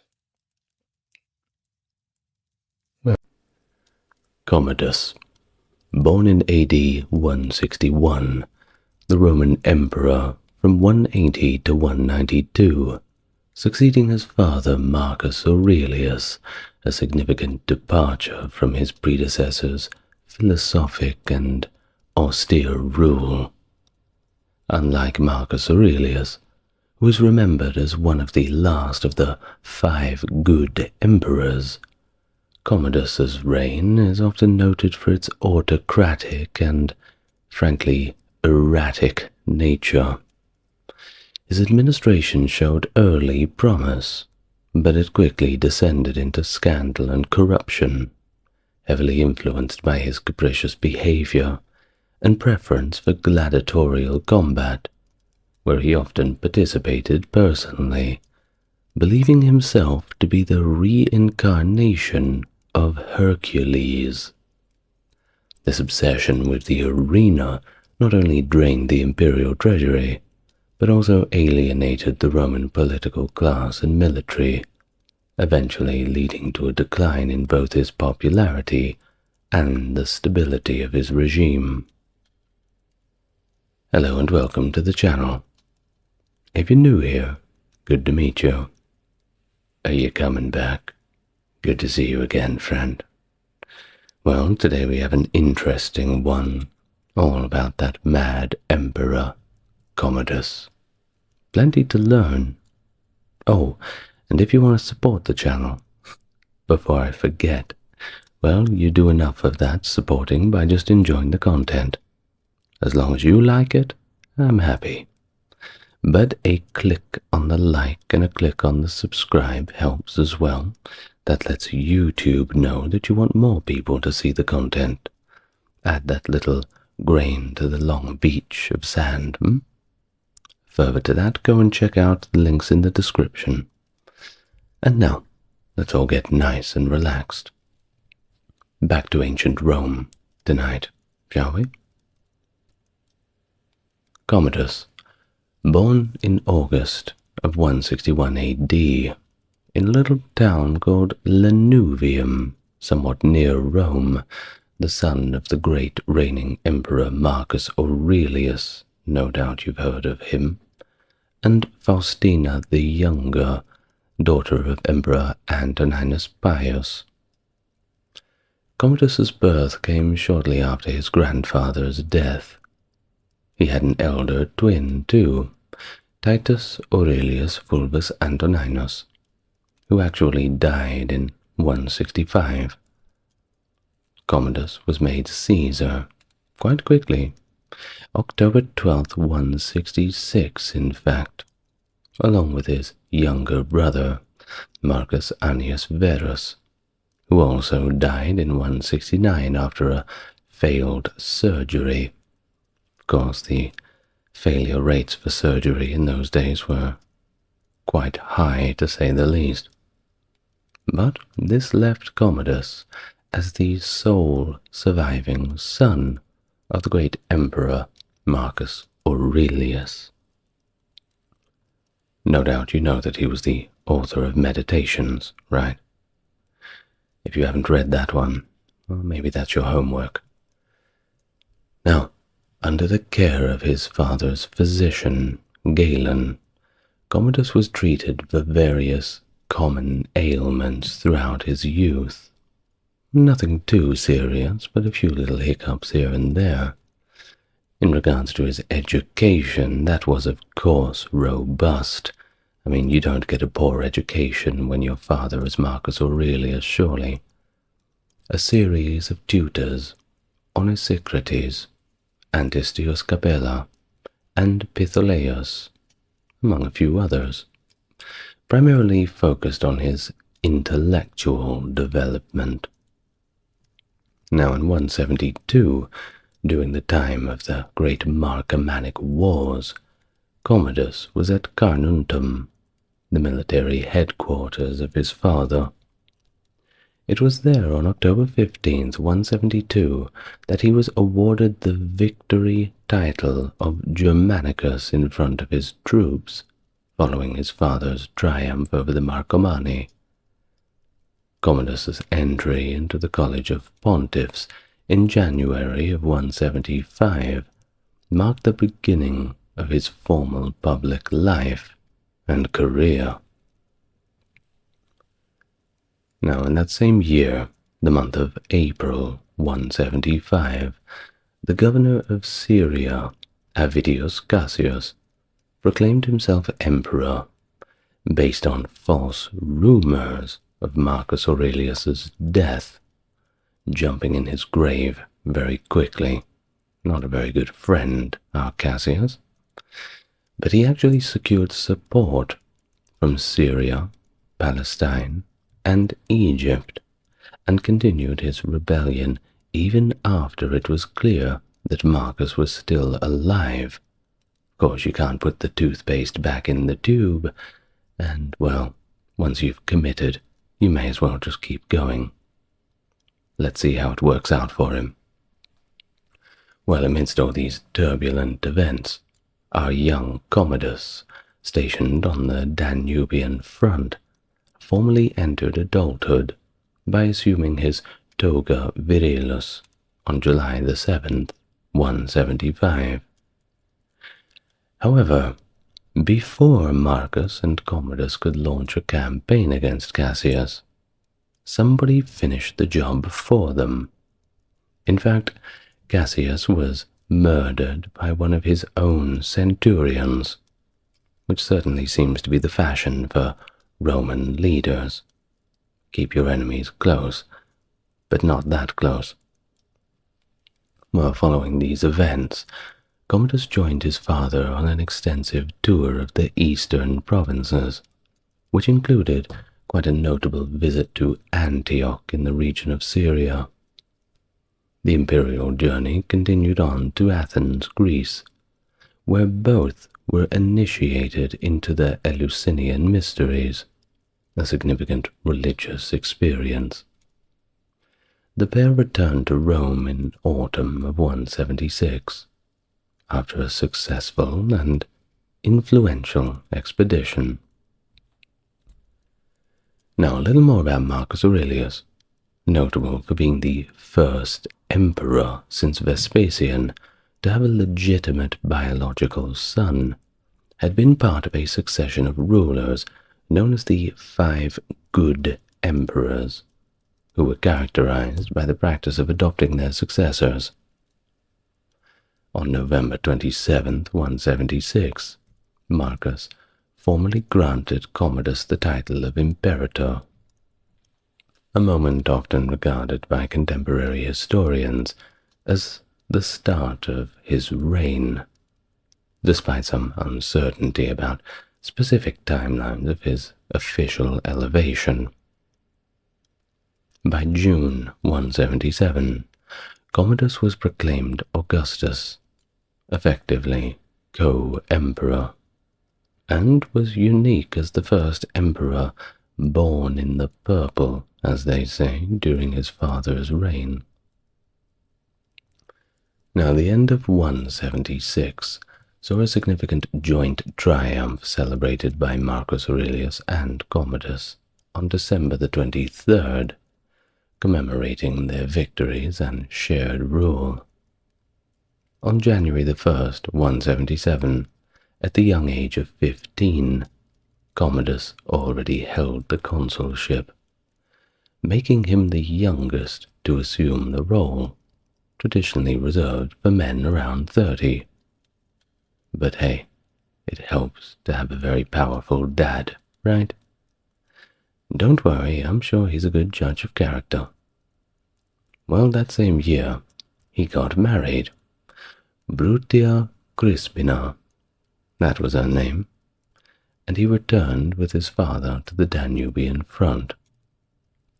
Unfortunately, 3 years later, March 17th, 180, Marcus Aurelius passed away in the Danube region, and he left Commodus, then just 18 years old, as the sole emperor, ushering in a new and ultimately tumultuous era for the Roman Empire.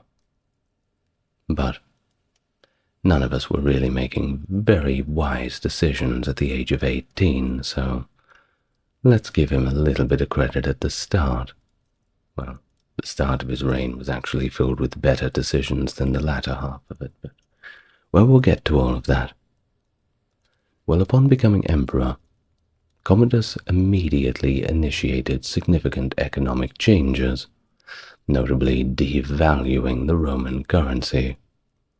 He decreased the denarius's weight from 96 per Roman pound to 105 per Roman pound, reducing its silver purity from 79% to 76%. Now, this adjustment lowered the silver weight in each coin from 2.57 grams to 2.34. By 186, he further debased the currency, bringing the purity down to 74%, and the silver weight to 2.22 grams for each coin, amounting to 108 denarii per Roman pound. This devaluation was the most substantial since Nero's reign, marking a significant economic shift. Tough times ahead, we may say. Well, his reign, in stark contrast to his father Marcus Aurelius, was marked by almost continuous warfare. Of course, Marcus Aurelius was famously a lover, not a fighter. And, well, it saw relatively fewer military engagements, of course, but it was riddled with political turmoil and the emperor's erratic behavior that Commodus would become famous for. Historian Cassius Dio remarked that Commodus's ascent signified a decline, I quote, from a kingdom of gold to one of iron and rust. And that's a 1-star review from Mr. Cassius Dio, indicating a period of degradation and corruption. Well, despite the critical events of his reign, detailed accounts of Commodus's rule are relatively sparse. The main sources include Hadrian, Cassius Dio, who we just mentioned, who offers a contemporary glimpse, though only in fragments. We also have the Historia Augusta, which is often considered unreliable, unfortunately, due to its blend of factual and fictional content. Now, Commodus spent little time with the Danube armies, quickly negotiating peace with the local tribes before returning to Rome to celebrate a triumph on October the 22nd, 180. It became pretty apparent that he was completely disinterested in administrative duties. He frequently delegated state responsibilities to a series of favored aides, starting with Sauterus, his chamberlain and a freedman from Nicomedia. The emperor's detachment from governance and his preference for delegating led to unrest and several plots against him, necessitating his eventual direct intervention in state affairs, which he handled in an increasingly authoritarian manner. Despite alienating the senatorial class, who grew to despise and fear him, Commodus maintained popularity among the army and common people. His popularity was partly due to his generous distributions of money and his participation in lavish and spectacular gladiatorial games, where he often fought in staged combats that, of course, ensured his victory. Well, to finance his costly entertainment and gifts, Commodus imposed heavy taxes on the senatorial order, and provocatively altered many inscriptions to read Populus Senatusque Romanus, the people and senate of Rome.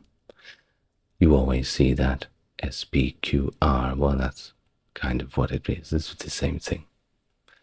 Anyway, this reversing the traditional order to emphasize his populist approach, because you see it would usually be Senatusque Populus Romanus, but this time it's Populus Senatusque, so the people, then the Senate. The Senate did not like this very much, I'm sure you can imagine. Now, this era under Commodus witnessed a marked decline in Rome's economy, and also administrative effectiveness, setting the stage for further instability. He had become an emperor at the age of 18, and his circle of advisors was inherited from his father, including Tiberius Claudius Pompeianus, who was married to his sister Lucilla, and Gaius Bruttius Praesens, his father-in-law.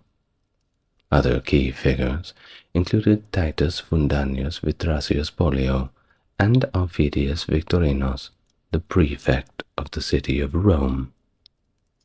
Commodus's 4 sisters, each married to equally influential men, were integral members of the court, with Lucilla, over a decade his senior, and previously married to Lucius Verus, holding the rank of Augusta.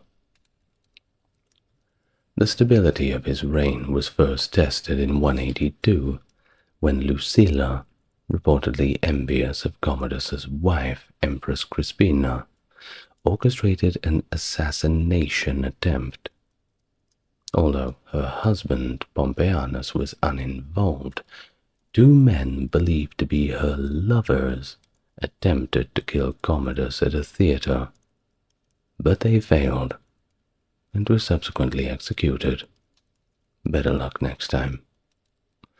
Lucilla, well, she was exiled to Capri and later executed as well, while Pompeianus shrank away and withdrew from public life, absconding into the countryside. The conspiracy also implicated one of the Praetorian prefects, that being Publius Tarquinius Paternus, although his involvement was only later discovered well after the fact. His colleague, Sextus Tigius Perennius, managed to arrange the murder of Sauterus, Commodus's disliked chamberlain, positioning himself to gain further power by implicating Paternus in another conspiracy supposedly led by Publius Salvius Julianus, a senator engaged to Paternus's daughter. This led to further executions within the senatorial and consular ranks, including Salvius and Paternus. Didius Julianus, a relative and future emperor, was removed from his position as governor of Germania Inferior.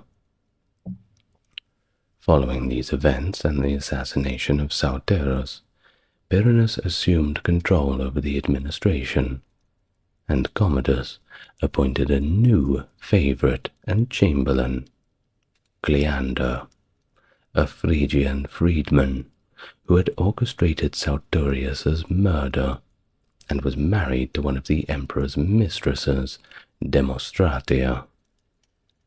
Amidst these threats to his life, Commodus increasingly retreated from Rome, spending considerable time at the family estates in Lanuvium, indulging in his interests, such as sports like horse racing, chariot racing, and combat with both beasts and men, which he would of course sometimes showcase publicly. In 183 AD, Commodus was finally inaugurated as consul, appointing Aufidius Victorinus as his colleague, and adopted the title Pius. That same year, conflicts escalated in Dacia, where notable military commanders Clodius Albinus and Pescennius Niger, both future contenders for the throne, achieved significant distinctions. Concurrently, in Britain in 184 AD, Governor Ulpius Marcellus extended the Roman frontier back to the Antonine Wall. However, his stringent discipline provoked a revolt among the legionaries, who declared their support for another legate, Priscus, as emperor. But Priscus was not keen on the title at all, and he declined it, leading to the dismissal of all legionary legates in Britain by Perinus, Commodus's powerful advisor. During the Capitoline Games, on October 15th, 184, a Cynic philosopher openly accused Perinus of treachery, and right in front of Commodus, no doubt. Well, his allegations deemed false led to his immediate execution. Cassius Dio described Perinus as a capable yet harsh administrator, noted for his ruthless ambition, but not personal corruption. The tension escalated further in 185 AD, when soldiers previously stationed in Britain transferred to Italy to combat local brigands, accused Perinus of plotting to install his own son as emperor. This accusation, facilitated by Cleander, another of Commodus's favorites aiming to eliminate his rival, led Commodus to authorize the execution of Perinus, along with his wife and even his children. Monstrous, I know. Well, the aftermath saw a purge within the empire's ranks. Aufidius Victorinus took his own life amid the turmoil, and Ulpius Marcellus was replaced by Pertinax as governor of Britain. Marcellus was subsequently tried for treason in Rome, and he escaped execution, but barely. Cleander, seizing substantial control within the Roman government, began exploiting his position by selling prestigious posts, including senate seats, military commands, governorships, and even consulships to those willing to pay the highest price. His greed and corruption led to widespread instability, marked by the increased desertions within the military ranks across Gaul and Germany. Pescennius Niger, one of Commodus's generals, was tasked with suppressing these deserters through a military campaign in Gaul, while revolts in Brittany were quelled by legions transferred from Britain. In 187, a significant threat emerged when Maternus, a leader among the deserters, plotted to assassinate Commodus during the festival of the great goddess in March. The plot, however, was foiled when Maternus was betrayed, and then he got executed as well. Busy week for the executioner, it seems. Well, the same year, Pertinax uncovered a conspiracy against Cleander led by Antistius Burrus and Arrius Antoninus, both adversaries within the political sphere. As dangers mounted, Commodus increasingly withdrew from public life, preferring the safety of his private estates. By early 188 AD, Cleander solidified his grip on power by dismissing the then Praetorian prefect Attilius Abantianus and assuming the supreme command of the Praetorian Guard with the unprecedented rank of Pugione, or dagger bearer. Sounds pretty ominous, doesn't it? Effectively placing the Praetorian prefects under his direct command. Cleander's manipulation peaked in 190, a year marked by his appointment of an astonishing 25 suffect consuls, setting a record in the annals of the Roman consulship. Among these appointees was actually the future emperor Septimius Severus. The year 190 also brought a severe food crisis to Rome, which the prefect responsible for the grain supply, Papirius Dionysius, blamed on Cleander's mismanagement. The crisis culminated in public unrest during a horse race at the Circus Maximus in late June, when Cleander dispatched the Praetorian Guard to quell the disturbances. Pertinax, now the city prefect of Rome, countered by sending vigiles urbanes to oppose them. Facing imminent danger, Cleander sought refuge with Emperor Commodus at Laurentum, but was pursued by an enraged mob. Under pressure from his mistress Marcia, Commodus ordered Cleander's execution, along with that of his son, effectively ending Cleander's reign of influence. The purge also claimed the lives of several key political figures, including Julius Julianus, the Praetorian prefect, Commodus's cousin Annia Fundania Faustina, and his brother-in-law Mamertinus, and the implicated Papirius Dionysius, excuse me. The names are sometimes difficult, give me a break. Now, following these events, Commodus took a more active role in governance, but continued to rely heavily on a small circle comprising Marcia, his new chamberlain Eclectus, and new Praetorian prefect called Quintus Aemilius Laetus. Well, better Laetus than never, I suppose.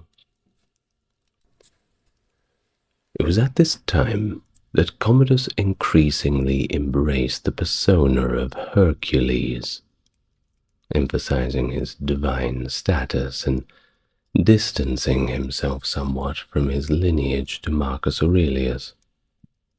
And thus, he was portrayed as a Herculean figure across the empire, highlighting his physical prowess and a semi-divine nature. This portrayal was intended to align him with Jupiter, Rome's chief deity, by emphasizing his role as Hercules' son. His self-presentation escalated into megalomania as he sought to reshape the Roman Empire in his image. The year 191 AD saw significant devastation in Rome due to a fire that lasted several days, destroying key structures such as the Temple of Pax, the Temple of Vesta, and parts of the imperial palace. And Commodus used this disaster as a pretext for profound transformations in 192 AD, symbolically refounding Rome and even renaming it Colonia Lucia Annia Commodiana, akin to a new beginning under his rule. This renaming extended to the months of the year, each now reflecting one of his 12 names: Lucius, Aelius, Aurelius, Commodus, Augustus, Herculeus, Romanus, Expurgatorius, Amazonius, Invictus, Felix, and Pius. Further emphasizing this transformation, he renamed the Roman legions, the grain fleet from Africa as well, and even the Senate. The populace, his palace, and all Roman society were branded with the Commodus name, like some kind of deranged graffiti artist. Well, the day these changes were decreed was actually celebrated as Dies Commodianus, marking a new era completely centered on himself. But that wasn't far enough for him. He also replaced the head of the Colossus of Nero near the Colosseum with his own likeness, and then he gave it a club and a bronze lion at its feet, transforming it into Hercules Romanus. An inscription proclaimed his unique conquests in the arena, boasting of his victories as a left-handed fighter against 12 times 1,000 men. Citation needed, further solidifying his crafted image of invincibility and divine sanction. And so, in November of 192, he indulged in his passion for spectacle and personal glory by hosting the Flavian Games. He began each day of the games by hunting and killing hundreds of animals using arrows and javelins, showcasing his prowess as a marksman. Each afternoon, he would put on his armor and sally forth into the arena as a gladiator. And guess what? He won every single match. This public display reinforced his image as both invincible and divinely favored in the eyes of the Roman populace. As the year drew to a close, Commodus planned a grandiose inauguration for 193, intending to both serve as a consul and perform as a gladiator on January 1st, once more blurring the lines between his imperial duties and his personal ambitions as an entertainer. However, this plan was cut short by a deadly conspiracy, and it came from within his own inner circle, who were getting a little bit tired of him not fulfilling his emperor-like duties. On the final day of 192, December 31st, Commodus's life came to a dramatic end. After an assassination attempt through poisoning failed, as Commodus managed to vomit up the poison, Marcia, his consort, along with the prefect Latus and chamberlain Eclectus, who discovered their names on a death list prepared by Commodus, resorted to a more, well, let's call it a direct approach. They enlisted Commodus's wrestling partner, Narcissus, who strangled the emperor in his bath, thus ending his controversial reign. While following his assassination, the Senate wasted no time in condemning Commodus's memory to oblivion, a decision akin to what is called a damnatio memoriae, though not formalized as such. They reinstated the original names of the city of Rome and its institutions, reversing Commodus's egocentric rebrandings.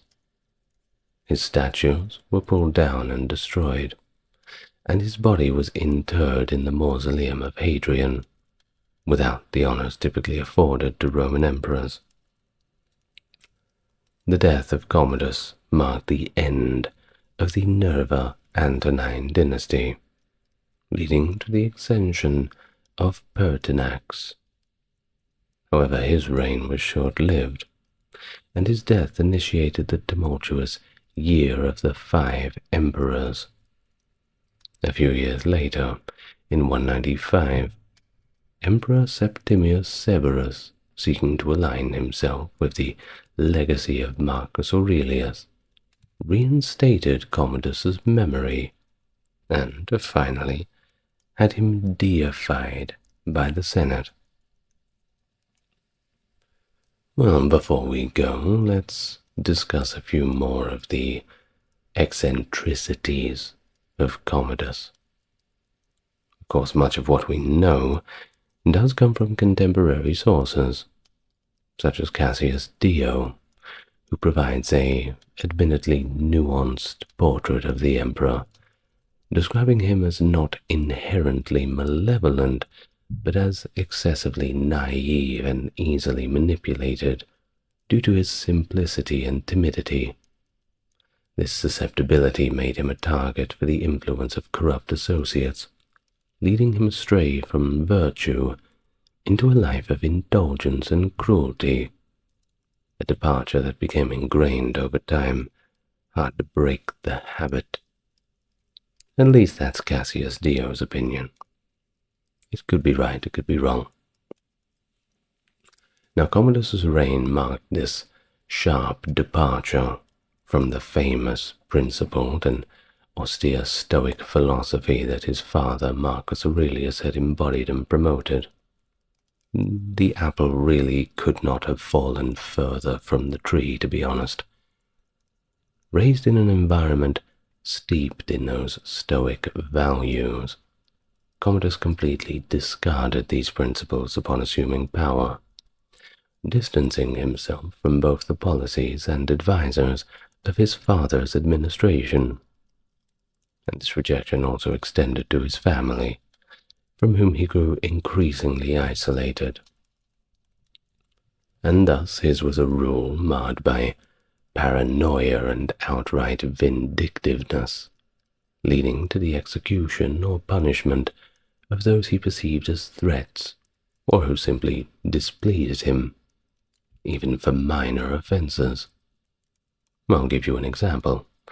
An infamous instance of his cruelty occurred at the Roman baths at Termae Taurine, where Commodus ordered an attendant to be thrown into an oven after being upset over the temperature of his bath water.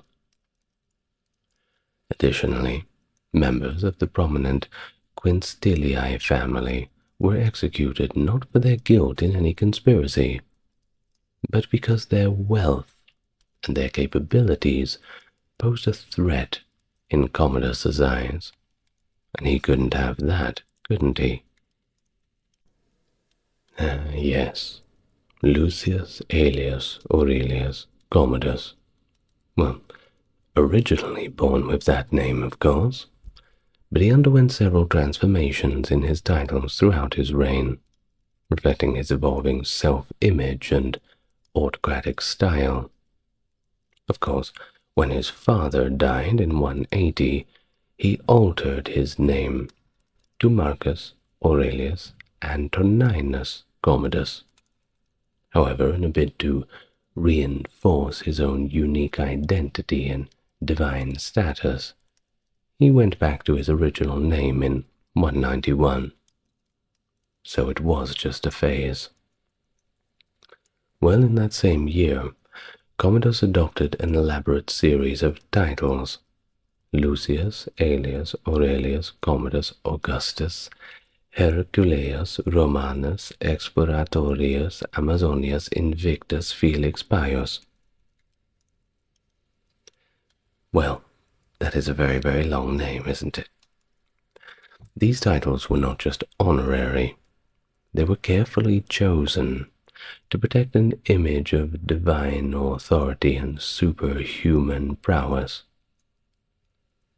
Now, the title Exuperatorius, it's a mouthful, likening him to Jupiter, suggesting a supremacy, while Amazonius reinforced his self-identification with Hercules, emphasizing his strength and heroic status.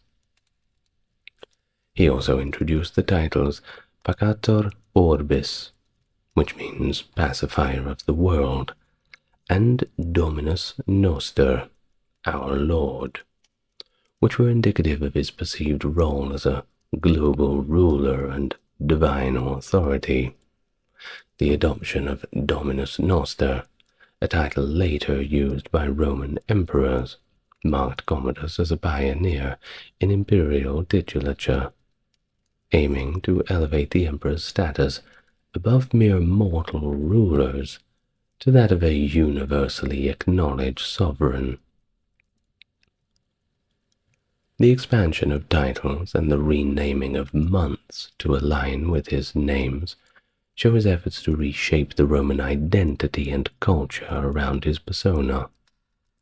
Evidence from an inscribed altar in Dura Europos demonstrates how far-reaching these policies were, extending even to remote parts of the empire and affecting both civilian and military realms. Units of the auxiliary military were renamed Commodiana, indicating the depth of his cult of personality and his assertion of personal dominion over all aspects of Roman life. And of course, he took great pride in his physical attributes and abilities, often showcasing them in ways that blurred the lines between imperial dignity and theatrical spectacle. His enthusiasm for presenting himself as a reincarnation of Hercules was more than a mere role-play fascination. He really believed it. It was an integral part of his identity and his rule. As far as he was concerned, he was the guy. He adorned himself with the iconic lion's hide and club attributes of Hercules, reinforcing this connection through public appearances and numerous statues commissioned across the empire to depict him in this godlike form. And his physical prowess was not merely limited to symbolic gestures. He actively participated in gladiatorial combat. The arena, a place traditionally reserved for slaves and free men seeking fame and fortune, but rarely, if ever, for emperors. His appearances were not only about displaying his strength, but were also performances meant to solidify his divine status among the populace.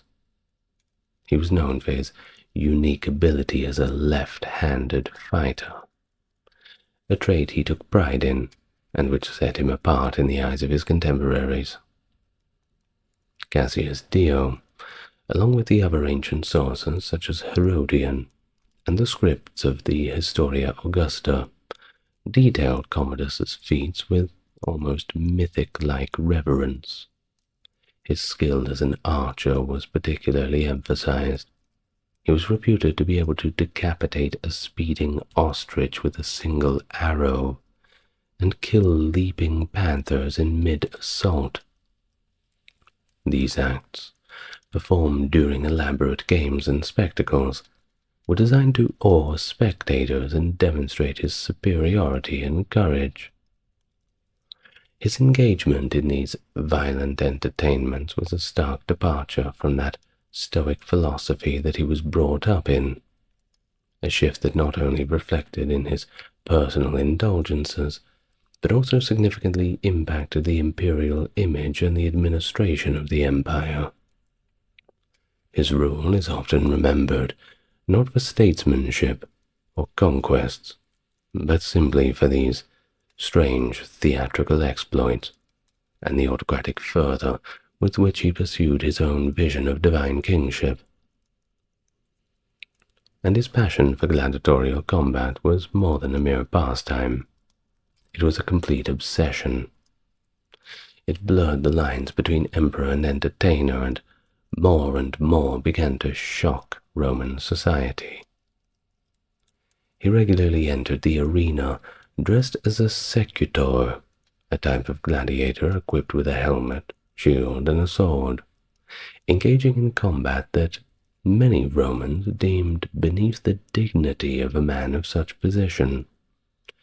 Hadrian and other contemporary sources reveal that such behaviors were seen as disgraceful, particularly for an emperor who was expected to embody the virtues of leadership and martial prowess against legitimate enemies of the state, not fellow entertainers in staged combats.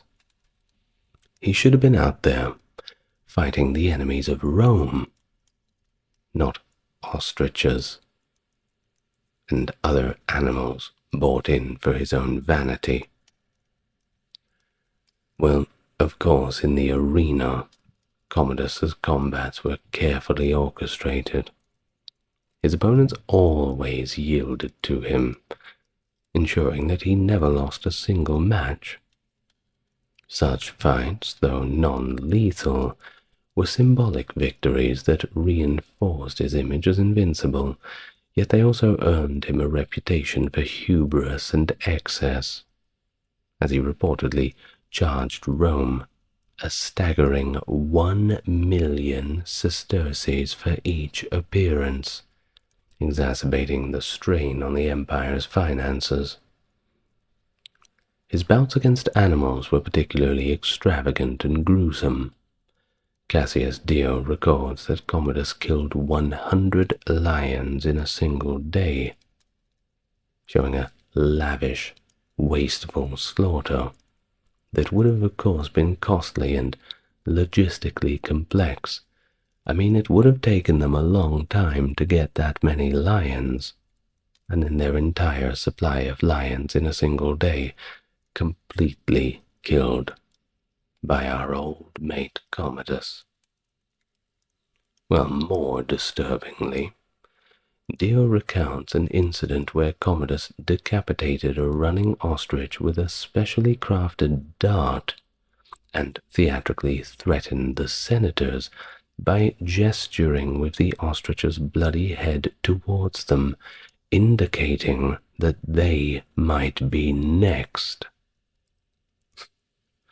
Well, this act was, of course, intended to intimidate, but it didn't quite have that effect.